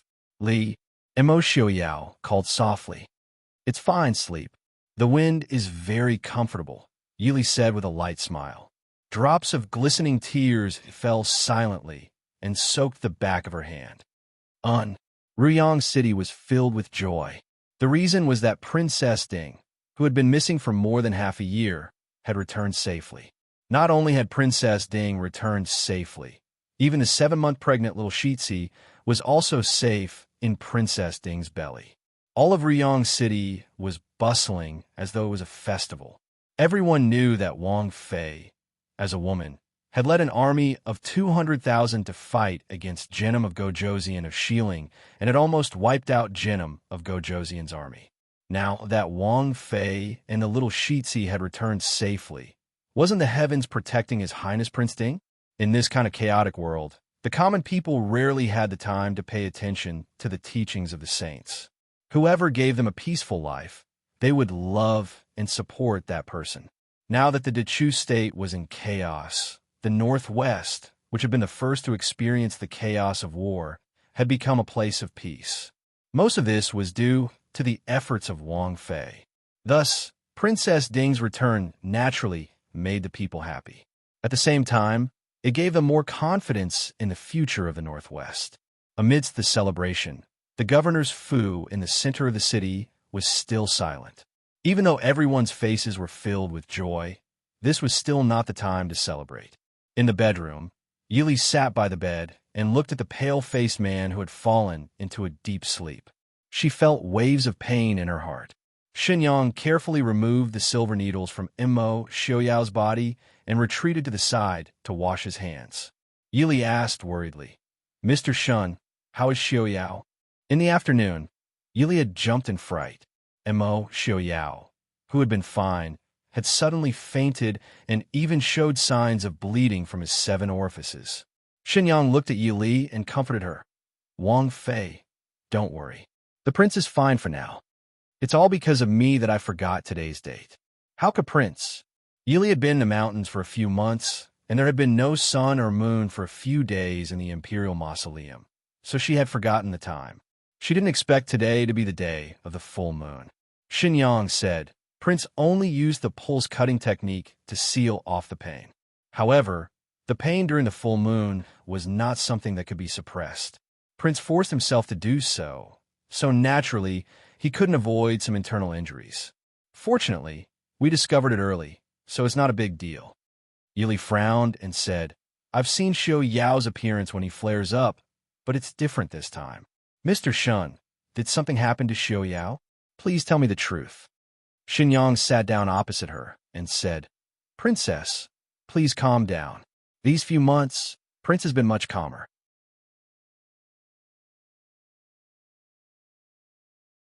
It's not because the degree of the poison has weakened, but because Prince's endurance seems to have reached a higher level. Or it can be said that Prince's pain seems to have become somewhat duller. Fortunately, in this one's opinion, Prince doesn't have any other problems. This could be considered a good thing. Now that Princess has returned safely, this one can focus on researching the poison in Prince's body without worry. There were too many people who had suffered in these few months, and Xinyang was one of them. He couldn't lock himself in a quiet place to research medicine like he usually did, and he couldn't go out to search for precious herbs or seek out medical experts. Because he had to pay attention to Immo Xiaoyao's situation at all times to prevent any accidents from happening. However, looking at Immo Xiaoyao's appearance, even if Xinyang had secretly adjusted Immo Xiaoyao's diet countless times, if it continued like this, Xinyang dared to conclude that even if the poison in his body was cured, Prince would not live for more than 3 years. He would die of exhaustion. Now that Princess had returned, with her watching over Prince, it would be much easier to handle things. Yili nodded. She lowered her head to look at the sleeping face of the man on the bed. A trace of guilt and heartache flashed through her eyes. Many thanks, Mr. Shun. Go and rest. I'll watch over Prince here. Xinyang stood and raised his hands, saying, Princess's body is not well right now. You should find some rest. If there's anything, just have someone call this one. After sending Xinyang away, she waved away the servants in front of her. Yili sat by the bed and silently looked at Immo Xiaoyao's pale and handsome face. Her hand lightly brushed the long scar on the left side of his face. She sighed slightly. Xiaoyao. In the morning, when Yili woke up, she found herself in a slightly warm embrace. She couldn't help but start and raise her head to look at the bed not far away. Because she didn't want to wake Immo Xiaoyao. She had slept on a soft bed in the room last night. She hadn't thought that when she opened her eyes again, she would be in Immo Xiaoyao's embrace. When she moved, Immo Xiaoyao immediately opened his eyes. He didn't speak and just silently looked at Yili. Yili gave a faint smile. Are you better? Immo Xiaoyao's eyes were bright. He rubbed against Yi Li's shoulder and pulled her into his embrace, saying, It hurts. I need to sleep a bit more. Yili raised a hand to gently brush away the hair on his face. Her heart was filled with bitterness. How could he sleep when his entire body was in pain? But she wasn't willing to refute his words. She nodded and said softly, All right, sleep a bit more. Yili, sleep with me, Immo Xiaoyao said with his eyes closed. Yili replied, Let's sleep. However, they wanted to laze in bed for a while, but the others weren't willing to give them this opportunity. Not long after, the outside of the courtyard became noisy.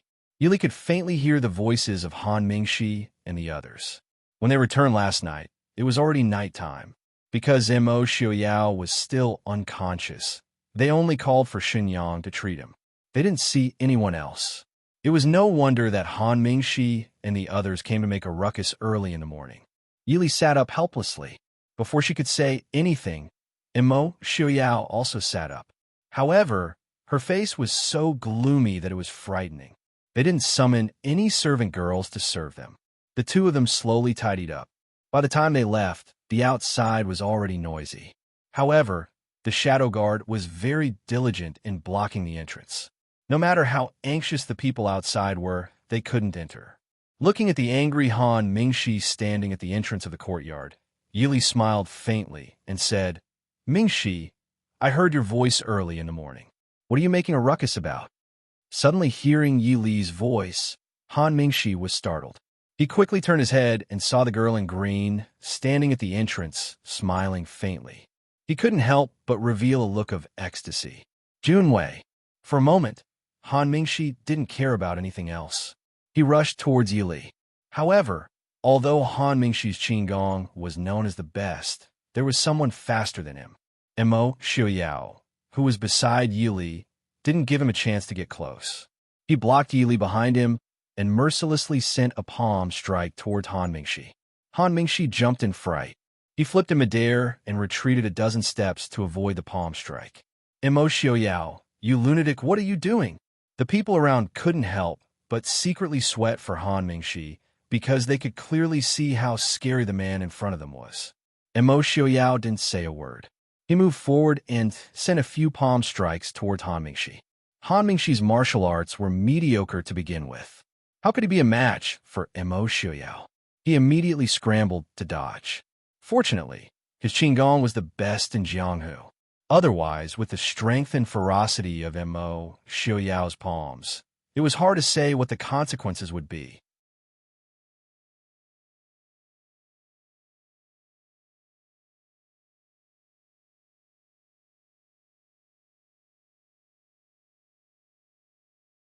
Imo Xiaoyao snorted lightly and said, "Forget it, Rise." "Thank you, Prince Wang Fei." Everyone seemed to have been pardoned and hurriedly stood to give their thanks. After bowing, those who didn't have anything else to do hurriedly left. None of them were idiots. The prince didn't want to see them right now, so they had to be perceptive and make themselves disappear. Imo Xiaoyao looked with an unfriendly expression at the people who remained and said in a deep voice, "What do you want?" The leader, Feng Jiao, rubbed his nose helplessly. They really did have matters to attend to. Feng Jiao came forward and said, "Prince, the news of Wang Fei's safe return has already spread. There will probably be news from the court very soon. We need to quickly come up with a countermeasure. In addition, the officials have reported that the people of the city are preparing to hold a lantern festival to pray for Wang Fei and the little Shitzi in order to celebrate Wang Fei's safe return. Will Prince and Wang Fei attend at that time?" When the court was mentioned, Imo Xiaoyao's expression darkened even more. He snorted lightly and said, "Imo Jingqi isn't that fast. Don't worry about it for now. If they send someone here, just chase them out." Feng Jiao shrugged helplessly and didn't say anything else. Qin Feng came forward and said, "Prince, Wang Fei, where are the two people that were brought back yesterday?" When Tanjiji was mentioned, Yili hurriedly asked, "Did you find a Lindafu that I asked you to find yesterday?" Qin Feng nodded and said, "That Lindafu was slightly injured and was taken away by Tanjiji through another route. They were probably planning on bringing him back to Jing. This morning, they arrived in Riyang City. Does Wang Fei want to see them now?" Yili thought for a moment and shook her head. She said, "Have people take good care of Lindafu. He has had a hard journey.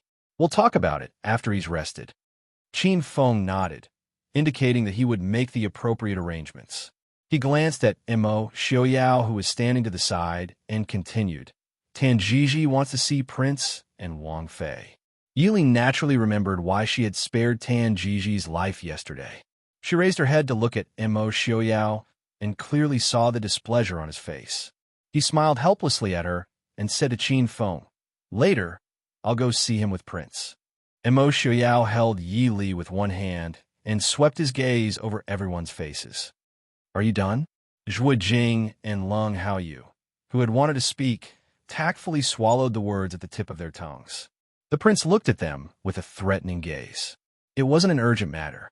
Since the prince didn't want to hear it, then they wouldn't say it. Originally, they had come early in the morning just to confirm that Princess Ding had returned safely. The past few months hadn't been easy. They didn't want to face the kind of prince again. Watching everyone leave, Yili sighed softly.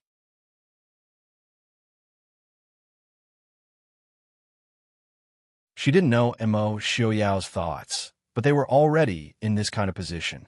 How could they really abandon everything? Pulling Imo Xiaoyao's hand, she walked back to the small courtyard. Yili laughed softly and said, "Go back and eat breakfast and rest. In the afternoon, can you play the guqin for me?" The gloominess in Imo Xiaoyao's eyes gradually dissipated. Looking at Yili, his eyes were full of warmth and affection. "Okay." Holding one of his arms, Yili smiled faintly. There would be a lot of things to do in the future. It didn't matter if she indulged a little after returning, right? In the afternoon, there was a faint coolness under the big tree in the governor's residence's backyard. Yili leaned on the beauty chair and leisurely flipped through a scroll. Imo Xiaoyao sat lazily beside her. He leaned against the chair and buried his head in Yi Li's side, closing his eyes to rest. Obviously, if Yili wasn't pregnant, he would probably sleep on Yili's lap. Yili didn't mind. She held a scroll in one hand and put the other hand on his back, gently patting him from time to time. Feng Jiao walked in and saw this warm and tranquil scene. Seeing Mo Xiaoyao's peaceful sleeping face, he suddenly regretted disturbing their peace. But he had no choice but to come in and report the situation. Yili also saw Feng Jiao's hesitant appearance at the door. She smiled faintly and nodded at him. "Feng San, let's talk." Feng Jiao walked over. He carefully glanced at Mo Xiaoyao, who was leaning against Yili. He saw Mo Xiaoyao open his eyes and look at him. Just when Feng Jiao thought he was going to say something or chase him out, Mo Xiaoyao closed his eyes again. "Feng San, what's the matter?" Seeing Feng Jiao look like he had seen a ghost, Yili smiled and put down the scroll. She picked up the fan at the side and gently fanned Mo Xiaoyao. Mo Xiaoyao seemed to be very satisfied with this. He gently rubbed against her leg, and his entire body relaxed. Feng Jiao looked at Mo Xiaoyao, who had his eyes closed. He didn't know if he was asleep and said in a low voice, "Wang Fei, someone from the court has come. You're tuning in to the Romance Rendezvous YouTube channel. We're so grateful for your support, and don't forget to subscribe to join us on this incredible journey through captivating stories. Your generosity through donations truly makes a world of difference, as it's the primary source of revenue that allows me to expand and enhance this channel for you. Thank you from the bottom of my heart for being a part of this adventure.